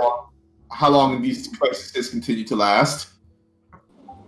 Works out with a covenant of shitty paper. All right, now taking all bets, see who's going to kill Sid first. We have Zan, we have Jesse, or we have himself. I have stress. At That's that Yes. point, Ark just kind of like works his head. It's Fiona does not go it's- for a pet. She takes the newspaper from him and thwacks him with it. well, Ark's like, hey, Works. Yeah. Her name's Brunhilde. We don't call her that anymore. I don't want to die. Hilda. Okay. Modifies. Who's going to kill him first? Hilda. And then he slaps him in the back of the head. Stop. I need money. I don't care. I Anyway. will work on getting those things sold, alright? Anyway, you all wanted to go deal with Alizé's thing, right? Mm-hmm. Not yet. Well, let me. Obviously we're gonna take some downtime after this. Holy fuck. I think I aged probably like 3 years just listening to those speeches. Oh, yeah. Is Yasha around, or did she go down into her water? I'm here. Well, Can I ask you a favor then? what? Are you using your old house at all? Not anymore. Is it empty? As far as I know, yes. Okay. Like completely empty? There's like no furniture in there or anything? As far as I know, when the last time my farm was renovated, it was all moved down there. Okay. Or maybe the. Well then. For the time being, would you be fine if my parents moved in there? It was free. I'm not gonna be too attached to it. I got a better place Okay. now. I'm gonna have to get. Have to get them some or I'm gonna have to get them some furniture. To furnish our houses, I believe it was about 500 gil. Oh God. Well, either that or. And some 500 gil. Well, Sorry, I don't have much. I was gonna say either that, but since your dad says he likes doing handiwork, I could just go chop a bunch of trees down for him. And he goes, Ark just looks at Rowan and says, Rowan, take your gil back. Why? And he drops 5,000 gil in the works. Okay, what's the interest? None. Go house your parents, you asshole. I was I gonna say, wasn't expecting all this to happen. I would have saved more Gil up. Art just looks at him and goes, I got a bonus, so whatever. plus, I don't think it's all for just furniture works. He probably also expects you to actually make it livable for 2 people. Gotta say, my Yes. call isn't the biggest. Work just runs up and hugs Ark, like, thank you. Art's just like, you're welcome. You're very welcome. Alright.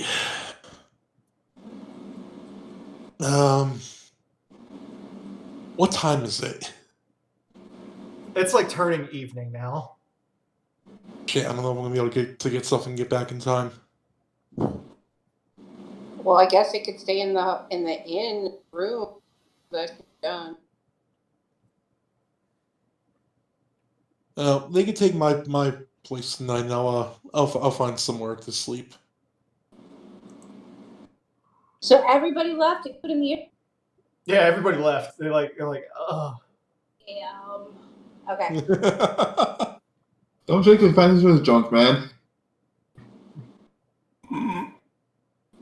Don't take advantage of the guy who barely knows who he is right now. I was gonna let him wake up. So anyway, Oh my god.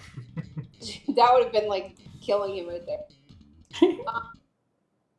So Rowan looks over at Dak during the downtime, and I had to go to Gridania to resurrect him. Yes, I was waiting for everyone to leave, honestly.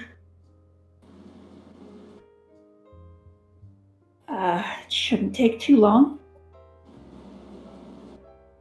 Okay. Art just smiles a little. About time. Well, I figured it would be rude to resurrect the man and then leave for a month or so. Oh, I And- know. And leave him by his lonesome in a place he does not know. Art just smiles a little bit. I know. I'm just being an asshole. No, you're not. Anyway, I'll be around. Let me go get Alize and take her to get some materials so she's ready for our little adventure. Oh, Alright. you'll be leaving. What about that Kingsford? Ark looks at her and goes, "What?" Leaving? I'm taking Alize to Gridania to get supplies and coming back. Okay. He's still cocking his head. Are you talking about the bartender? Perhaps. I mean, I flirted with the bartender and drank. Not exactly anything special there.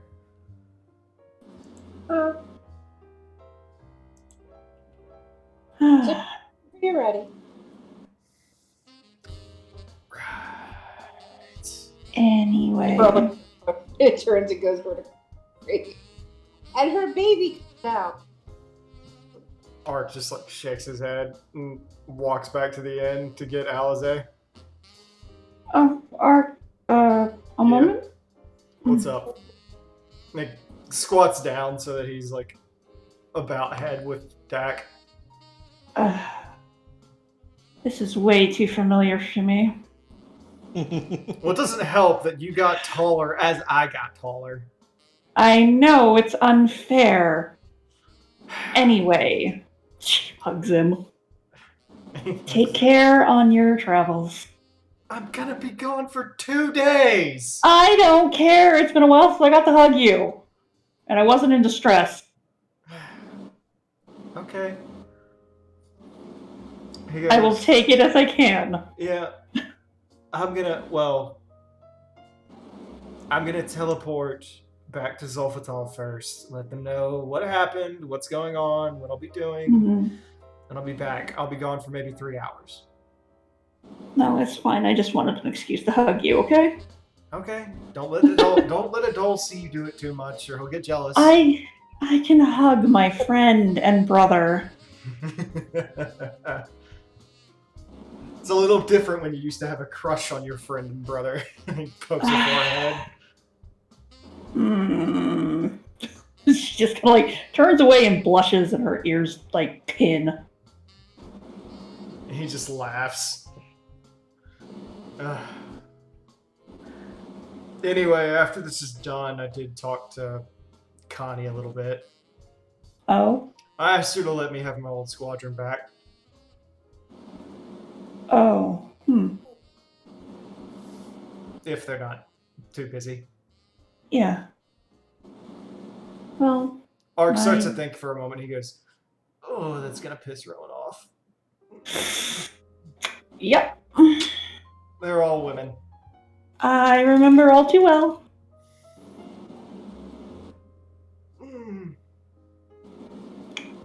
Anyway, you should probably get going. Yep. I'm actually surprised that Tart didn't ask why it would. Oh, she knows. She knows. She knows what? She knows his squadron. No. She knows his squadron, but she's not curious why Rowan stopped. Rowan hasn't exactly been discreet about it. Yeah, no. Like, she was here, literally right here, as Rowan was basically being a green-eyed monster. Red, thank you. Oh, no, your eyes turn green, honey. Because you like start asking about the pink-haired Bakote, and Ark's like, "Why are you doing this in front of Dak?" And Dak's just like, I'm not going to bother. My blood pressure's already high enough. Yeah, that's all Dak needs. It's like, oh no, I have a moral obligation to tell Parks, but at the same time, a moral obligation to not tell him. Well, it's like on that end. It's like Ark's probably in that situation where he's going, "I thought we were just friends with benefits and we were just having fun." Shit. Honestly, Dak's reaction is more of like, okay, so he probably flirted with Rowan, and she probably took it some way, and then he went and flirted with someone else, so she got jealous. Okay. And it's like, shit. I don't want to deal with this.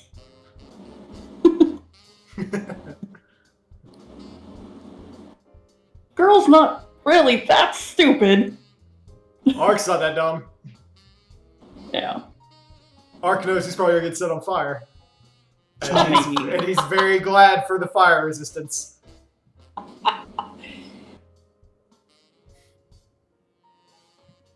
And Rowan's very happy that she can go through fire resistance and immunity, right? She can't. Yep. She can't go through all of Ark's, sadly. Yeah. He gets some resistance, but not all of it. It's gonna burn him, but it's not gonna be like, oh, I take the full blunt of it. It's just ow instead of oh my god, fire. Yeah, it's more along the lines of, you stabbed me with a pin, instead of, oh my god, you stabbed me with a knife. Anyway, Dak turns and sashays her fluffy little tail away to go do other stuff. Alright. Do we want to save Resurrection for next week? She's going to get the stuff. But yes. We can start with that. Alrighty. We'll have to let Kato know that Zan went full cat. And then Works will be heading to Gridani in the morning to